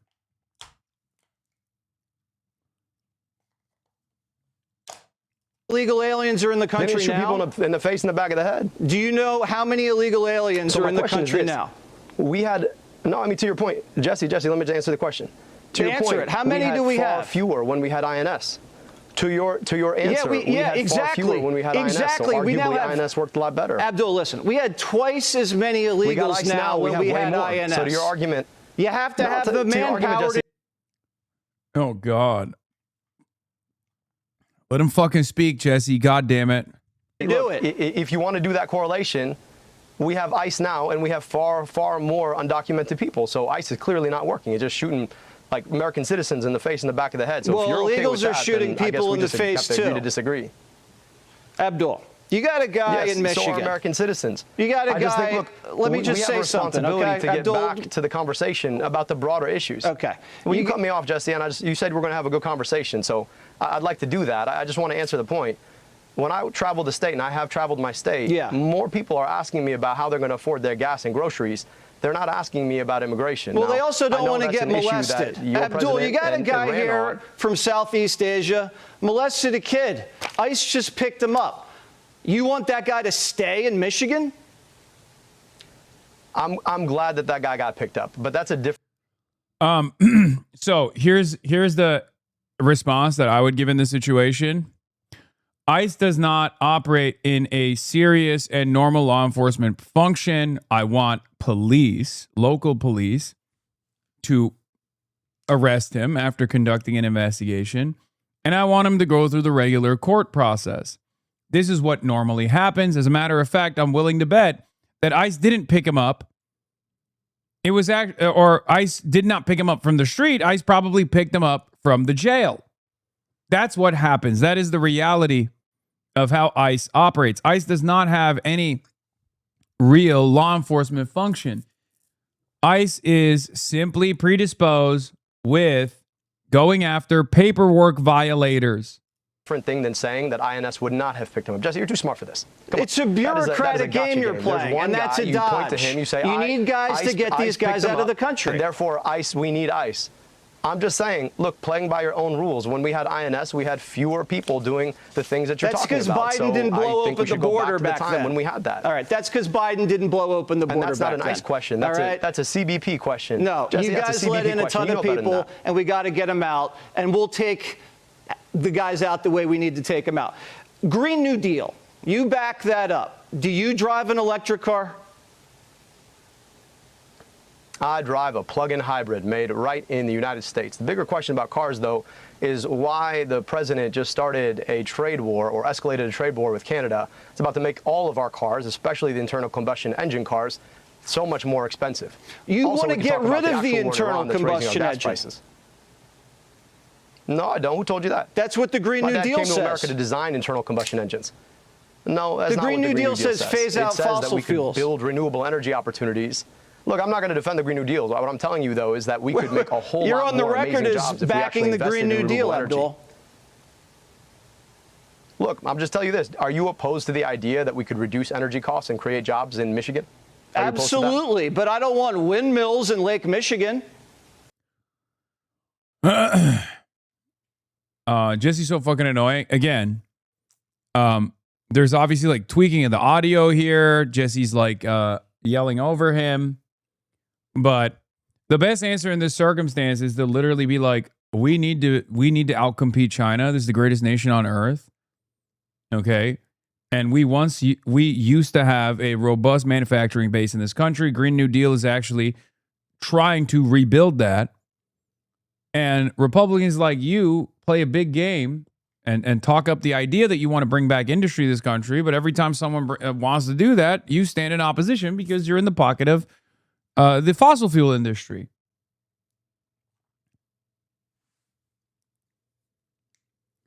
That's the other problem. Enough with outcompeting China. They will then use that argument for data centers. No, they won't. You want to know why? Because everybody fucking hates data centers. Whereas everybody fucking loves having a factory in their neighborhood. Okay? Well, not in their neighborhood, but just like that's the argument that I find really strange. Like they'll be like, oh, well, you know, AI data centers don't actually use that much water. Like, look, alfalfa. Like alfalfa farming uses way more water than data centers. It's like, yeah, because one is feeding cattle that we can eat. The other is a fucking data center. Of course, even the average American can look at that and go, yeah, we need the feed for the cows so we can eat the fucking cows. We don't need the data center.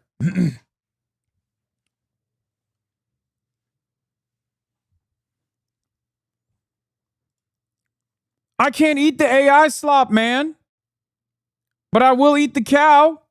So you're absolutely opposed to that? Yeah, I don't want to put windmills in Lake Michigan. You'd rather have windmills. I don't think the people in Michigan want that, Abdul. If right now we have you're one of running those. on that, that's not going to go over too well. We have a pipeline. No. I mean, Jesse, look, we can have a conversation if you want to. You want to keep cutting me off. We could keep doing that too. But you told me we're going to have a good conversation. I just want to talk about something. Go ahead. Right now, we have an oil pipeline in the Great Lakes. If that oil pipeline were to burst, the consequences for our Great Lakes would be disastrous. Now, you're telling me that you'd rather have a situation where that happened than a windmill? That really is so offensive to you? No. Now, those windmills are good I'm saying I don't want to get rid of fossil fuels, and that's what the Green New Deal does. Let's move on. You want to soak the rich. Look, Rabdul, because this isn't a podcast. I got to sell ads in the breaks. You want to soak the rich. Let's listen to what you said about the taxes. Run it. I also think we got to start taxing wealth for people who have over 100. He had such a good take on this, by the way. Abdul wants to tax millionaires. Yeah, that'll really put the fear of God into people's hearts. $100 million. I mean, at that point, like, what even are you going to do with more money? What are you going to do with more money? I mean, whatever I want. I mean, Jesse, I don't know how much you make. Look, not $1 billion. But I think I'd rather have. He's lying, by the way, when he says he's not making $1 million. That's fucking bullshit. Of course he's making more than. He's making multiple millions.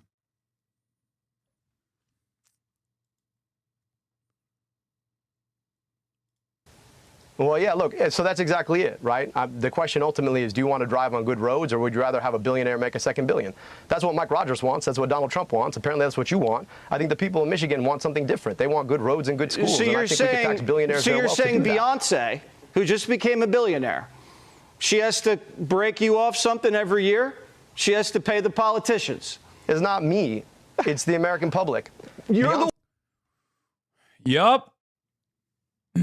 And yes, the answer is yes. The answer is yes. Yes, absolutely. I think would be happy to be able to contribute back to the public schools that she went to. I think she'd be happy to invest in good roads in her community. I think she'd be happy to pay a little bit more so that everybody had a little bit more. You're reaching a little deep into the pockets, to be defending billionaires from your channel, Jesse. That's a crazy thing. I thought you were for. I'm just saying. Look, at the end of the day, I thought you were for the everyday man. Like, if you're for billionaires more than you're for every other person, well, you and I are just going to disagree. No, I just think I have the right to the fruits of my own labor. That's America. It's not communist, what you're talking about. No, the problem with it, Jesse, Let me ask you about socialized health care. Billionaires don't make money. And let me just answer the question. Sure. No, let me go back to that. Go ahead. Billionaires don't make their money off of their labor. That, I think, is where you head off. Billionaires that make their money off their money. So if you have $1 billion, your billion makes another 100 million. That's not the fruits of your labor. That's just the fruits of your money making money. I think it's okay. Like if we tax you at 7%, you're still gonna make what, a cool $30 million off your $1 billion? I think it's okay. They're gonna be okay, Jesse. Yeah, I just don't like the idea of politicians like you capping how much money people make in America. That's just me. We can have the voters in Michigan decide. You say you want socialized health care. Abdul, how much is that going to cost?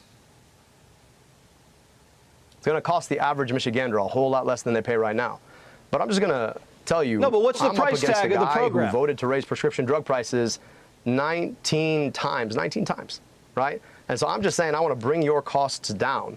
The price of the program is going to be substantially less for an everyday person who's out here who can't afford their health care and worried about losing their health care with their job. Well, give me the total number. Look, while you're out here trying to talk about the broader national budget, I'm a lot more interested in the everyday budgets that Michiganders are thinking about. And that's exactly the budget that Donald Trump and Mike Rogers are blowing up right now. Well, I just don't see why you're so on the side of the billionaires, Jesse, rather than on the side of everyday Michiganders. No, because I don't want you guys to blow the country up.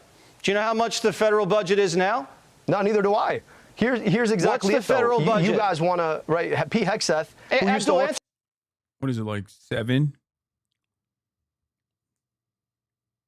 6, 7 trillion? I don't know. I have no idea. It's like 40. I don't fucking know. To the question, do you know what the federal budget is? To raise. No. I just want to talk about this. Look, you want to talk about budgets? I'm happy to do that. The guy who used to work on your channel, I think he was like the 6th host on the 5. He wanted to raise our military budget to $1.5 trillion, and you don't seem to be upset about that. What, so we could fight a war we don't know how to get out of, to raise our gas prices $5 a gallon? That doesn't make sense to me, Jesse. We want to talk about the things that we actually suspend. APAC bat signal went up. Yeah, no, I know. I'm aware.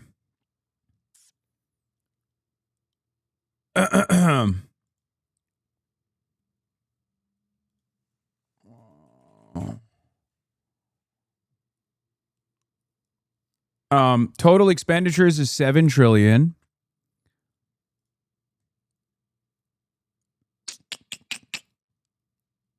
Yeah. Okay.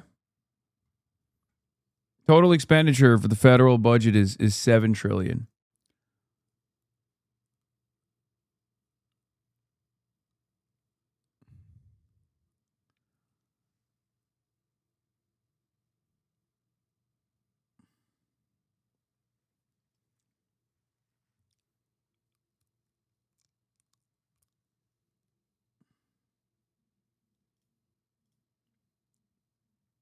On.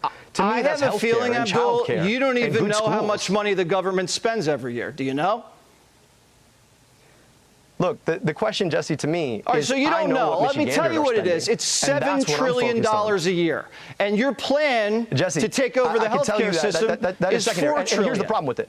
So to exactly your point, I mean, do you know what I'm not very good at math. I don't think you're very good at is? math either, but go ahead. Clearly you don't. And you don't seem to care. But I don't think most Americans want to spend that much money on military escapades so that the folks stranded on the USS Abraham Lincoln can't even get a sausage for breakfast. I just think that we could do a lot better with our money, Jesse, and I think that's where you and I tend to disagree. I just disagree. Mike Rogers agrees with you. I think if you spend $4 trillion, everything else is going to get really expensive. You're going to look back at Bidenflation, and you're going to wish you were back there. But you brought up foreign policy. You want to talk about inflation? I'd be happy to talk about inflation. Jesse, you actually said the word.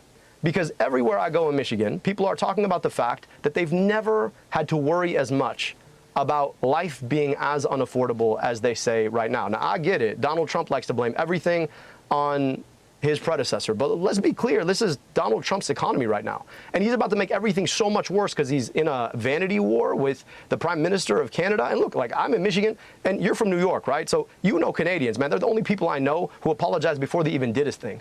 So now they're raising the tariff to 50%. What's that going to do to inflation? Yeah, what is spending? Iran has nukes, you bozo. No, it doesn't. Watch me troll Hasan. $4 trillion going to do? I think it's going to make it a lot worse. But you brought up the war. Are you glad the Ayatollah is dead? Yeah, I mean, look, he was a terrible person, but that's beyond the point. The bigger question is, should we have gone to war in the first place? So, look, I just want to be clear with you, right? I mean, I'm never going to defend the Iranian regime, but I am going to defend the idea that we probably shouldn't be fighting wars we don't know how to get out of. oopsie, you go to war and you tell us that it's going to be a special military operation. That was in February. We're now in September almost, and we're still fighting the special military operation. I mean, it's not working for us, Jesse. We're not really this is fighting exactly it. what It's happens a when you've got a dunce in the White House who doesn't We're not really fighting it. Yeah, because we lost, dumbass. know what he's doing. So you'd go back in time, you'd give them back their nuke program, you'd give them back their Air Force, their Navy. No, I go back in time to the JCPOA, baby. Barack Hussein Obama. And pussy too. That's what I give the Iranian regime. Obama. Oh, what I wouldn't give to go back to a time when the Strait of Hormuz was open. As you guys know, I'm in the business of import and export, okay? I'm a business owner. I'm a international shipping magnate, okay? And I love commerce, and I love when traffic in the straits, whether it be Malacca, whether it be Bab el-Mandeb, or whether it be the Strait of Hormuz, is no longer rendered inoperable, okay? I love business. I love business. I am a fan of business. And as an international shipping magnate, I'm here to tell you that what Donald Trump has done is devastating for commerce. It's devastating for oil. I would like to continue trade maxing, and it really fucks me up. Really fucks me up that Donald Trump is making trade impossible, not dissimilar to how one Pegasus has also made international shipping impossible in Singapore, which is my heart, soul, and dreams. So I'd go the back, nuke program's I'd go back buried to the time under when a we were mountain at of peace rubble. and we actually had nuclear containment.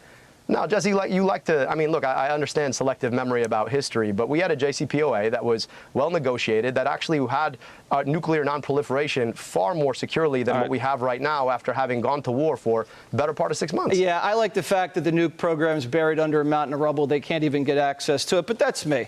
I think we'll figure it out. The thing you said about...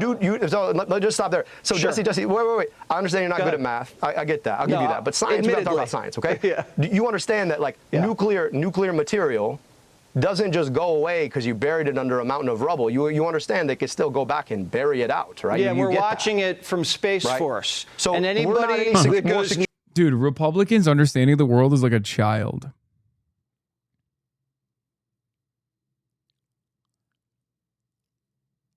It's just like, oh, well, we're watching it from Space Force, like a kid. Sure than we were back then. Okay, let's move on. You said getting rid of Sharia law was white supremacy. Let's roll the tape. Go. I don't have to tell you that the same exact forces that drove native peoples from their land 2 centuries ago, destroyed Black Wall Street a century ago, bombed a building decades ago, and tried to ban Sharia law not a decade ago, that those forces are alive and well today. So getting rid of Sharia law is white supremacy. Can you explain that one? So here he does this like rhetorical trick about canon law, but I think the better argument here would have just have been like, what do you think what is going on in America? Like, you think there's a real threat of Sharia law? What are you, fucking stupid? You know what canon law is? Jesse, I assume you're Christian, right? Yeah, tell me. All right, if it's fat dual, it shouldn't count. That's crazy. That's crazy.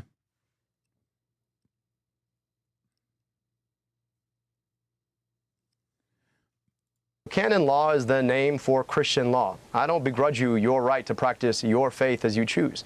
I don't know why the idea that I could practice my faith as I choose is a problem. Nobody is trying to push Sharia law on anyone else, just like I hope nobody is trying to push canon law on anybody else, because we live in an America where you should have the freedom of your religion.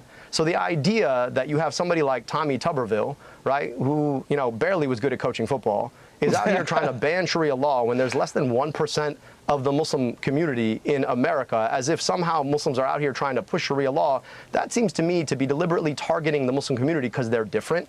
And I'm just saying that, like, I have no issue with people practicing their faith. In fact, I would never want somebody to push their faith on me, and I would never want to push my faith on somebody else. Good, because no one wants you to get rid of your religion. And so the idea, I'm no just saying, one wants that. So, but when people preemptively go out there and start preemptively passing laws to ban something that's not happening, what you're trying to do is target. This part is good. I would have gotten I think it's better to come here before anything else. Target a very small community because they're different, and this operates. I mean, look, I'm just going to say. There's statistical evidence that the president Sharia and the vice law in president Michigan like is to kind of target me scary. simply People as a don't function go of my for faith. that. You know, it's like men Nobody's aren't trying to equal push it on from anybody, women. but, like, It's like I just physical think you like to punishments. say the word. Look, Jesse, look, people you don't like to that say in the Michigan. word I'm just saying, because it I don't seems think really, that's a good really foreign position. and scary. Nobody's pushing it. No, but Jesse, nobody's pushing it. You know what the issue is in America, in Michigan? What? The issue that people are worried about is not that somehow somebody's going to come and push Sharia law on them. The issue in Michigan is people are worried about how they're going to afford their. Yeah, Jesse's like, not if I have something to do about that.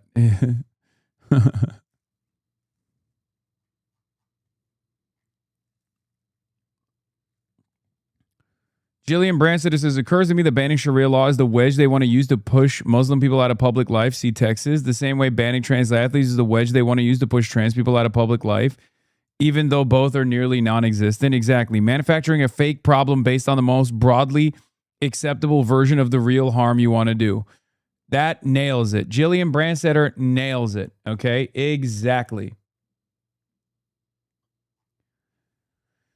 Yeah, these guys are fucking insane. Like, the real goal, obviously, is to banish Muslims, to exile them, to deport them, right? But if you say that, some people are going to be like, that's a little strange. That's unconstitutional. You can't really do that. That's maybe a little bit too mean. So in the interim, before that is like a mass accepted narrative, a policy vision, they just have to pick apart at like random nonsensical bullshit that's not really a problem at all. Okay?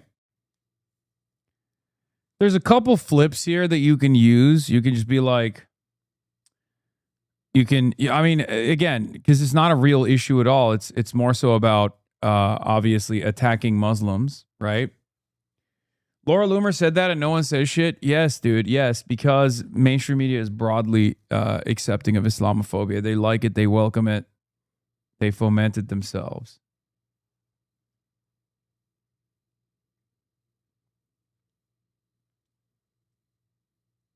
Gas. The issue in Michigan is, how am I going to see a doctor when I get sick? How am I going to keep my job? You're out here, honestly, you guys love to play this culture war game where you use these. Like, that's like, think about another minority population that isn't Christian that operates with their own set of, personal religious beliefs. Like, imagine Jesse Waters going against a Jewish candidate and being like, "Oh, you guys want to make sure that everybody lives under Jewish law, Jewish rule." He'd get fucking destroyed. He would get abso-fucking-lutely destroyed. People would be like, what the hell are you talking about? Oh, you want everything to be kosher, huh? That type of shit. Words that sound really foreign. I agree with you. To avoid actually having to talk about the issues that everyday people like to talk about. Now, look, Mike Rogers is the guy I'm running against for USN. Okay. And I know you've had him on your show. Maybe he answers questions. I don't know if he does. I've actually never had him on. Only. But look, you haven't. So he's ducking your show, too, because he's ducking. Look, can we all agree? Like, I haven't Jesse, invited him on. We're going to have a debate, right? Can we all agree that Mike Rogers is a beta? Can we all agree with that? I haven't even had him on. Dude won't even come on your show because he's afraid of getting. Oh, it's over. This was the best.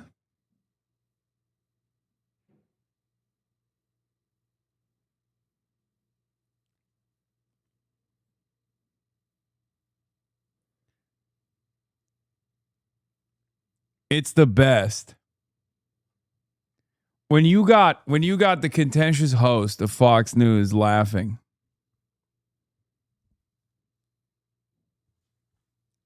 it's fucking over. Thrilled. I will have him on. That guy, and I'm sure it'll be great. But talking Abdul, like, Jesse, let me just can say, I back up he's for out 1 here second? trying to talk about my. Can I back up for 1 second? Finish my point. I'll finish. I Go, swear I'll be quick. Okay, because Mike Rogers isn't here to defend himself. He thinks he's running against Hasan Piker. Well, maybe then he'll actually come on your show. Maybe I'm doing you a favor then. But the guy's a beta, doesn't like to answer questions, and he dodges every debate. So I'm pretty sure he's going to dodge you too. Need Mike Rogers on the show, but thanks. All I'm going to say is this. Thanks for booking it. You know, I agree. Gas prices are too high. Gas prices are too high. Abdul, pipe down 1 second. Gas prices are too high. Green New Deal's not going to help that. You said that we get to keep our doctor. I've been told that before. We were lied to. So let's move on. Jesse, you said here, I want to move on because we do have to hit a break. No, let me just finish the point. Please. You told me you want to say something. Go ahead. And I want to just finish my point, okay? Yeah. If the only answer that Mike Rogers and Donald Trump and J.D. Vance have to this economy is to point to me and say there are scary words associated with him, I'm just going to tell you those scary words are not raising gas prices. You want to know something crazy? There's no alternative to this on the left or in the liberal side. Like Mike Rogers would not get flamed, would not get like this aggressively prosecuted if he were to go on CNN. You know what I mean? Like we all know that Fox News, you go on Fox News, they're going to rip you. They are going to attack you mercilessly. They're going to try to humiliate you, and you have to be on your best behavior. You have to be extra charismatic. You have to be extra funny. And it's great. Abdul is doing it. He's doing a really good job with it. But the expectation is wild. Like the double standard is wild. There's no... Liberals would never do this to Mike Rogers. What's the liberal equivalent of this? Where that Mike Rogers would have to go on CNN? Like, I can see Jake Tapper and Mike Rogers having a sincere conversation about the dangers of Abdul El-Sayed's anti-Semitism. Mike Rogers go on Kristen Welker, which is not even like supposed to be liberal, right? It's supposed to be like mainstream. And they could just be like, yeah, you know, we're all glad that you're finally fighting the good fight against the dangerous anti-Semite Hasan Piker. Like, that's what they would argue. They wouldn't argue. They would agree with one another. Or keeping you from seeing your doctor. I'm interested in getting money out of politics, putting money in your pocket, passing Medicare for all. And I think that actually will solve problems in Michigan. I'm not scared of you, If you think Abdul, I just think you're a little misguided. Or running against my faith is going to fix problems, go ahead. No, I just played what you said and we talked about it, so we're all good. You also said this, you want to replace the right to bear arms with the right to health care. You don't want to replace the Second Amendment, do you? Well, look, man, I think more people are more worried about whether or not they can see a doctor than whether or not they can have a gun. I'm just going to put that out there. I mean, you're dodging the question. Do you want to replace the Second Amendment? I'm just saying that more people are more concerned about seeing a doctor. If we had a right to health care in this country, they probably wouldn't. And I think that'd be a pretty good thing, don't you? I think you dodged the question. And that's a pretty big one in Michigan. But I'll take it as what you said. You Jesse, said look, Colin at the end of the Kaepernick. Day, I'm perfectly fine with people. Let me just finish to answer your point. You said I dodged the question. I'm perfectly okay with people having their hunting rifles. It's an important pastime. I've got family that goes hunting every single year. But don't you think we should have a right to health care? Don't you think that'd be a good thing in America? Can we just say that? 75% of the country likes the health care coverage they have. I don't want to screw that up. No, 75% of the country wants guaranteed health care through Medicare for all. So maybe you have your facts. I guess I know you guys do alternative facts over here. We'll find out. I'll give you that. We'll find out in November. But that's a Gallup poll. You might not believe it, but yes, we will. I'm telling you what it is. Yeah, 75% of Americans like their doctor. Oldest trick in the book, baby. Oldest trick in the book. It's a lie. 75% of Americans like their doctor, not their private healthcare provider. That's insane. Yeah. I've met 75% of Americans is so funny too. It's like, yeah, only one out of every, it's just the 25% of a shitty doctor. No, it's just, it doesn't make any fucking sense because the idea that one out of every four American is the only one that's chirping about Aetna is ridiculous. Okay? Like, who have you ever met a person, even people who are like the sons and daughters of healthcare executives, probably still hide away in shame, unless they're Gretchen Whitmer, about, their father's jobs. I have in all my life never ever met a person that sincerely goes, I fucking love Blue Cross Blue Shield, man. That's what I ride for. I'm one of the 75% of Americans that loves Aetna, loves Blue Cross Blue Shield. Ooh. Yeah, no one likes their health insurance company. No one likes the idea that healthcare is paywalled in this fucking dumbass country. Yes, we will. You said Colin Kaepernick was a good guy, and you said the NFL. Oh my God, he's mad. He's mad about Colin Kaepernick. Oh my God. Brother, get some new shit. Aetna.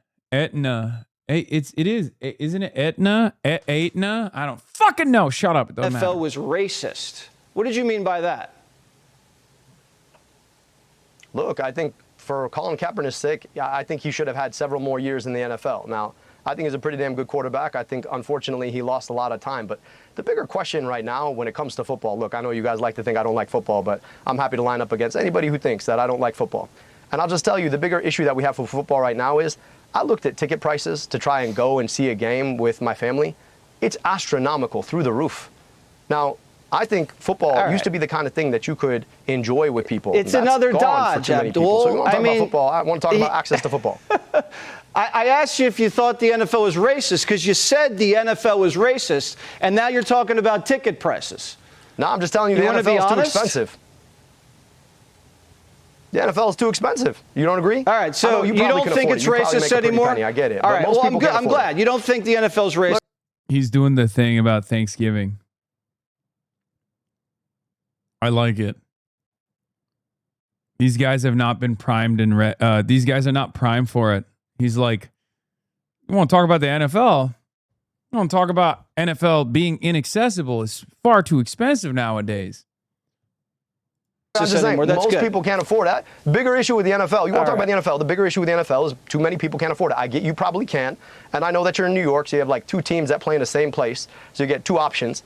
But I'm just saying that here in Michigan, we got one team, and most people can't afford to watch them in a stadium, and I'd like to make it more affordable. Right, so you dodged again. Sex changes for minors. Do you support that?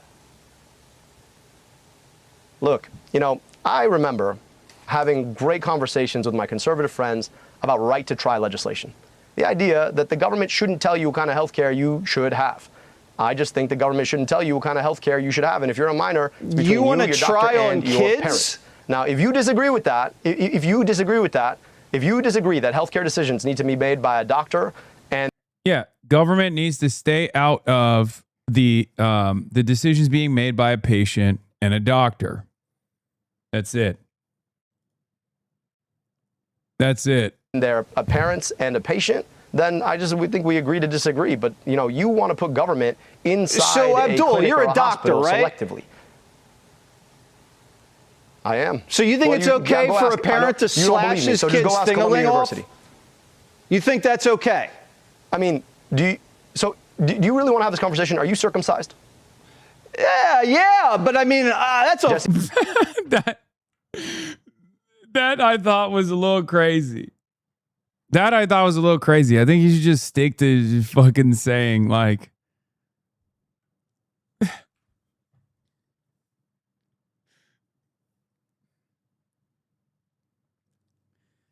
I think he should just stick to,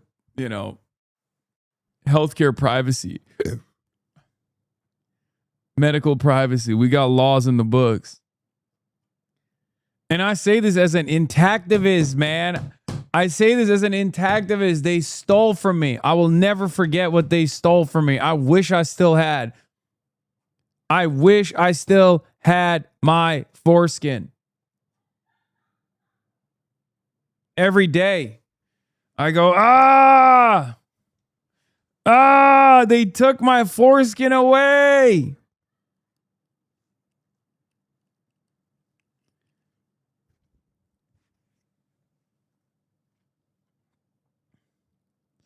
They also stole from Jesse Waters. This is how we bring him over to our side. What, to make him an intactivist? Personal question. Okay, doctor. So you probably should want to move on. You probably should want to move on. Is circumcision's different than castration? I think it's a problem. It's a problem that you think that you get to decide what happens between a parent, a doctor, and a patient. And I'm just saying that, yes, circumcision is surgery on a kid's ding-a-ling. So if you really want to bring that up, you can. I just... Dude, this is such a funny response. Never thought someone, let alone a Muslim candidate, would use this line. Unfortunately, mutilated copium is too deeply ingrained for it to land.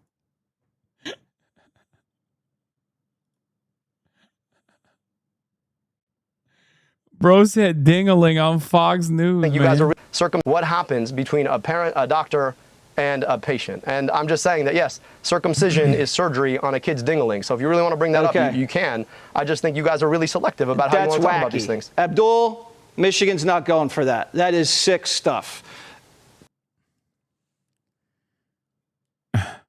That's wacky.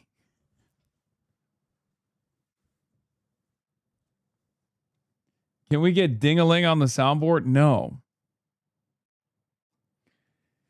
Yeah, look, minors don't get bottom surgery. It's fucking bullshit anyway, but it doesn't matter. There's a million different avenues. You should just never talk about the more you shy away from the procedures, naming them, the easier it is, because the reality of the matter is every medical procedure is gruesome. That's what it is. Open heart surgery is one where you basically chop someone's skin off. You cut them in half, you break their ribs, you pull them to the side, and it's a necessary surgery. So if I can describe how gruesome that process is in great detail, but if you were to say, I don't think we should have open heart surgery, people would be like, that's insane. That you're an insane person. Now, of course, in this day and age, maybe more Republicans, I could see them coming out against open heart surgery because that's how stupid the world is nowadays. But ultimately, the more you shift the conversation away from the gruesome nature of surgeries, the better it'll be, right? So the best angle of attack here is to always say, look, I don't think random people like yourself and myself, and I say this even as a doctor, should have a say in decisions being made by a medical professional. Like if a medical professional thinks it's important for a pre-diabetic child to get on Ozempic, but you think that that's inappropriate, should we legislate that away? That's crazy. Heart surgery? You mean cardiac mutilation? Yeah. Yeah. Heart surgery. Open heart surgery is a libtarded way to say cardiac mutilation. Boys playing in girls' sports. I'm not advocating anything. I'm just saying. What about that? So the question, so again, like Jesse, you have not asked me one time about the issues that people actually care about in Michigan. You don't want to talk about gas prices. You don't want to talk about groceries. You don't want to talk about healthcare. You don't want to talk. Yeah, you could talk about all that nerd shit, or you could ask the Fox News if he has a mutilated penis. Abdul 1, Hasan 0. True. About the stupid trade war that's about to destroy Michigan's economy. We spent the whole interview talking about that stuff. That's destroying. That is destroying our own military. You don't seem to want to talk about any of those things. You want to bring up all this culture war.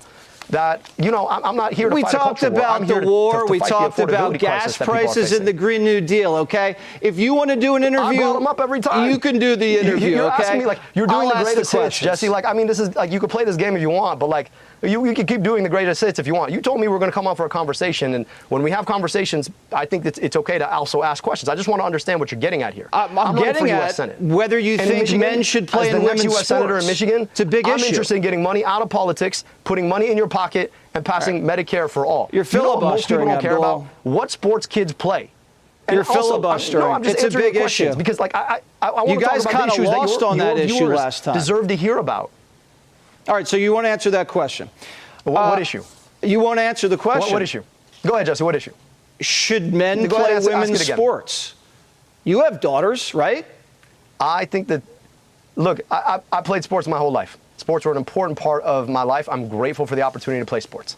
And at the end of the day, the decision of who gets to play what sports ought to be decided by the people who govern sports. I'm running for U.S. Senate. Jesse, it's insane. I'm out here trying to take on like the healthcare crisis in big pharma, and you're asking me about who gets to play what sports. It's silly. People can't take you seriously. It's kind of a big thing if you've been following the news recently, Abdul. Let me ask you about the politics. We'll get to your race. Let's do your race right now. Please be serious. Like, I'm here with you. I want to have a conversation about the issues that matter. Let's do it. Let's talk about the things that people are actually talking about. Okay. I am, but let's keep going. Black people in Michigan. Well, I know you guys are talking about that, but like most of the country's not. Okay. Go ahead. All right. Black people in Michigan voted for this white lady you ran against by like 8 points over you. What happened there? Well, Jesse, I mean, you said it yourself, right? You got to give credit to Abdul. He ran. Look at the Chiron.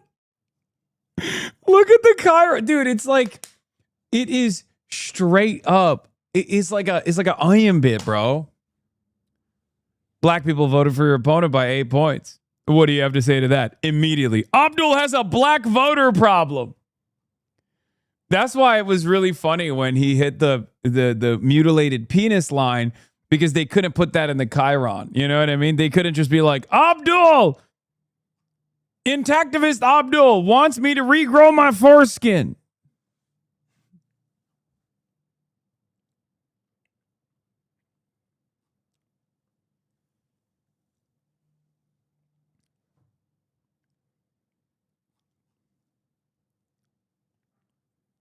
Against the machine, I got outspent 11-1. That 11-1 is going to do something at the end of the day. Now, my job is to go and earn every vote. And we've been having some great conversations in the community. We'll continue to do that. And I have a lot to talk about when it comes to my work taking care of communities. I rebuilt Detroit's health department, led Wayne County's Department of Health, Human and Veteran Services, got to work alongside so many folks in the community to give kids glasses, take on corporate polluters, eliminate medical debt. I'm looking forward to continuing to have those conversations, and I feel really good about being able to bring communities together and beat Mike Rogers, who you and I both agree is a beta and won't come on your show and won't debate me in November. Owned again. Didn't agree to that, but that's funny. Reparations, do you support that? But you laughed at it. Because you didn't say you didn't agree. Like, Jesse, you're very good at telling me when you don't agree with me, but you actually laughed at that joke because you actually agree. Sorry. Reparations. Do you support that? I think we need. I think there's something very primal about, and almost childish about the way that like prominent Republicans operate. Where if you kind of dominate them, if you bro out with them, they like lose their minds. That's why this is like a secret. This is like an antidote. Okay. When I pull this shit out around Republicans, they fucking lose their minds because they think like, oh my God, you're not like terrified of Donald Trump, because they've like in their minds they have this image of a liberal, right? They have this image of a liberal that is a woke scold, that simply can't have fun. They can't even mention Donald Trump, let alone own a piece of merchandise with him on it. It's chud tech. Yeah, it's secret chud tech to be like, no, I think he's a funny guy. I think he's awful, incompetent, dangerous, violent, whatever, but I also think he's a funny guy. And it breaks the hog mind. The hog likes trinkets, the chud. The chud likes trinkets. And the chud loves when you appreciate one of their hobbies. This is two of their hobbies, Zins and Donald Trump. Funny how is Donald Trump funny? That's a real question you're asking me? Are you fucking kidding me? He's a television personality for multiple decades. Yes, he's back in the day, especially, was very quick on his feet. Even now, every now and then, he still has like his moments. Need to have an honest conversation about the incredible debt that was put upon black folks as a function of slavery that we have yet to pay. And I just think that's fair. Like if people are enslaved and forced into servitude, and then we don't actually have a conversation about all that was owed, that our own country agreed was owed, I just think that it's past time to have that conversation. That shouldn't be a crazy thing. You know, I understand that, like, for folks who really want to inflame culture war, I just think it's important for us to think about how do we make sure that communities like the city of Detroit that have been segregated so that you have a disproportionate number of people as a function of redlining who are forced into certain communities, how do we make sure that their schools are made whole? I'll just tell you this, in the city of Detroit right now, they just had $700 million invested in their schools. They're still $1.7 billion behind. And a lot of folks want to say, oh, well, that's profligacy, et cetera, et cetera. No, a lot of that has to do with public policy. Okay. And if public policy created a level in which black folks disproportionately suffer everything from maternal mortality and infant mortality to lack of access to jobs, I think it's important for our country to have a conversation about how we make people whole. You want to have a conversation about it because we have you on the record as backing it, but now you just want to have a conversation. I got it. I got it. Well, I couldn't tell you. I couldn't tell you exactly what. Go ahead. Schumer. You said you basically wanted his head on a stake when you were running in the primary. And you still believe that? Well, look, me and the senator have one goal right now. It is to win Michigan. So we're looking forward to doing that. And given the fact that Mike Rogers... I didn't even realize that Fox's replacement for Tucker Carlson was Jesse Waters. Such a non-entity by design, I'm sure. Yes. That's the most powerful, most influential time slot in the country. Right? They had to put a dullard on there and not like an actual white nationalist ideologue. I know for a fact because I remember reading reporting on the matter where Rupert Murdoch had like another one of his wives. He's had many. And she became like a massive Tucker stan. And she was repeating shit that Tucker was saying all the time, including things that Rupert Murdoch didn't believe in. I think it might have been about COVID. Because Rupert is famously a huge COVID, he's not a skeptic, he's very worried about COVID, right? He was very worried about COVID. I think he might still be very worried about COVID, but basically, he saw how much his wife was invested in everything that Tucker was saying, and it freaked him out. It totally freaked him out. That was Tucker's first problem.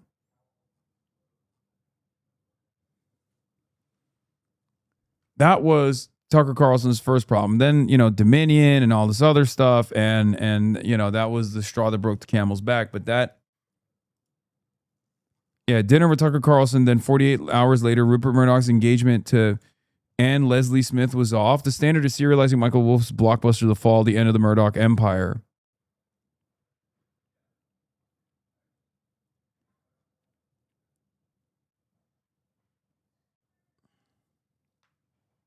I think this is it, but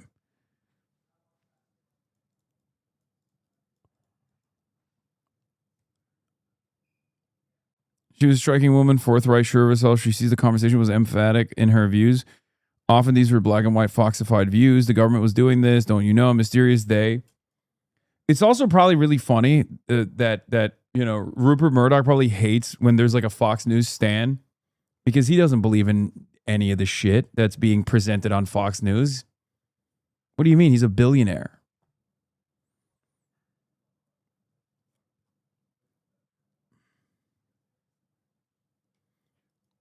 What is this? I'm not a hater or a troll. I've followed you since the first days of TYT when I was like 15. Hell yeah.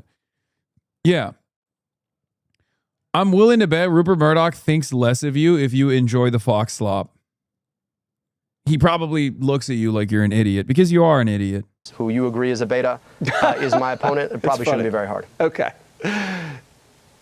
I respect the fact that you still came haven't on. opposed me, Mike. Bro, talk to your guy. I respect the fact that you came on. I don't think you've really looked into some of the policies you're pushing. You seem a little naive, Abdul. I give you credit for facing the music, but some of the stuff's just straight up wacky. I don't know if that's going to fly in Michigan, but we're going to find out. You know what's wacky? We're going to find out. We're going to find out. And you know what's wacky? Yeah. You know what's wacky, though? Yeah. Can I just tell you? You didn't ask me about? What? We got a president of the United States who cares more about the drapes in a ballroom that shouldn't be built than he cares about the war he just got us into or that he cares about the affordability crisis. That seems to me to be a little bit wacky. So if we want to have a serious conversation about what Michiganders are feeling, I'd love to come back on and talk about getting money out of politics, put money in your pocket, passing Medicare for all. Okay, we'll do it again. I'm telling you, none of that is wacky, and that's what Michiganders want. We'll do it again, I look forward to it, Abdul. Jesse. It was a good conversation. All right, thank you so much. Good luck in Michigan. See, at least I don't dodge you. No. Yeah. Thank you. Like 25%. Have a good night. Be sure to like and subscribe for. I like to keep private conversations private. And what I'll tell you is that the conversations I've had with future Congressman-elect, God willing, Jeremy Moss, have been about what it looks like to come together agreeably across our disagreements. You know, I'm not going to sugarcoat the idea that we have disagreements, particularly when it comes to foreign policy and the best use of our tax dollars. And the plurality of Michigan Democratic primary voters nominated me to be the Democratic nominee. Now, I think it's important for us to recognize that the position that I hold on foreign policy is about trying to uplift and empower all people. It's about the kids in a community not too far from here where the median income is $14,000 a year, and the fact that Detroit Public Schools Community District is still nearly $1.7 billion behind on the necessary repairs in the school district, despite putting $700 million into the school district over the last year.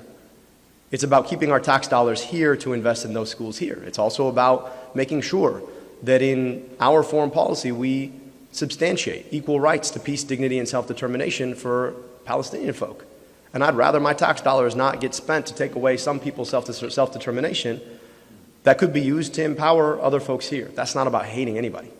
I'm grateful to have grown up in a community where I got so much exposure and empowerment from the Jewish community. I'm so grateful. Judaism and the Jewish people are a light unto the world. Incredible contributions to our society, our culture, a beautiful faith that rhymes with so much of my own. And so, you know, we're going to. Yeah, that's the other side of the story that's so fucked up. And I used to say this all the time in the beginning, immediately after October 7, that like the greatest threat to American Jews and to American Muslims is never from one another. It's from Nazis, right? It's from Nazis. It's from white supremacists. And that's historically been the case, right? And it's still mostly the case right now. The reason why I say mostly is because there are definitely a lot of you know, back and forth pot shots in general, but like ultimately the problem still remains.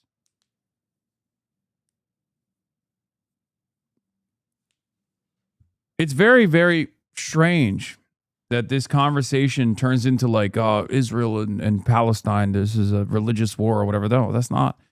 It's not a reality.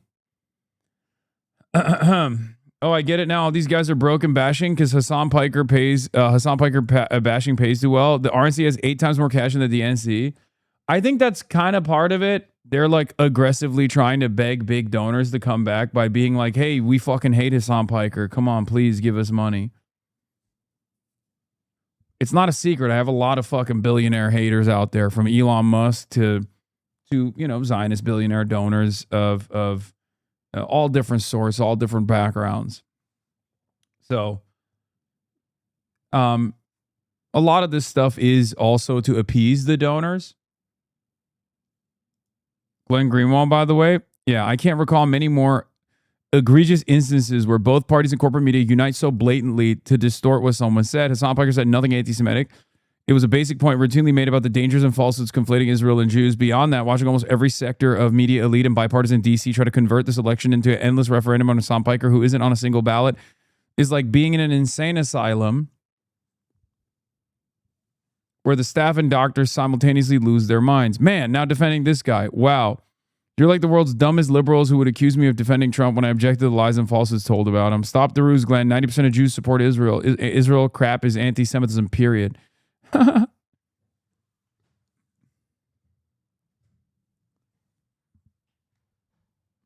Oh, shit. I got like boomer bots posting meme responses. We've made it. We've made it. Why won't the networks invite him to speak for himself? Because it would destroy the only strategy they have left. Oh, hell yeah. This is good. We're making moves, baby.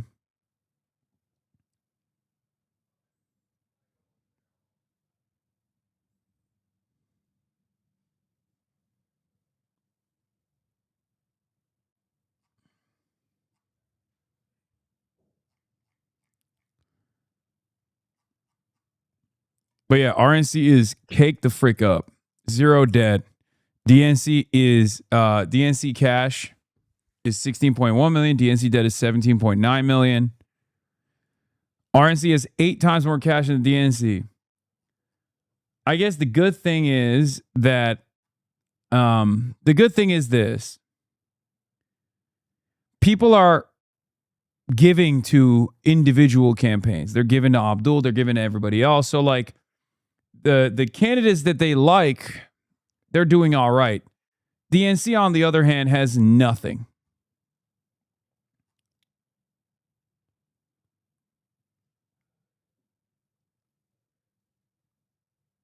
What is this? Another badge of honor? Oh yeah, boomer cartoonists have discovered Hasan. I know. I love this shit. AF Branco cartoon. The communist Mao Zedong living influencer Hasan Piker is demanding that Democrats defend him. DSA is destroying the Democratic Party. Their first step is to steamroll over America. Yeah, this is sick.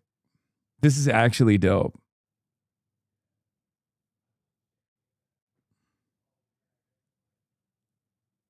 They were right about what they can do. Yeah, you see this napkin? In 25 hours, we could have the signatures of 70 senators on this napkin. AIPAC official Steve Rosen and Jeffrey Goldberg in the New Yorker. Yeah. It's true. I love that Jonathan Chait, by the way, literally looked at my criticism of every AIPAC endorsed AIPAC Democrat. I said, AIPAC boss call was made. They are unanimous in their hatred of me, and I welcome their hatred, FDR. If you're a defender of Israel's genocide, of its occupation, of its child killing spree, then your boos mean nothing to me. And Jonathan Chait, who's always wrong, says Piker's response to Democrats criticizing his anti-Semitic statement is to claim it was secretly orchestrated by AIPAC. I don't think it's a secret, man. To which Mehdi Hasan responded with, you see this napkin? In 24 hours, we could have the signatures of 70 senators on this napkin. That's what AIPAC official Steve Rosen told Jeffrey Goldberg in the New Yorker. And these guys keep saying AIPAC is Jews, AIPAC is all Jews, AIPAC is all Jews, which is infinitely more anti-Semitic than what they even accuse me of doing. Yeah, it's a mass hysteria event is right. But austerity theft is also right. They don't care that it's all bullshit and fake, even if their condemnation of what they pretend he said end up agreeing with him. All they have is this manic shit throwing, and they hope so much shit gets thrown at the wall that it won't matter. It's discipline, not discourse.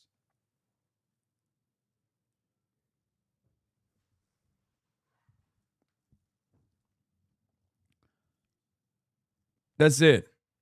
If enough prominent Democrats in unison yell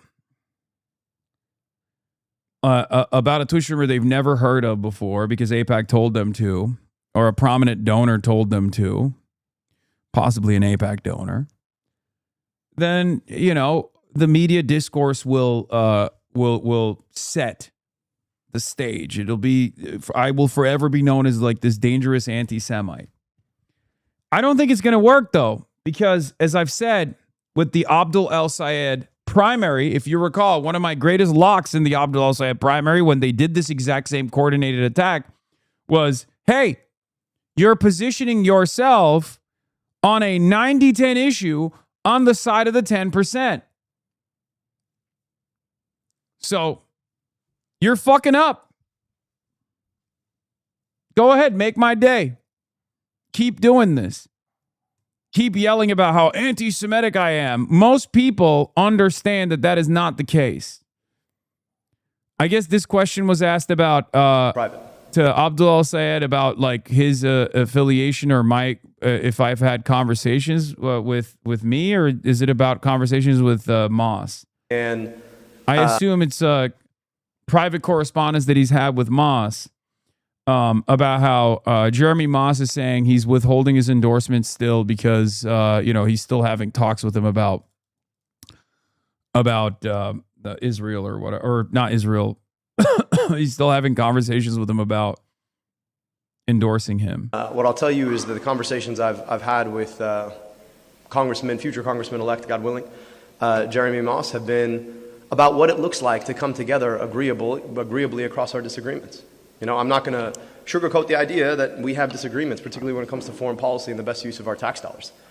And the plurality of Michigan Democratic primary voters nominated me to be the Democratic nominee. Now, I think it's important for us to recognize that the position that I hold on foreign policy is about trying to uplift and empower all people. It's about the kids in a community not too far from here where the median income is $14,000 a year, and the fact that Detroit Public Schools Community District is still nearly $1.7 billion behind on the necessary repairs in the school district, despite putting $700 million into the school district over the last year. It's about keeping our tax dollars here to invest in those schools here. It's also about making sure that in our foreign policy we substantiate equal rights to peace, dignity, and self-determination for Palestinian folk. And I'd rather my tax dollars not get spent to take away some people's self-determination that could be used to empower other folks here. That's not about hating anybody. I'm grateful to have grown up in a community where I got so much exposure and empowerment from the Jewish community. I'm so grateful. Judaism and if we keep going, maybe Democrats will offer Medicare for all if we denounce you. Yeah, that's not going to happen, big dog. It's not going to happen. the Jewish people are a light unto the world. Incredible contributions to our society, our culture, a beautiful faith that rhymes with so much of my own. And so, we're going to continue to have that conversation. And insofar as there are disagreements about foreign policy, my hope is that folks understand where those disagreements align, and also understand that that does not come at the cost of Jewish safety. He's been one person with whom I've had a conversation among so many leaders in the Jewish community who've opened their arms to me and been willing to have a really, really good conversation. I'm looking forward to continuing those conversations. And I think all of us agree that the things that divide us are so much smaller than the things that unite us against somebody like Mike Rogers. But we do begin with two birds of a feather. Radical socialist extremist, in this case, podcaster Hasan Piker, Michigan Senate candidate Abdul El-Sayed, pictured together frequently on the campaign trail, leaving many to openly wonder, why? Why would a candidate for the U.S. Senate want to campaign with Hasan Piker? Remember, a guy who constantly, kind of doesn't love America, once proclaiming that we deserved 9/11. We deserve 9/11? No, I don't think so. Hanging a framed image of the Twin Towers burning. Oh, God. What is this? They both crazy. These people aren't born here. Why are they allowed to run a We're both born here. Oh, my God. Oh, my God. Oh, my God. I'm done. I don't want to watch this anymore. We've seen so much. What is this? Danger America faces in the rise of Hasan Piker.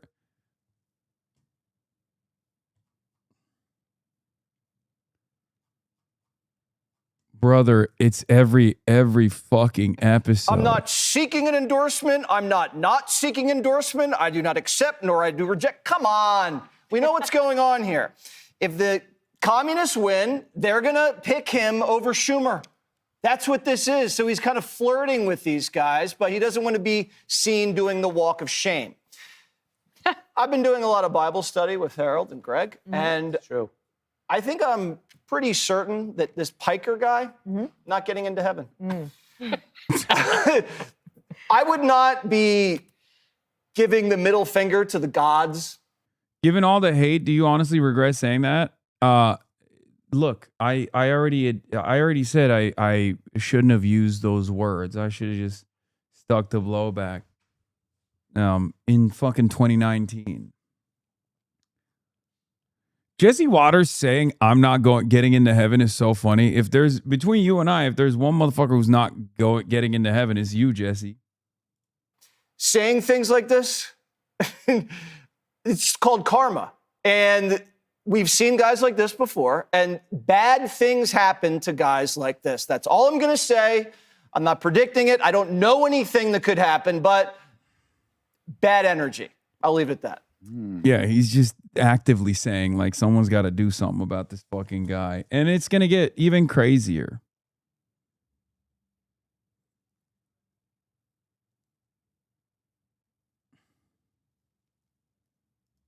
Greg, what do you think about the contrast of the weekend? Well, you know, I'm conflicted talking about Hasan Piker.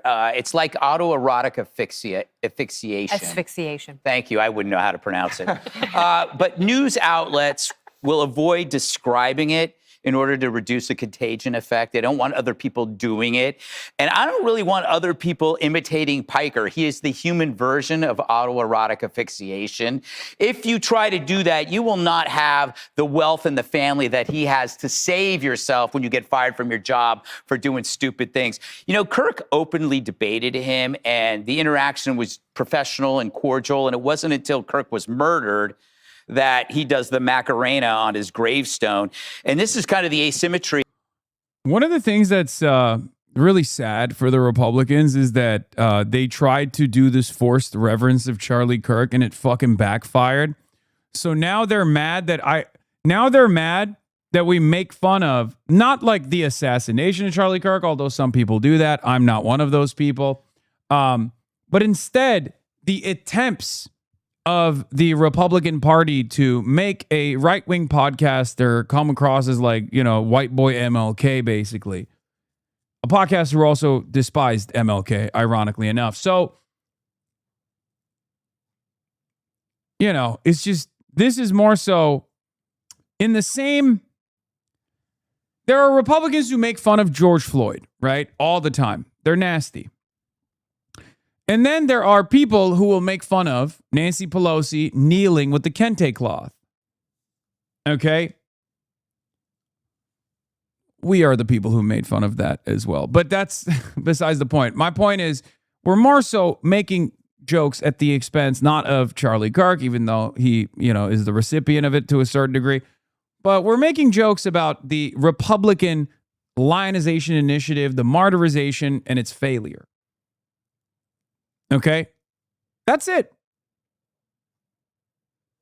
And it's really interesting that all of these Republicans that mock George Floyd, that mock police brutality in general, that mock black people in general with regular frequency, that mocked the Paul Pelosi attempted assassination, that mocked Robert Mueller, that mocked Rob Reiner for simply being anti-Trump, that mock transgender people that killed themselves. All of these people, they traffic in so much toxicity and hatred. And when they receive just a fraction of it, just a little baby bit,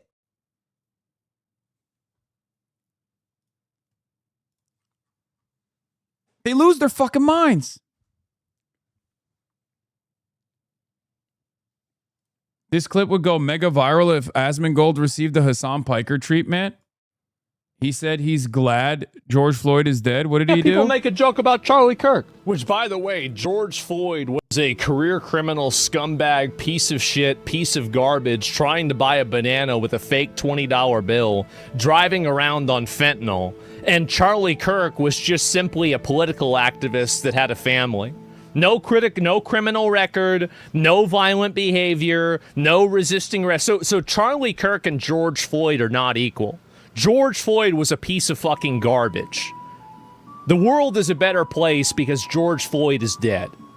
And I would say that to anybody driving around under the influence of fentanyl. George Floyd isn't special. He's one of, unfortunately, many. Fuck, like, it's one thing to be doing it the day he gets killed, right? But, like, people doing it now, yeah, people make a joke about Charlie Kirk, which, by the way... Yeah, I mean, he's just a edgy little groiper, dude. What do you mean? That we talk about all the time. That, you know, we get dragged into these both sides arguments, and we're like, can't you see? It's not both sides. You know, we're civil and you ridicule his death. These juxtapositions are there all the time, but yet it's so funny. We're civil. It's just, to me, when I hear any Republican at all, say the words, "We are civil," what do you say to that but laugh? Is civility in the fucking room with us, man? You're Greg Buttfeld. We're civil, he says. Also, Charlie Kirk wasn't civil. If you as a gay person would go to Gaza, they'd throw you off of tall buildings, right? Now they don't have any tall buildings left, so I don't. Is that too soon? I'm sorry. Maybe you shouldn't kill Jews, stupid Muslims. Yeah, that's Mr. Civil, dude. A beacon of civility. Or Greg Buttfeld saying the N-word should be, our N-word should be Nazi. Mr. Civility over here. Oh, you bring it up. Someone will say, yeah, well, you guys on the other side, did you know that Donald Trump called Rosie O'Donnell a pig? And it's like, shut up. You're right about shut up. That's just the motherfucking president. Greg Buttfeld wants to apply a higher standard to a left Twitch streamer than the president that he voted for 3 times. Okay? I'm sorry. Most Americans, no matter how dumb they might be, are going to look at that and go, this sounds a little strange. Like, you cannot make a call or a demand for civility when you are a Republican. Anyway, when I interviewed Hasan Piker at the end of June, I asked him about the possibility that he could become a liability for Abdul al-Sayed in the general election. Here's what he had to say. Helped al-Sayed in the primary, but do you think that you might hurt him, that his affiliation with you might hurt al-Sayed in the general election? No, absolutely not. Because for progressives and for socialists in particular, like Bernie Sanders especially as well, getting out of the primary is a far more difficult battle than winning in the general. This is our theory. The reason for that is because Republicans don't have a vision for change. Socialists do. Or even someone like Abdul al-Sayed, who's not a socialist, but very progressive. He has a vision for change. He's a real fighter. And as long as we can get that vision in front of as many people as possible, the opposition looks silly when they try to focus on culture war issues. Now, of course,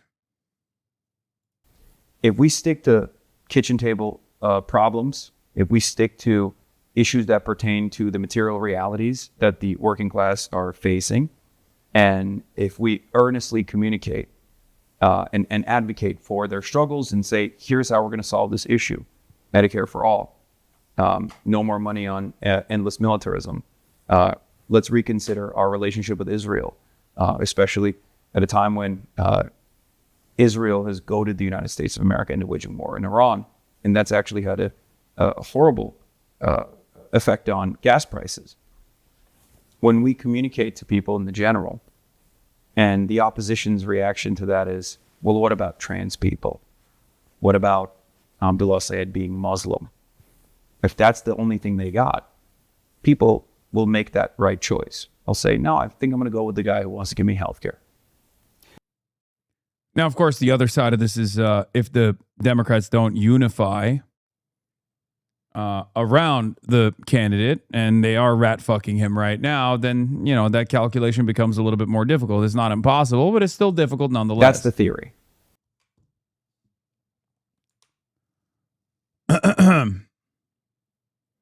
Mr. O'Sullivan, when you asked this question, did you think the liability would be from the Republican attacks or from members of the Democratic Party like Hakeem Jeffries? I did not expect the DNC to actively try to tank the campaigns of their own candidates. Yeah, I didn't either. Or at least to this degree.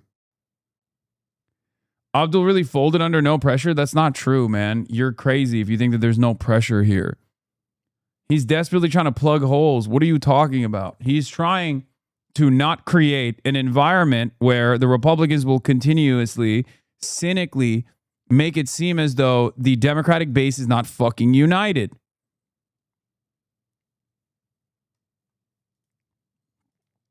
And in that calculation, he thought he could possibly release like a neutral statement, but of course they pounced on him.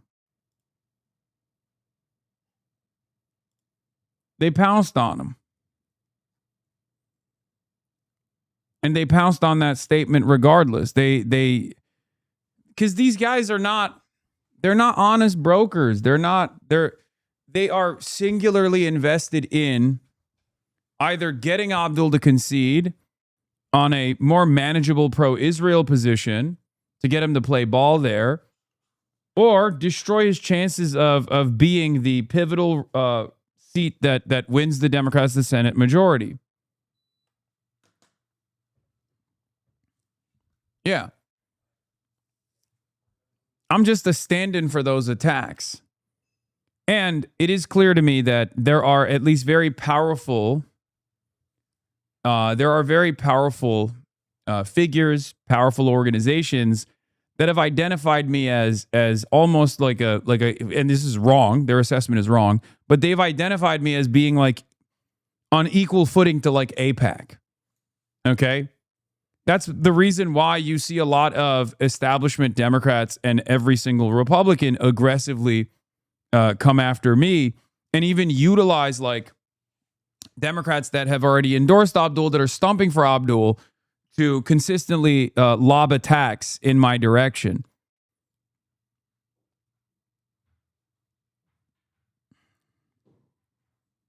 This is a good assessment of what's going on right now. Jewish people are not a monolith, and to say that all Jewish people support Israel is anti-Semitic and will actually lead to more anti-Semitism. Actually, they're all the same, you fucking bigot. You're telling me that they can think independent thoughts of each other? They're capable of reasoning? They aren't a big hive mind controlled by a queen? What are you, fucking racist? I don't care if I lose, as long as Israel wins. Looks like we got a Nazi here tonight. Ezra Klein said the same exact thing. Yeah, well, you didn't say it Muslim-y. Muslim. I condemn Hasan Piker for fucking, what was the script again? What was it? Hasan Piker did October 11th, 7/11. Nothing else to talk about right now. There's nothing else to talk about for us to talk about. Hasan was a good, upstanding man like Randy Fine or Jared Kushner, who I defended and met with this week. I mean, I cannot believe CBS put that up, dude. The idea that Jews are monolithic, it's a very dangerous mode of propaganda. And they sincerely made the argument that I am fucking anti-Semitic.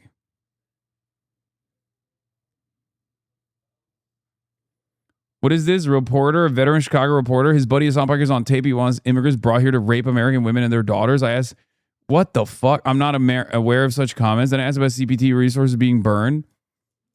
Not a word.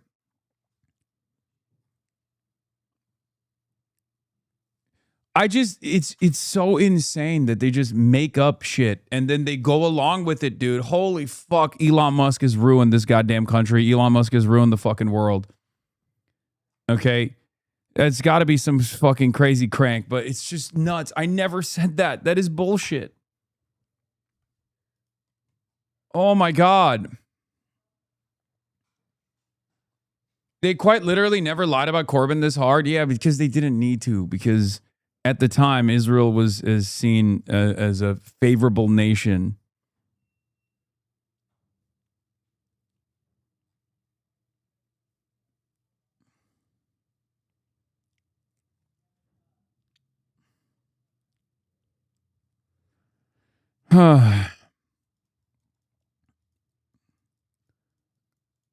If Representative Josh Gottheimer really does do a House resolution on this, as he says he will, someone needs to submit these actual comments into the congressional record so future generations can get a glimpse of the combination of insanity and stupidity that drives the party establishment.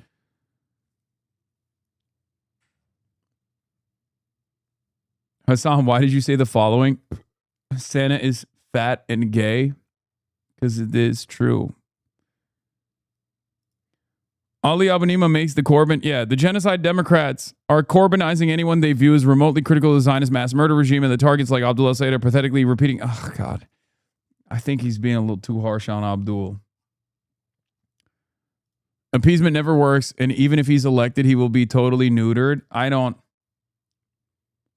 Ali also literally defended Zoran the other day. So, if anything, Abdul has been much stronger on his language and his condemnations of Israel than even Zoran. So, I'm not so certain that he will be a feckless, neutered. Janine Younes, a civil liberties attorney and president of the American Arab Anti-Discrimination Committee, slammed Abdul El-Sayed over his response to Hasan Piker's comments, calling it pathetic kowtowing to the Zionists mob. Piker was most obviously not calling for violence against Jews. Younes wrote, he was issuing a very reasonable warning. Again, not the best. Not very helpful. Not the best. It just... My assessment on this stuff is like he's already getting nonstop. Zoran never did you dirty like Abdul did, honestly. It doesn't matter. It doesn't matter. He's getting fucking nonstop attacked. Okay? He is getting attacked nonstop. Abdul is not the person that should be receiving our criticism right now. Until he says some shit, until he actually caves or capitulates on something that pertains to Israel, then, you know, I'm with him. This is, by the way, this is Mehdi from before, when he interviewed Mark Ruffalo before.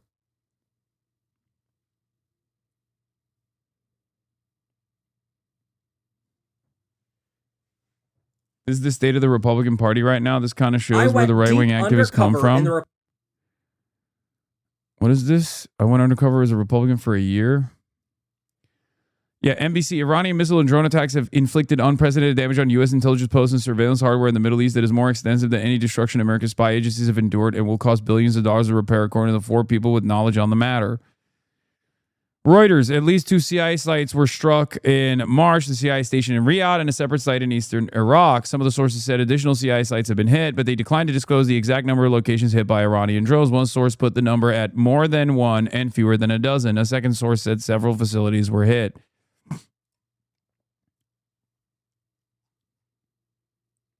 Yeah. I will continue to withhold my critique of Abdul El-Sayed until he does something that is, like, actually fucking Hasan Piker. What is this? They're having an event. Oh my God. Hi, Mr. Mayor. Hey, Matt, how's it going? Good. So should co-chair... Bro, they're asking him if he condemns Gustavo. Jesus fucking Christ. Fuck. Oh my God. Everyone in the media is fucking... They just have knives out, dude. Condemn this, condemn this. Do you condemn Gustavo? Do you condemn Hasan Piker? Do you condemn your wife? Zoran Mamdani, do you condemn your wife? Why won't you condemn your wife? Divorce your wife, Zoran Mamdani! This is what the New Yorkers need to know about.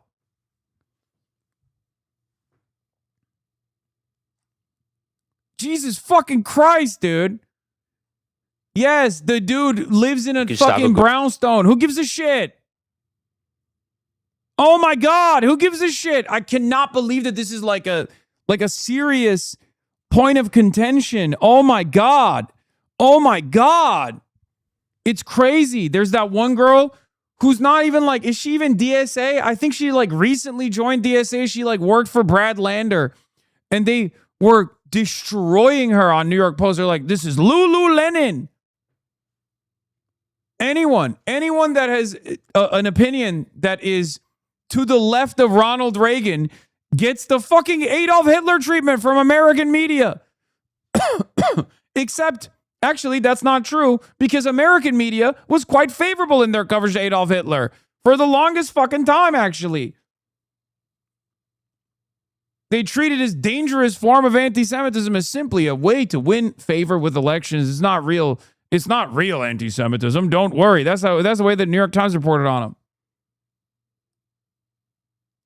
Fucking nuts. DSA rich girl Lululemon defends wealth Like, I don't even think this person is anything but a social democrat. Is this person even like a communist or anything? Who cares? Who cares?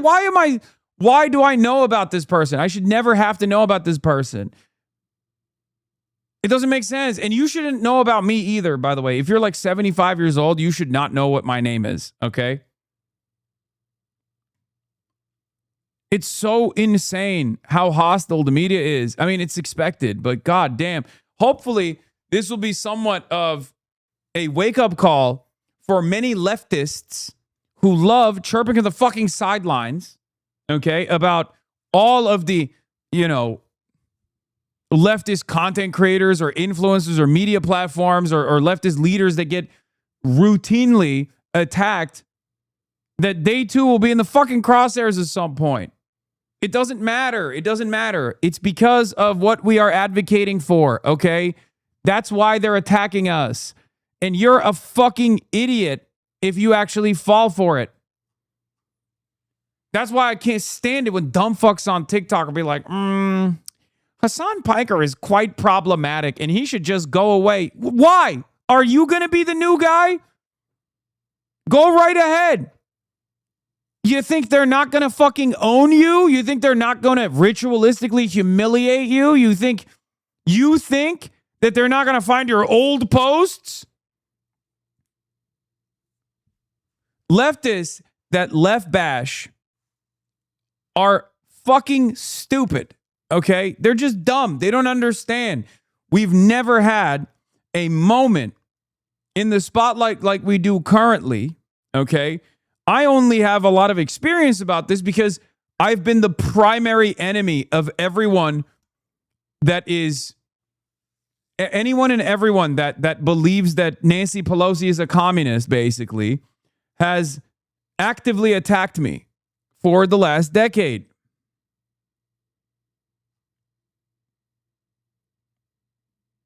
The reason why they don't attack you is because they don't know about you. They don't care enough about you. You haven't made an impact yet. Maybe one day when you do,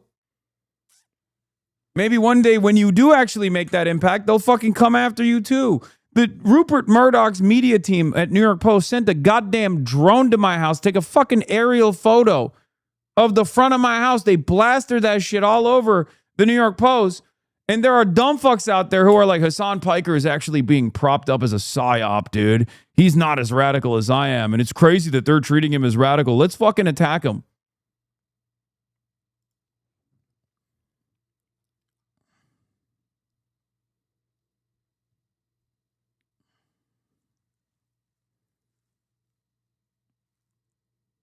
Gordillo stepped down after lying to the New York Times, lying about his job to get a full-time gig with DSA and failing to support union workers. The D in DSA stands for Democratic, and I leave it to the organization in its own voting of who it is electing as its leaders. And I think what we've seen with Gustavo and what we've seen to any others who are in the fight for a fairer, more affordable New York is that their focus is on making this a city that everyone can belong to, and I welcome anyone who's committed to that. It's the same shit over and over again. Hasan Piker is in a fucking $2.7 million mansion, dude. Oh my God, how dare he? It's like, you wouldn't give a fuck if I was talking about Sigma Grindset. If I was like, capitalism is awesome, you'd be eating my dick from the back. You would be like, he is a legend. Look at this bro-y podcaster who's talking and defending capitalism. You're a fucking dog for capital, okay? Remember when Fox News put that Reddit mod on to embarrass them? People don't understand the media's capability to destroy you. I know. The fact that I've been able to consistently push for this message that was seen as horrifying, repulsive, terrifying for like the last decade until finally we've been able to breach collective consciousness a little bit as the primary source of enmity of everyone that hates socialism, everyone that hates liberals, everyone that hates progress for the last decade without fucking killing myself means that I know what I'm doing.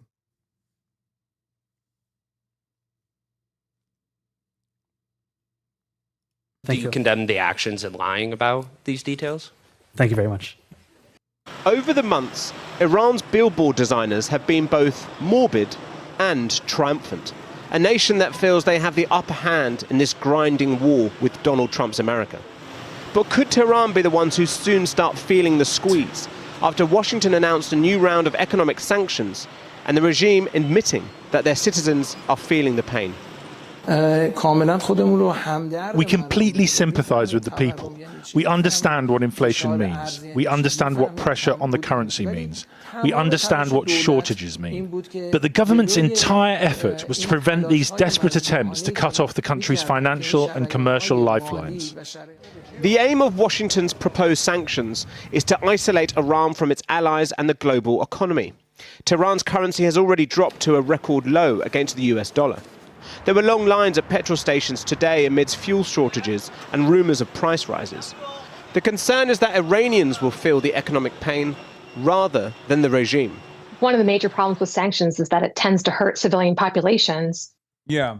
Yeah, no, the sanctions package is going to be so awesome when regular Iranian citizens can't get on a fucking flight out of Tehran. How is that harming the administration? It's not. It's not.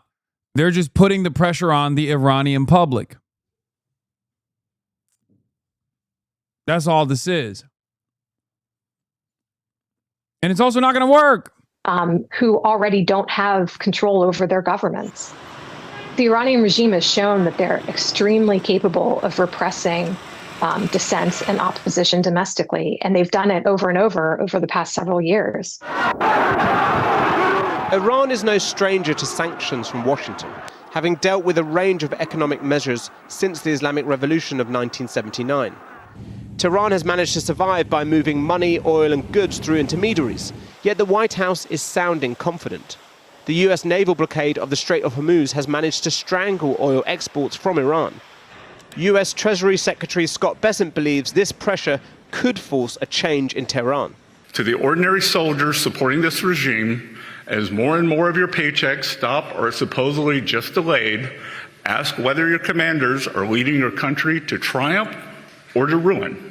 And recall that the Berlin Wall fell when ordinary soldiers decided not to shoot at their own people. It does speak of desperation if they think the only way they can coerce Iran is to get a new government in place. And it's very unlikely that that would happen. And it's unlikely that a new government would be any friendlier to the United States or any more likely to compromise with the United States as a result of these sanctions. And the new sanctions aren't just targeted at Iran. They're aimed at any nation financially partnering with them. And that risks the wrath of Beijing. China buys about 90% of the oil that Iran exports and warned that they could retaliate if Chinese companies are included in the sanctions. China's cooperation with Iran has always been conducted within the framework of international law and should not be interfered with. China is closely watching the relevant development and will take all necessary measures to firmly safeguard its legitimate rights and interests. China's warning is not great news for anyone ahead of a visit by Xi Jinping to Washington next month. And Iran could also counter-escalate themselves with yet more attacks on the Strait of Hormuz, despite President Trump saying today that all mines had been removed from the waterway. So Iran has many cards that it can play. It can obviously go after U.S. assets, especially naval assets that are enforcing the blockade. It can deepen its own blockade by pushing the Houthis in Yemen to put more pressure on energy and commercial traffic in and out of the Red Sea. And then the Iranians can obviously push their allies, like the militias in Iraq, to target Saudi or Emirati energy infrastructure. Will these sanctions therefore force Iran into escalating the war? Or will they fail and thus force the Americans to go back to military might? Yet more questions and unknowns in a conflict that was meant to last just 6 weeks, but will soon mark 6 months. An unidentified projectile hitting and disabling an oil tanker near Oman's Ashisha in the Strait of Hormuz. And you can see how close it is to the strait just right there on the map. As of now, here's what we know. The tanker's engine room was damaged. The crew is believed to be safe. Now, this is according to the UK's maritime trade operations. And the news of this strike comes just hours after the Trump administration announced it's launching a new campaign against Iran, cutting it off from the global economy. They say they're going to order other countries to stop doing business with Tehran. That has historically been impossible to implement because it involves countries that the U.S. does an incredibly large amount of business with, whether it be South Korea or other countries. And it's unclear whether this will do anything to further disrupt Iran's economy because Trump has already said that Iran's economy is decimated. They're broke. They have no money. You know, Iran is broke, totally broke. And they're not paying their soldiers. They have inflation of 300%. They have 300% inflation. They're making no money. So tonight, Iran's deputy foreign minister came out in response to the threats to mock Trump and Treasury Secretary Besson, who announced these economic sanctions, saying, quote, "Your narrative doesn't add up. You say Iran's military capability has been dismantled, 100% of its military factories destroyed, and its nuclear program buried.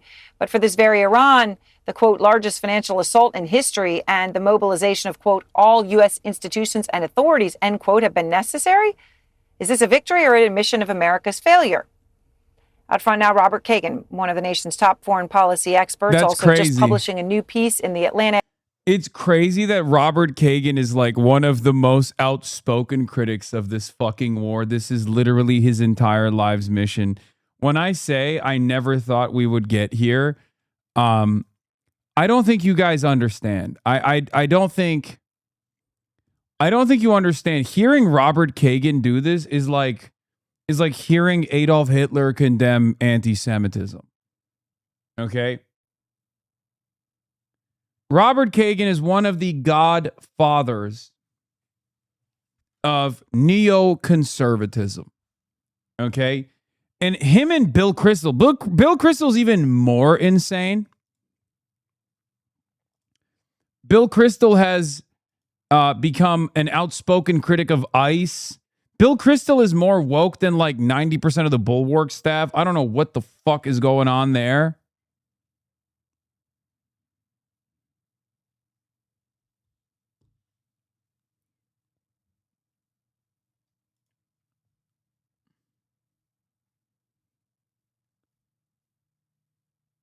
Fuck the Bulwark. Yeah, I mean,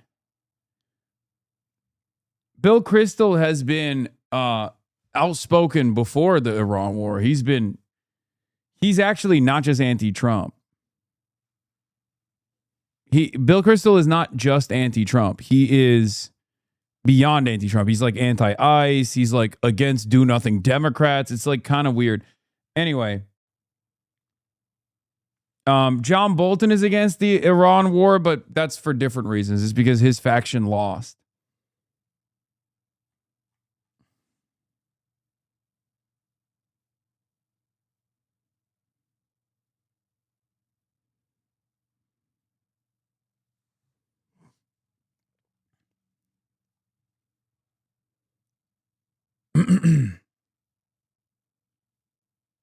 New Galabaf tweet, "Sir, this isn't Normandy." Him, economic D-Day. Also him, 5 seconds later, lol, why would I want to blow up the financial system? Sir, this ain't Normandy. This is improv night, and you forgot your own script. Clown day. Which Zoomer is tasked with dealing with the Speaker of the Islamic Republic of Iran's parliament, Galabaf's Twitter account? What the hell is going on?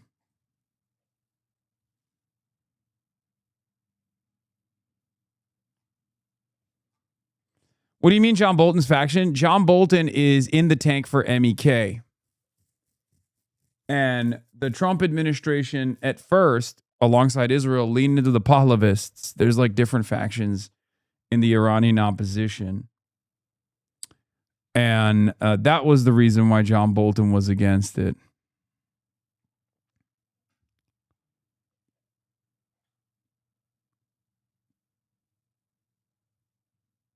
Anyway, this is all I told you so's.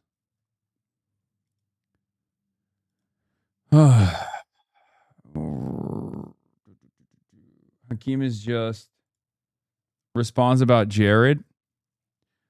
Oh yeah, we'll get to Hakeem Jeffries, the lion of sex.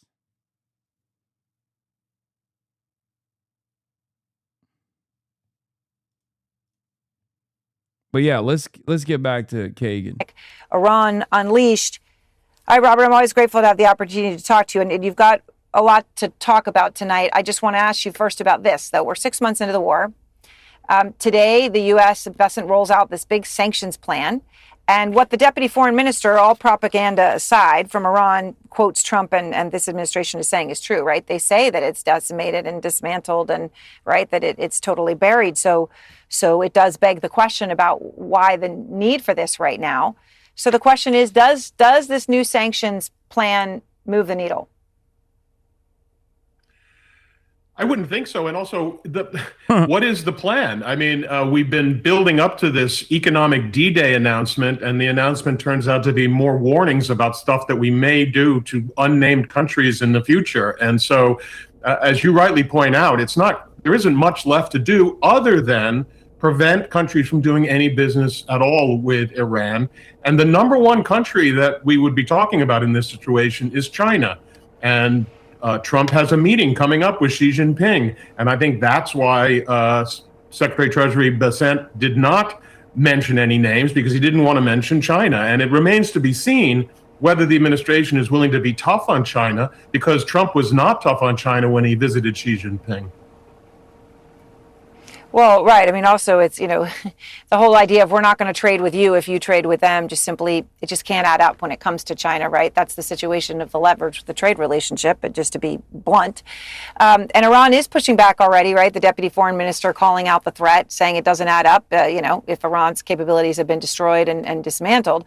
And you write, because of this war, quote, the dominant power in the region going forward will be Iran, not the United States or Israel's. For years, the world has been dealing with an Iran constrained. It will now discover what Iran unleashed looks like. I mean, Robert, look, that's a stunning thing to say. You look at this over an entire career. But to think that the decisions made in the past few months could lead you to say from the U.S. And Israel being the power players in the region to now being Iran, that is a pretty stunning thing to say. What leads you to say it now? Well, and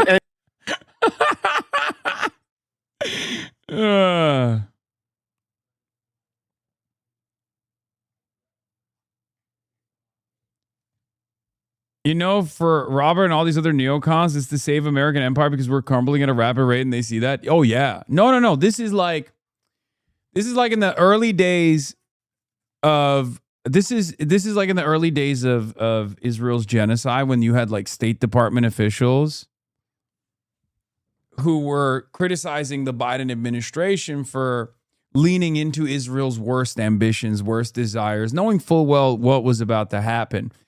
Those people were not pro-Palestine. They weren't like, oh my God, Israel is killing so many people. There were a lot of people in the State Department that were American exceptionalists that wanted the continuation of American empire, and they understood that leaving Israel to do whatever it wants to do would lead down would basically trigger a dangerous domino of increasingly worse acts of belligerence that would inevitably harm America's standing in the world. So it's not like those guys were, kind-hearted individuals who were just, anti-war liberals or something. That wasn't the case. That would be very silly. It'd be very silly to assume that.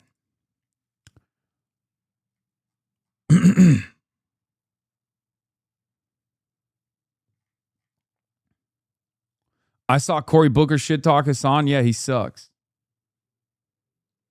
I saw they were coming at you crazy yesterday. You got this, broski. Yeah, they're still coming at me crazy. It's not.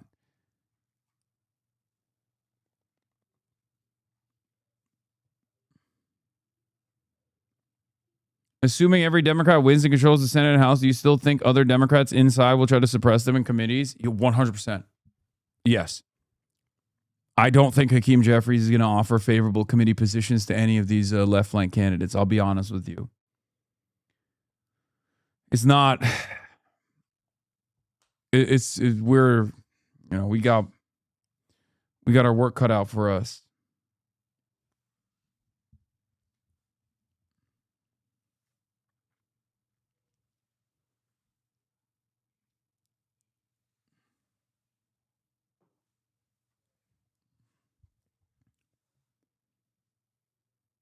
We'll just have to keep pushing.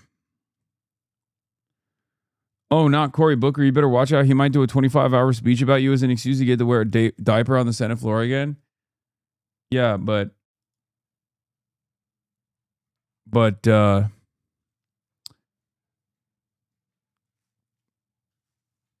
25 hours away from Rabbi Shmuley, it's tough.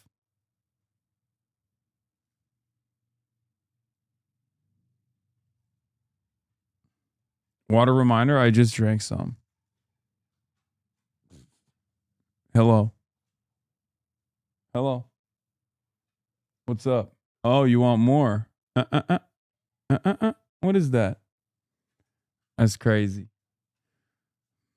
I gave her a treat.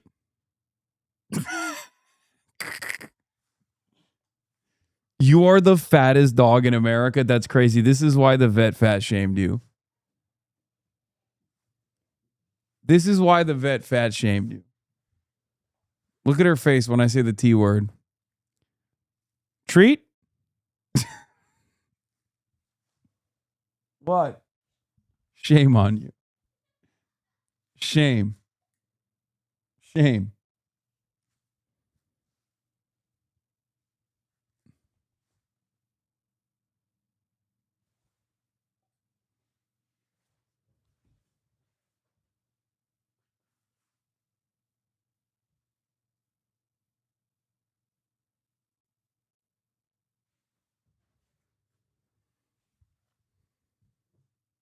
She's still looking.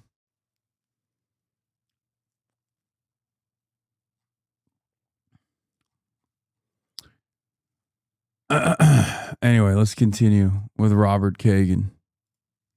And you're right. I mean, it is probably the greatest strategic defeat the United States has suffered since World War II. So, I do think that's why I wrote this, because I do think it's important for people to understand just how much we have lost here. Look, the story was that Iran always had to worry, even though it was somewhat aggressive at many times, but it always had to worry that the United States would come in and launch a sort of devastating attack. Well, now that the United States has launched an attack that was meant to be devastating, and Iran has survived, and now the United States is out of all kinds of munitions, of missiles, and defense interceptors, the Iranians know that really the United States does not have a military option right now. And that is the reason why the Trump administration is now trumpeting their economic sanctions. But that's a major retreat, and the Iranians understand it. That means Iran is essentially now going to go forward in substantial control of the Strait of Hormuz, which gives it incredible power to deal with not just the region, and all the Gulf states are now going to have to make their deals with Iran, but also with the rest of the world. Countries like Japan and Korea depend on access to the Gulf energy sources, something like 90 to 95% of their economy. And so what are they going to do now? And what they're going to do is cut their deal with Iran. And that is how Iran is now emerging as a major player in the international system from a position that was incredibly weak just maybe a year and a half ago. What is interesting, because you're actually saying that the control of the Strait of Hormuz is a more useful instrument of power than a nuclear weapon, which I also think is an incredible thing to say, because you say a nuclear weapon might deter an attack, but control of the strait gives Iran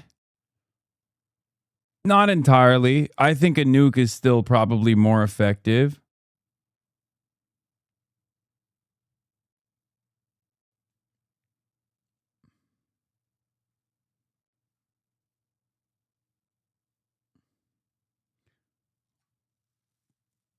But he's not wrong.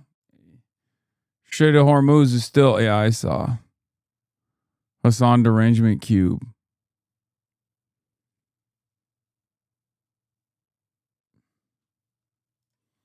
You gonna check the South Carolina reminders? South Carolina election? No, I don't care. Is fucking Lindsey Graham's sister probably won, right? leverage every day over dozens of countries. And this is something that that's right. Well, while you, yeah, go ahead. No, I'm just saying that Iran has already made clear that they will not only charge for transit through the strait, but they will take it upon themselves to decide who gets through and who doesn't get through. They've already said that ships associated with their enemies, meaning at least the United States and Israel, will not be getting through the strait. So all the countries around the world will understand that if they want to be able to get their oil supplies. Yeah, a nuke is more effective in against a madman. Worldwide economic consequences are a weapon for a more rational opponent, and unfortunately, America has run out of all semblance of logic, reasoning, rationality. It's just not like Donald Trump does not care. I don't know how else to explain it at this point. He just does not. He simply, I mean, he said it so many times that it's tough. It feels like I'm repeating myself all the time, but Donald Trump has openly said he does not care.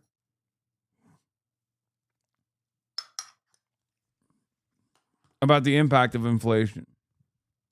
They're going to have to be friendly to Iran, or at least not hostile to Iran. And that breaks down the whole system of containment of Iran that the United States and Israel and other countries have erected over the years. So the administration has applied a whole host of measures to pressure Iran economically. It calls this an economic D-Day.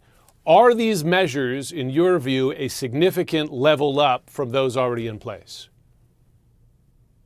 Frankly, no. A lot of the measures that were discussed by Secretary Besson today are the kinds of sanctions that we've had in place for years. And frankly, a lot of the work that he was talking about that's going on now, this quiet diplomacy with those who may be doing business with Iran, has been essentially a daily bit of activity for the Treasury Department, the State Department, and others, at this point going back decades, with a brief interruption for the nuclear deal we had some years ago. So a lot of these tools are the same. A lot of the people who are doing this engagement are the same.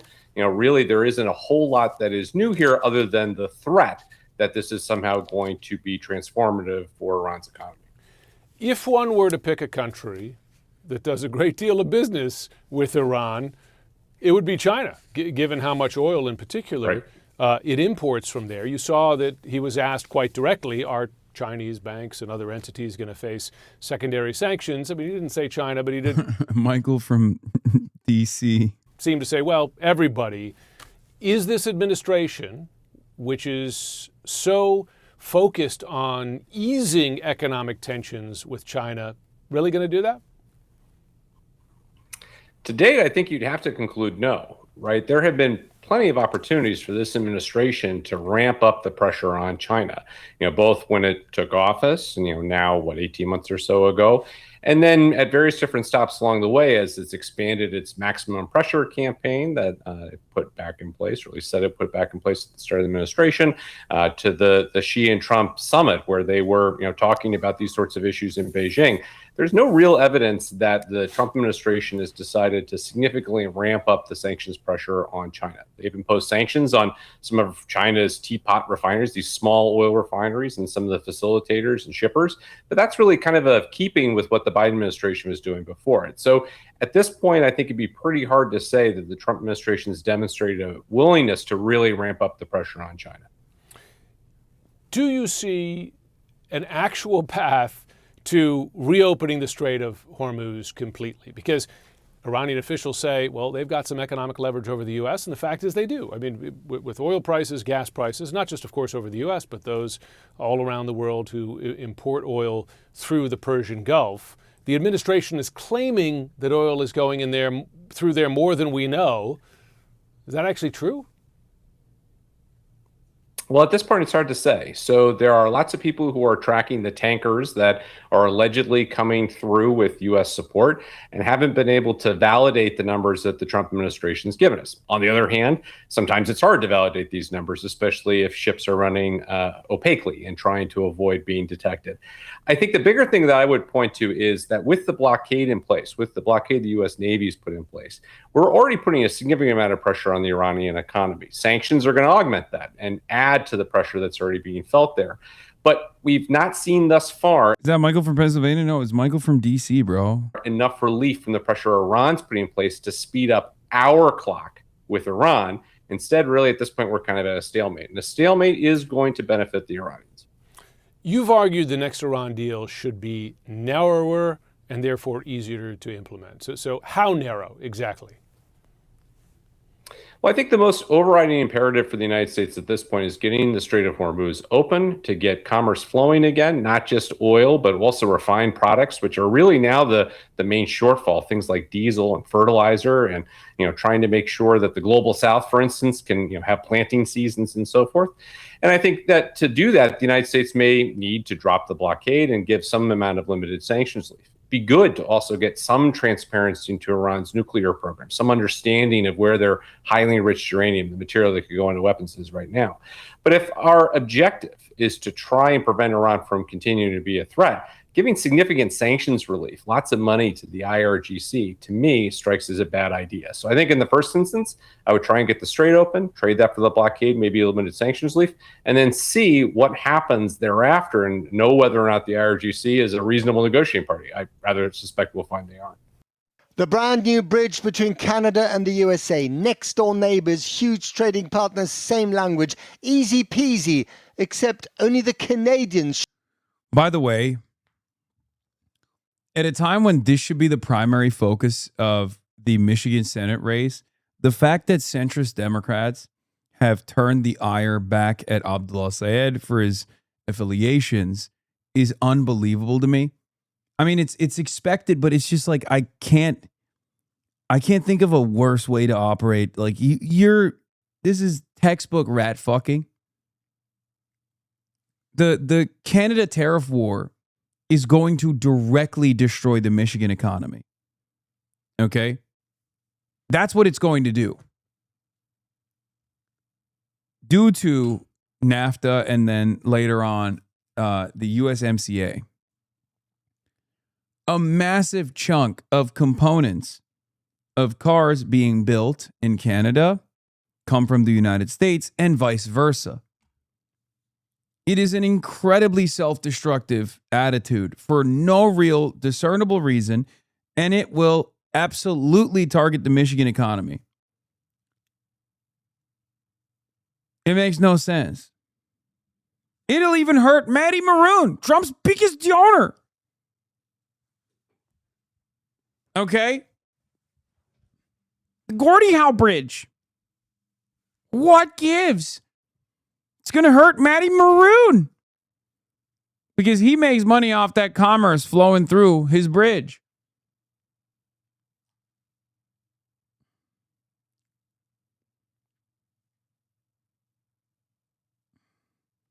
Do you think Abdul still has a shot? Yes. What? What the fuck are you guys talking about? You think Abdul al-Sayed's chances have been significantly harmed by the last 48 hours of attacks from centrist Democrats? Yes, Abdul still, what do you mean has a shot? He's going to win.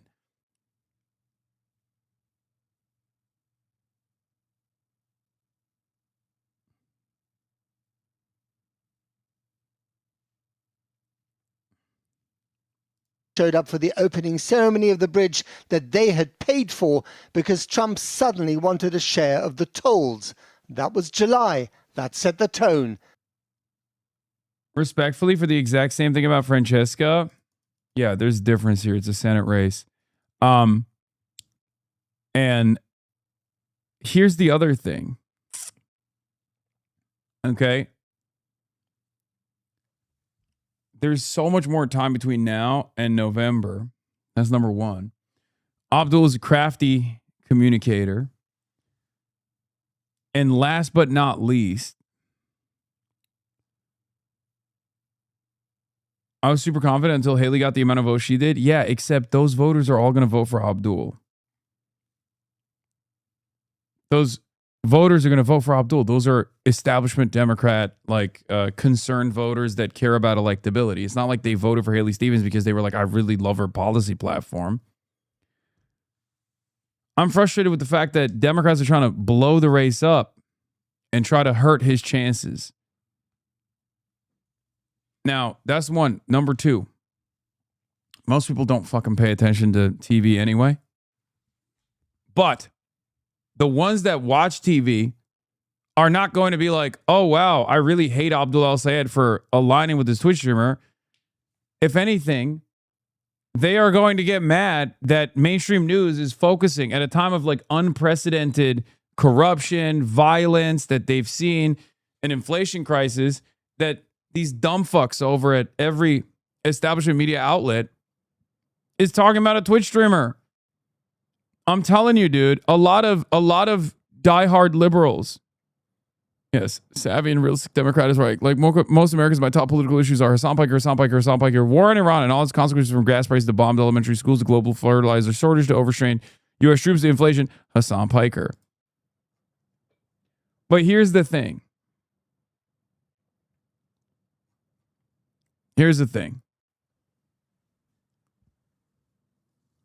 I predict, maybe I'm wrong, but I predict that there will be backlash to Hakeem Jeffries, Cory Booker, all of these like very openly AIPAC aligned pro-Israel Democrats making a big stink about this, especially at a time when a lot of liberals, not like fans of mine, not left flank Democrats, not like not the DSA, I'm talking like straight up MS Now watchers, okay, are going to see this coordinated messaging campaign. And I think they're going to get frustrated with it. They're not going to be like, yeah, these guys are right, we should kill Hasan Piker. They're going to be like, why are you talking about this?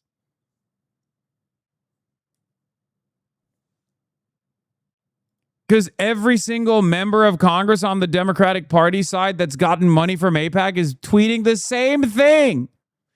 Except Brad Sherman also called me a piker. We face tougher threats than those of Mr. Piker, who's literally a piker. We will not be silenced.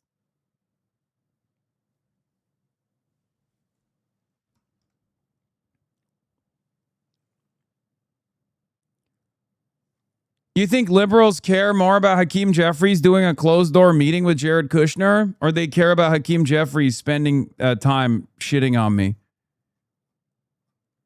Pete Aguilar, comments that blame American Jews for threats against them are incredibly harmful. It hasn't stopped. It's just, it keeps going. There's no place for violence in the country. As leaders, we must stand up to hate and anti-Semitism wherever we see it. I think it's kind of funny that they're not naming me in this as well. They're just like making a blanket statement. But what's really interesting is, have you noticed who hasn't tweeted? Have you noticed who hasn't tweeted? Now, of course, Bernie's never going to say some shit like this, right? And neither is AOC.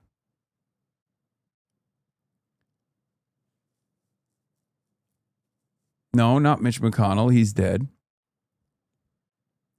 None of the Democratic presidential hopefuls. None of the Democratic presidential hopefuls, including, I was at least expecting Josh Shapiro to say some shit.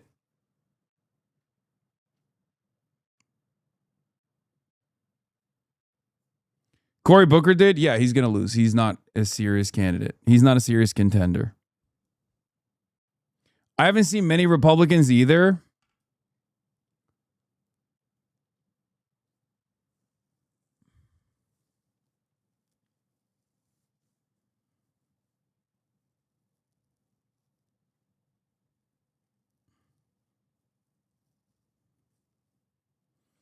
Mitch McConnell is working from home in hell. Yeah, that's what Mitch is up to. Mitchy boy. Kind of strange. No, it's not strange, man.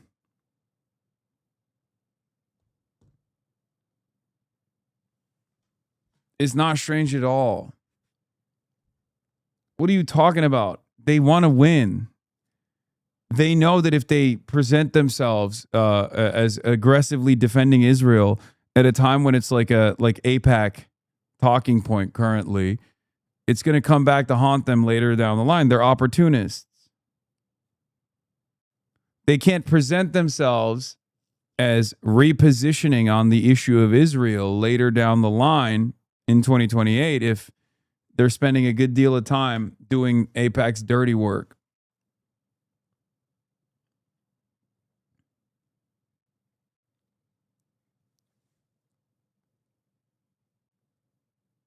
I'm sorry to bring up such painful memories about your late lover, Mitch. It's okay. It's okay. He lives in my heart every day.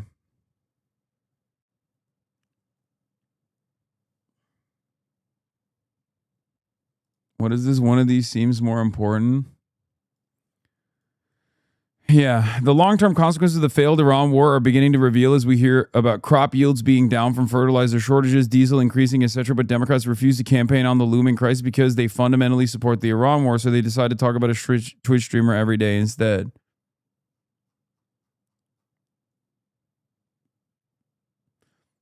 It's almost like they can do multiple things at once. There's no legislation they can pass. They tried. It takes 10 minutes to put out a pre-written statement. I love guys like this. Yes, you're right, man. It's so smart for the Democrats to fucking lean into an attack that Republicans highlighted.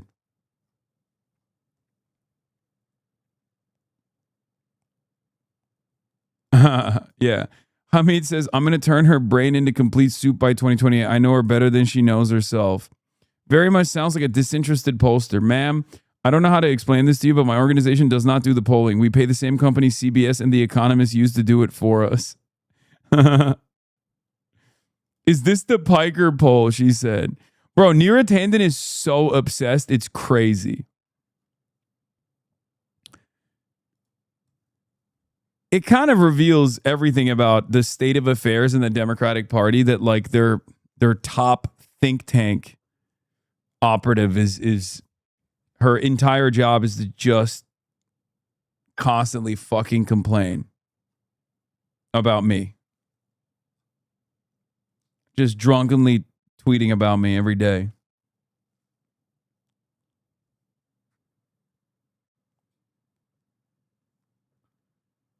Yeah, it's the same pollster. YouGov Cap has used YouGov.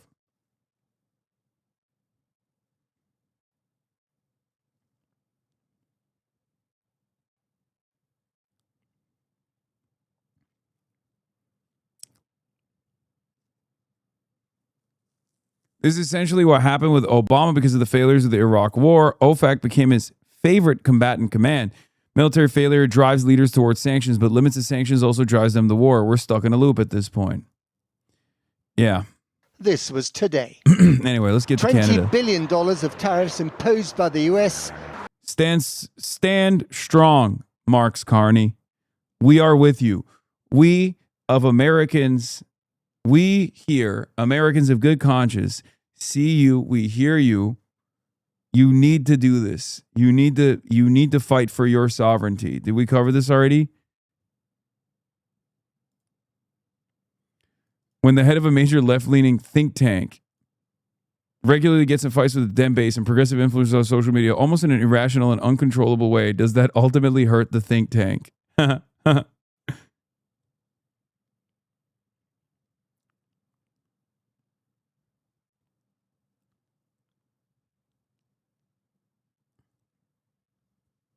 And this was the response today.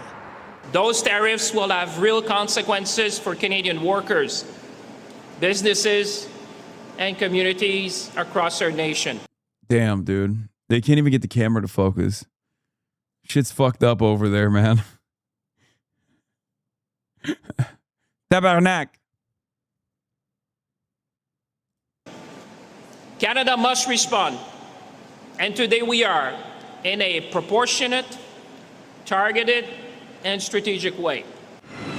First, the economics. Pity Canadian lumber. There's so much of it. One of their main exports hit by 50% tariffs. Or Canadian steel, same thing.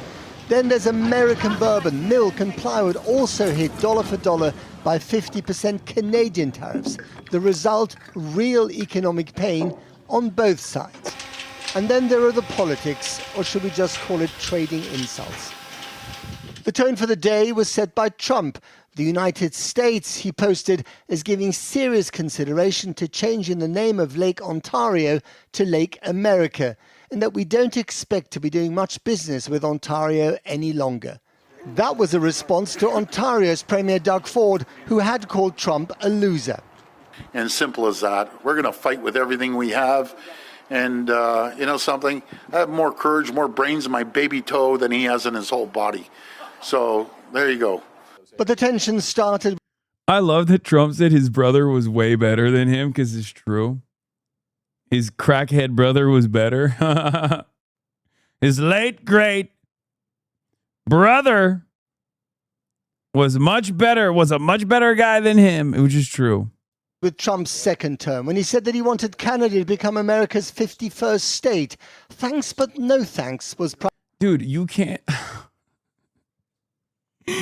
It's so crazy. What are we doing, man? What are we fucking doing?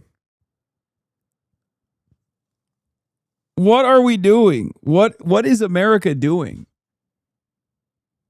Nothing makes sense. We can't even deal with the crisis that we engineered in the Strait of Hormuz, and now we're like, oh yeah, we have smoke for Canada. God, I wish other countries weren't such pussies, man. Seriously, like, this is the opportunity to just be like, no, enough. So I'm glad that Mark Carney is at least pushing back a little bit. I wish it would extend to other stuff.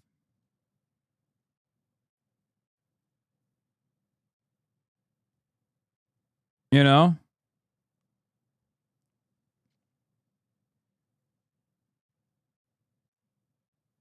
Destroying their hegemony. A lib coworker once accused me of being conservative and an isolationist for saying I don't want U.S. bases in the Middle East. I'm Syrian. Yeah, more proof that the only real nationalists left on earth are from the left. Oh, for sure. That's literally true. Yes. The left cares more about national sovereignty than anybody else. This is something that I identified with this last iteration of MAGA, where the global fascist movement, the international fascist movement, has no investment in the sovereignty of their own nations and are just straight up copy pasting American culture war issues, and they're litigating American culture war problems in countries where it doesn't even make sense.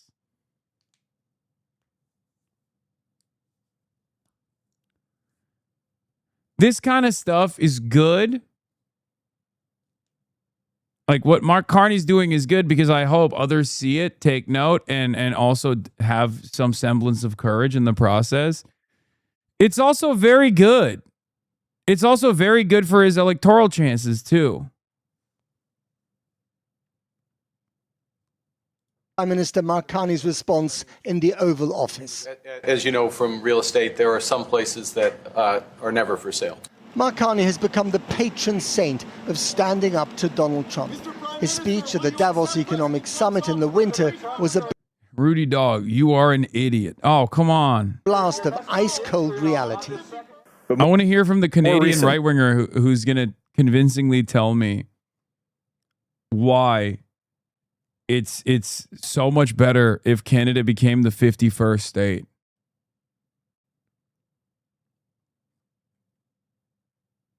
Can't believe you clapped him. The Albertan separatist. I unbanned Rudy Dog. Let's hear from what he has. Let's hear Great from him. powers have begun using economic integration as weapons. You cannot live within the lie of mutual benefit through integration when integration becomes the source of your subordination. The sun may have set not just over that glorious bridge, but over a neighbourly relationship that has endured for generations.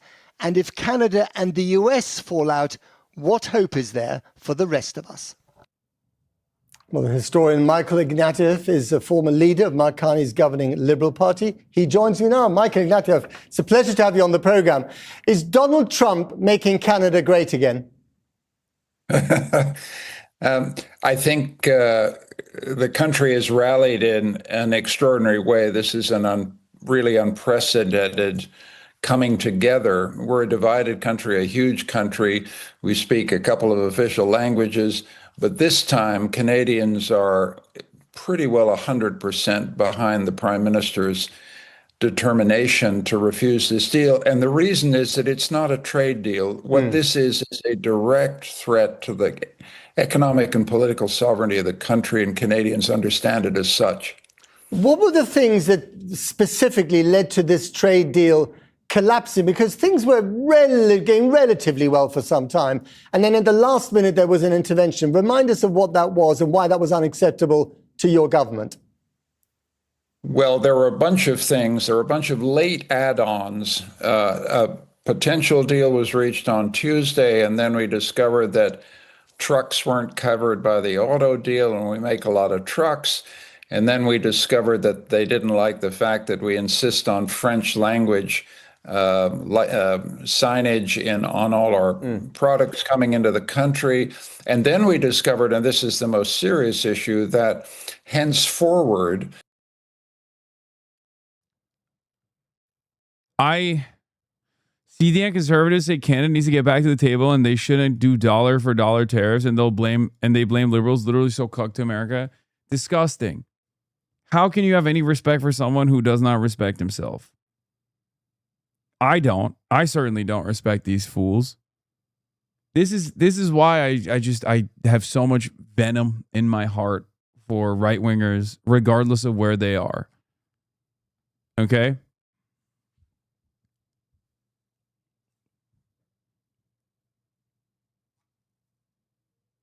It's just, you're a nasty little freak. You're a nasty little freak. You look at a situation where the behemoth that is America, the failing giant, is coming after your country, is seeking out its destruction, is demanding its subservience. And you are over here being like, no, it's fine. We should let it happen. You are awful. You're a worm. How the fuck do I, as an American citizen, have more respect for Canada and its sovereignty than you do? You're supposed to be the patriot. Incredible. Canadians, do not let these freaks get away with the statements that they're making right now. You have to remind people all the time where they were and what they were saying.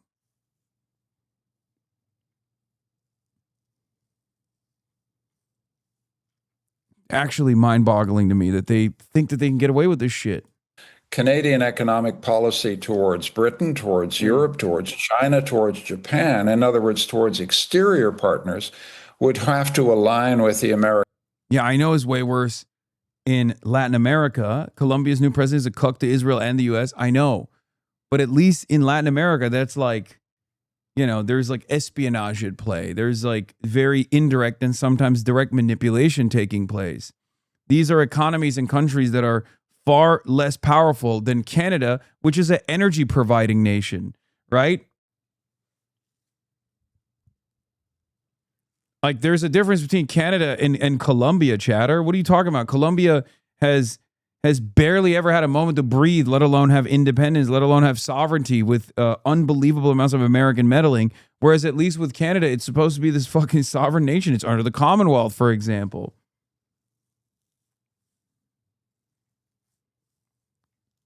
Position, and that basically says you're now a client state, and your independence is over. And at that point, Carney pulled the plug, and the country was behind him. Right. And do you think that resilience and that opposition will continue even as the economic pain will inevitably set in? I think this guy likes me, by the way, the host. I got interviewed by him for Channel 4. Him and the other lady, they interviewed me for their podcast, and I got the vibes that he was actually a fan. I think this is a tough Even though he hit me with some tough questions about Hamas. You know, I've met Hamas when I was a correspondent.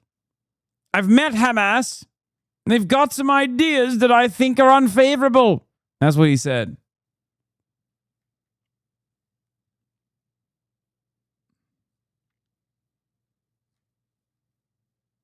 To answer honestly, there may be real hardship, particularly for small businesses exclusively dependent on the American market. But this has become existential. This is not show business. This is something that goes very deep in the Canadian psyche. And I think it means that Canada is prepared to put up with much more pain than the United States. It matters so much more to Canada than it does to the States that there's an asymmetry in our capacity to absorb punishment. And let's not forget that the Americans will suffer punishment on the other side of the border, because many of the key states that are in play in the midterm elections in November are close to the Canadian border and are directly affected by Canadian counter tariffs. So this is going to put pressure on the president. And in other words, it's not as uneven a battle as it may seem to an outside viewer. Indeed. I mean, for fear of sounding lurid, is it possible that this could get even worse and go from a trade war to something far more serious? I don't think you can exclude any possibility with Donald Trump. I mean, I think we all have to understand, and by all I mean Europeans, Brits, we all have to understand we're dealing with a predator. This is not a guy who goes in to negotiate things which end up in win-wins for both sides. This is a guy who goes into negotiations where he either crushes you or you defy him, or if you appease him, you find next day he's got another demand. And this is why Mark Carney said, you know, American agreements are written in pencil. Part of the problem is you negotiate with him one day, get a deal, and next day it's gone. Right. So I just think this has large messages for everybody. This isn't just a Canadian-U.S. story. This is a global story. Indeed, and we're watching it very closely. Michael Ignatieff, thank you very much for your time. The trade war between the US and Canada is back on. And I want to show you why this matters, not just for these two countries, but for the rest of the world, because this has geopolitical consequences. It's about China as well. It's about the rest of us. But it's certainly about these two countries. And the way to get a sense of that is to look literally under the bonnet of the economy, to get a sense of just how these two countries interact economically. And a good place to do that, if we zoom in, it's here. It's Michigan, it's Detroit, it's Windsor. It is the home of North American car making, at least traditionally. And the interesting thing about this border, we went there just kind of recently, is just how much commerce there is between it. This is the busiest border between Canada and America. Say it. Matty Maroon, Trump's biggest donor, owns the bridge between Canada and the state of Michigan. Matty Maroon. What gives?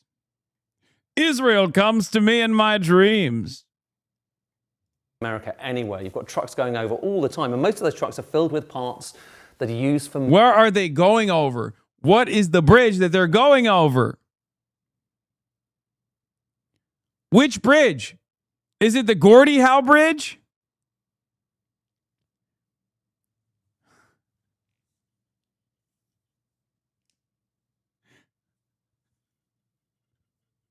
Is it the bridge owned by Matty Maroon, Trump's biggest donor? Say his name, please.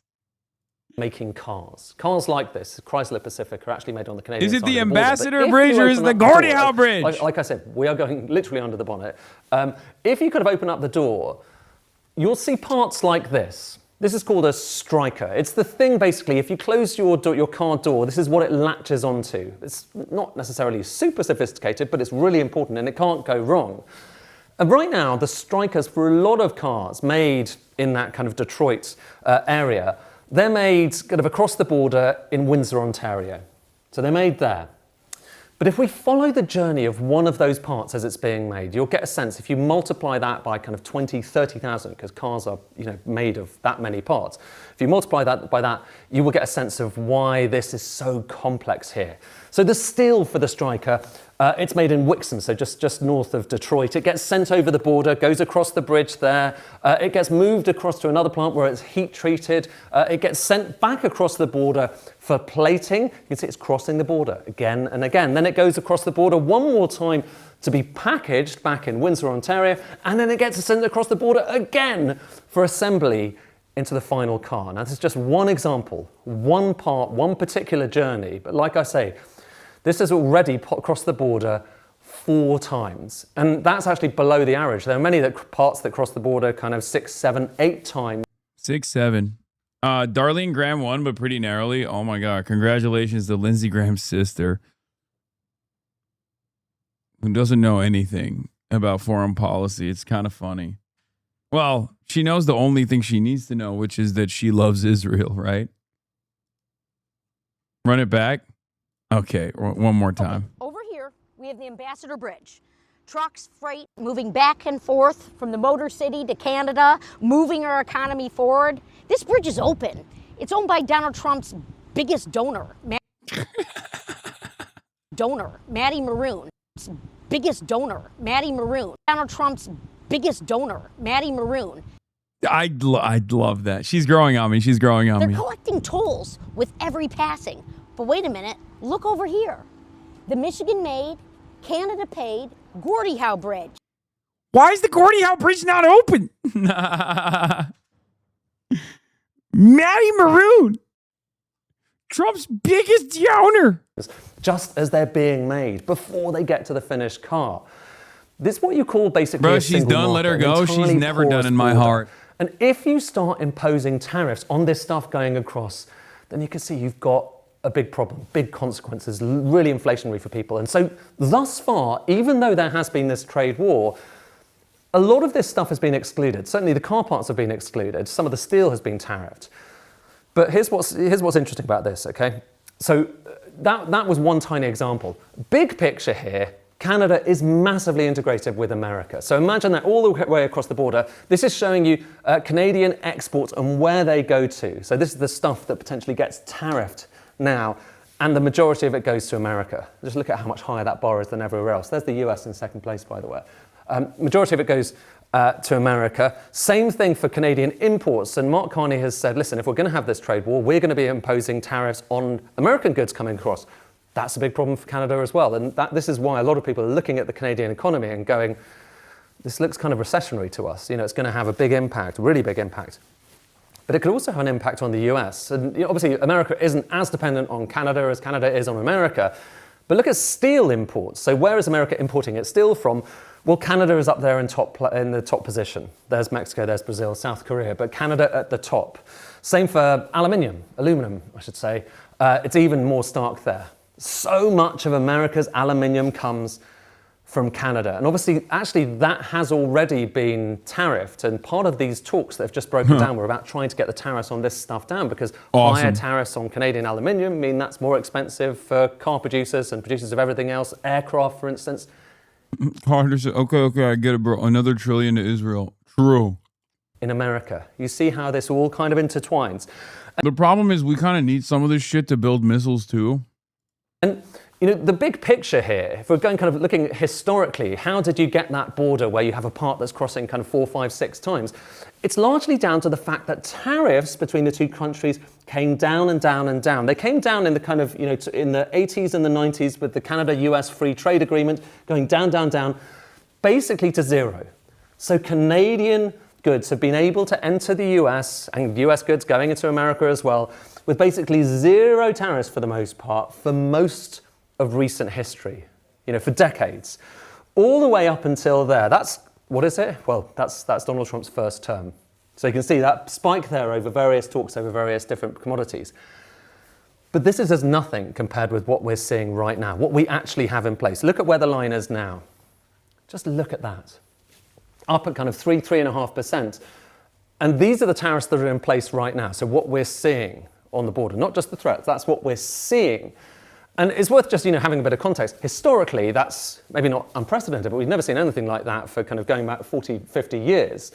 But if you compare Canada and those tariff rates, effective tariff rates they're called, compare them to other countries around the world, clearly they are lower. Okay, so there you've got China, you've got up above 20% just recently. You've got Japan, Brazil, Turkey, India, Russia, even the UK there, because of course we're having to face a 10% tariff. Canada's a fair bit lower than that, partly because so many goods are going across the border and most of them have been excluded, like that striker part recently. Well, these new tariffs, the kind of threat that the US is talking about, the US Trade Representative, is these Section 338 tariffs. That basically doubles that. So that is a big impact, at least for Canada. But here's what's interesting and kind of quite nerve-wracking. It could be bigger still than that, because we just had this social media post from Donald Trump, and of course a lot of this is positioning, but even so. He says, from the start of next year, tariffs on all cars, trucks, both large and small, automotive parts. Think about that part we just saw a moment ago. Think about that. And steel will be increased to 50%. And for a lot of this stuff, previously it was excluded. The threat is it's going to be included. In other words, you're going to have tariffs on the stuff that was zero tariff before. Massive, massive economic. There's no shot. I mean, this is cheap commentary, but I do not foresee this becoming a real... I just don't foresee this becoming a real issue because it's just not going to get implemented.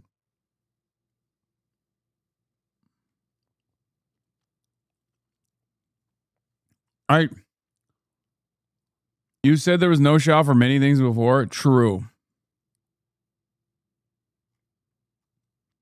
True. Economic consequences if this does come into play. And behind the scenes, since this began, it just strikes me as a taco opportunity, a taco opportunity. Seen Canada responding. Canadian consumers in particular, there's been this kind of move to try and buy more Canadian stuff. And if you look at food consumption in Canada, this line is just showing you food consumption of Canadian food and how it's spiked up, and how American food, this is in Canada, consumption of American food has gone down since that. This is the one thing that I find very funny.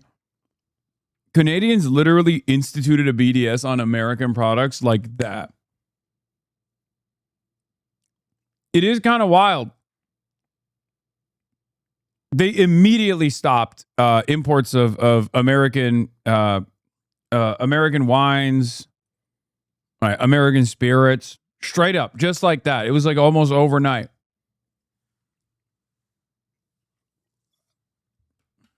Right away, like way before when Trump came out and was like, oh, Canada is going to be American territory. They were like, all right, fuck you. That point, what happened there, that was Liberation Day. That was the moment that Donald Trump said, look, I'm slapping tariffs on Canada. People in Canada are saying, no, we don't want to buy American, California orange juice. We don't want to buy Jack Daniel's whiskey, all of this stuff. That has had a consequence. But that's only one thing. And already you're also seeing Mark Carney saying, okay, we're not just going to kind of do those things. We're also going to make big changes to our tariff rules as well, so that we're trying to bring in goods from elsewhere. So up until recently, this is showing you the tariffs that various different countries around the world have on Chinese electric vehicles. And you'll remember, America has 100% tariffs on Chinese EVs. That actually goes back to Joe Biden, really high, basically saying, we don't want your Chinese EVs. Canada had the same thing, up until Mark Carney going to Beijing and saying, no, we're going to lower the tariff. We're going to lower it down to there. There are some quotas in place, so it's only so many. But nonetheless, that is a massive shift, isn't it? And it goes to, one of the concerns that Donald Trump has, which is, look. I feel like this is also, they're just going to flood the market with BYDs. Northern Lion said, when I notice a food says produced in America, I drop that shit like it's hot lava. He's an anti-American racist. Wow. Respect. Beast mode. Canada is on the rise. We want to be making more stuff domestically. We don't want to be importing things from China. Well, Mark Carney's just said, we're going to import more things from China. And the one area where you haven't necessarily seen that kind of shift to China is this. This is Canadian oil exports. So Canada, a massive oil producer, particularly kind of tar sands. And recently, this is the dark blue bits are showing you America, the stuff that goes to America. The light blue bits is basically everywhere else. And what do you see from this chart? You see that, almost all of it goes to the US. And why is that? Well, here's kind of a striking thing. Partly, it's because a lot of the refineries in America are set up to process that kind of sticky tar sands. It's a really hard job to do. In America, refineries are quite good at it.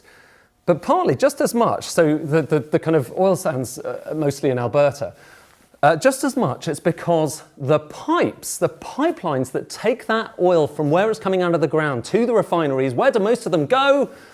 They almost all go to America. it's the Keystone, it's the Main Line, and there's others as well. So the majority of Canadian oil goes to America because that's where the pipes have been built, have been laid. But here's the kind of striking thing to think about right at the end. Mark Carney is now trying to get a new pipeline constructed alongside, more or less, the Trans Mountain Pipeline, going towards Vancouver, going towards Canada's west coast, so that that oil can be sent to China. So you can see this is not just trade war nacky. Just about the relationship between the US and Canada. It's not even just about the kind of, this trade war we're in at the moment. It's about the bigger geopolitical question of who. Wife of active duty Army sergeant deported amid Trump's immigration campaign. Classic. There was I wanted to cover the CIA landing a plane in Moscow earlier. I feel like that's pretty wild. Yeah, I saw this.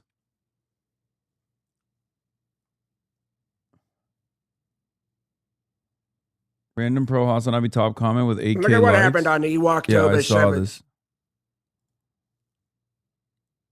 Big fan of Hasan Solo.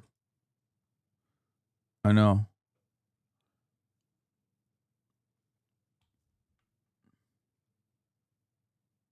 We're gonna become close. The Vatican also met with Russia today. I wonder if it's something much deeper than the Ukraine war, possibly the coming Earth cataclysm. And the Vatican is sharing data from his telescopes or something about the global economic crash on the horizon. What is happening? That's awesome. I love cranks. I love cranks so much. They're so awesome. Vatican foreign minister grabs a confidential file from his assistant and enters a private closed-door meeting with Sergei Lavrov completely alone.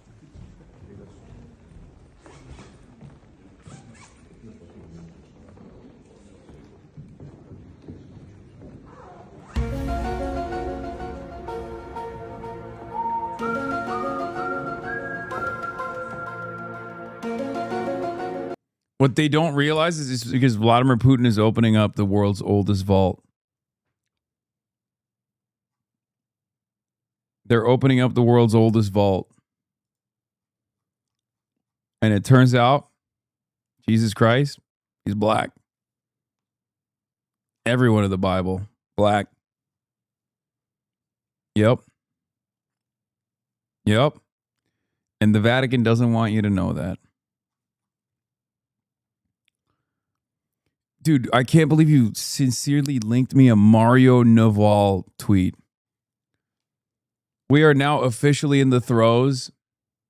We're at the dead center of Aryan third worldism and brown white supremacy. You're sending me peak right now. I don't know how else to describe it other than peak. Mario Naval posts? What the fuck is going on with this goddamn community? Okay, so let's connect some dots real quick. First, the U.S. military cargo plane, a C-17 Globemaster, rolls into Moscow this morning out of nowhere. No official explanation. And the Kremlin says it has no information on the plane. Then you got unconfirmed reports that the mission is connected to an upcoming trip by Pete Hegseth. And now, a whole convoy with U.S. diplomatic plates is cruising through Moscow with police escort. These C-17s are known for hauling vehicles, right? So is that the plan? The one that just dropped off these diplomatic cars for whoever's about to show up? Plot thickening in real time. What do you think is actually going on?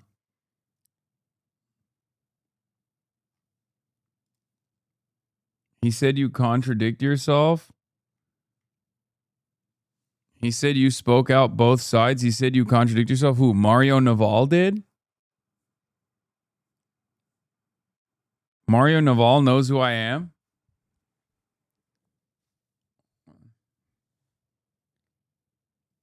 Wait, you're an actual unironic Mario Naval fan?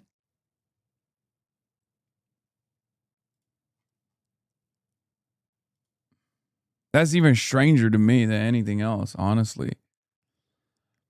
Yeah, CIA Director John Ratcliffe makes surprise trip to Moscow. Agency declines to comment on Ratcliffe's first publicly known trip to Russian capital. the speculation is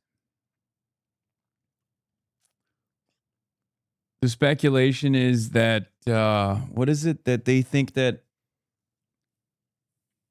it's escalating, like Russia's tit for tat or Russia's aggressive posture towards European NATO allies is escalating.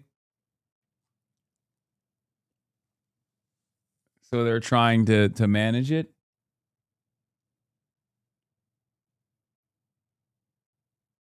I think.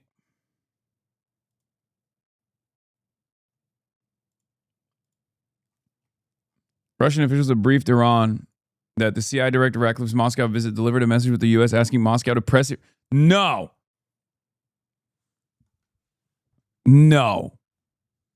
The CIA went to Moscow directly to be like, please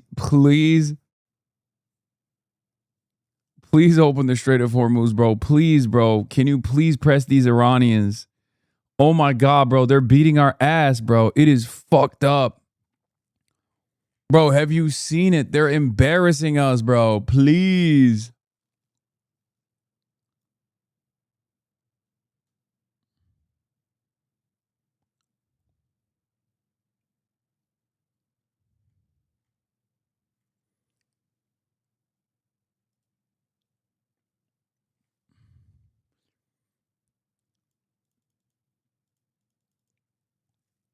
According to Trump, Iran hit a ship in U.S. territory under U.S. naval escort.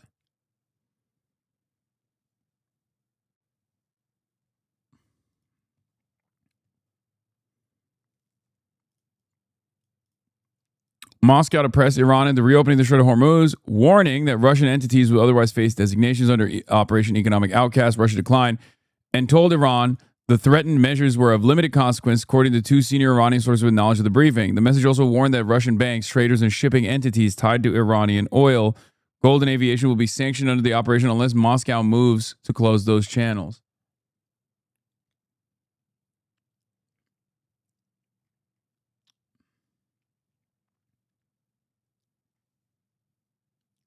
They're farting on us in Farsi, and they're about to be farting on us in Russian and Mandarin.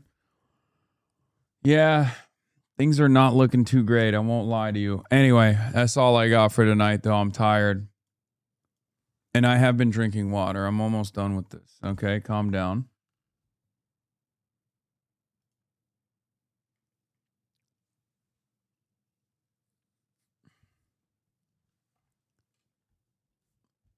Anyway, another eventful day. Let's see what tomorrow brings. I suspect not great things. But we'll be there nonetheless. Did you fix your PC? It didn't break down today. So I guess I did. All right.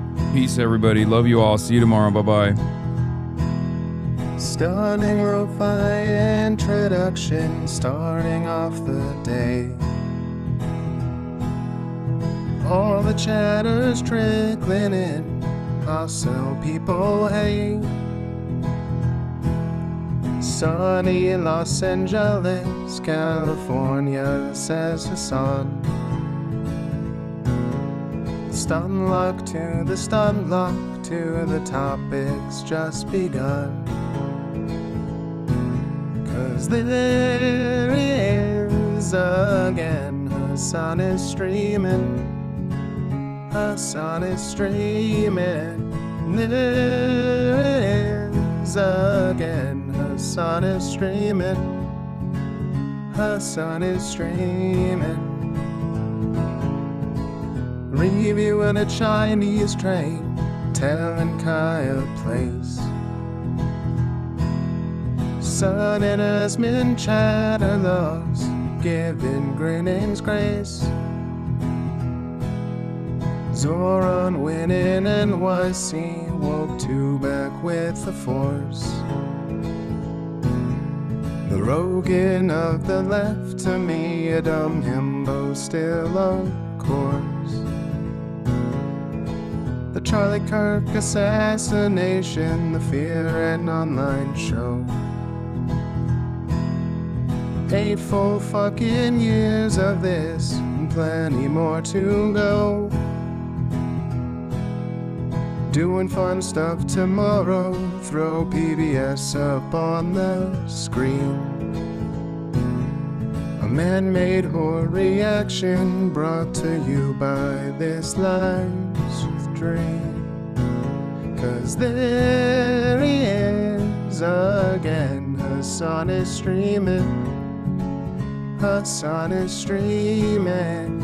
There he is again, Hasan is streaming. Hasan is streaming. Kicked out of the DNC, IRL we march the goat. Combating the propaganda that shoved down people's throats. CBS Israeli news, a coup, a regime falls. A full-blown fascist takeover, and still the duty calls. Total radicalization coming out to sea. The system will always fail, it's up to you and me. On these daily streets, whether short or whether long, have helped millions of people keep it moving right along. 'Cause there he is again, Hasan is streaming. Hasan is streaming. There he is again, Hasan is streaming. Hasan is streaming. But hey, what can you say? That's PBS for you. But he'll play games real soon. Just you wait. Say, hey, what can you say? That's PBS for you. But he'll move on real soon. Just you wait. Ba-da-da, ba-da-da, ba-da-da-da-da-da. Hey, what can you say? That's PBS for you. But he'll pull your lawns real soon. Just you wait. Sha-da-da, sha-da-da, sha-da-da-da-da-da. Hey, what can you say? That's PBS for you. But he'll do jet advice real soon. Just you wait. But hey, what can you say? That's PBS for you. Brought on by viewers like you. Just you wait. Just you wait.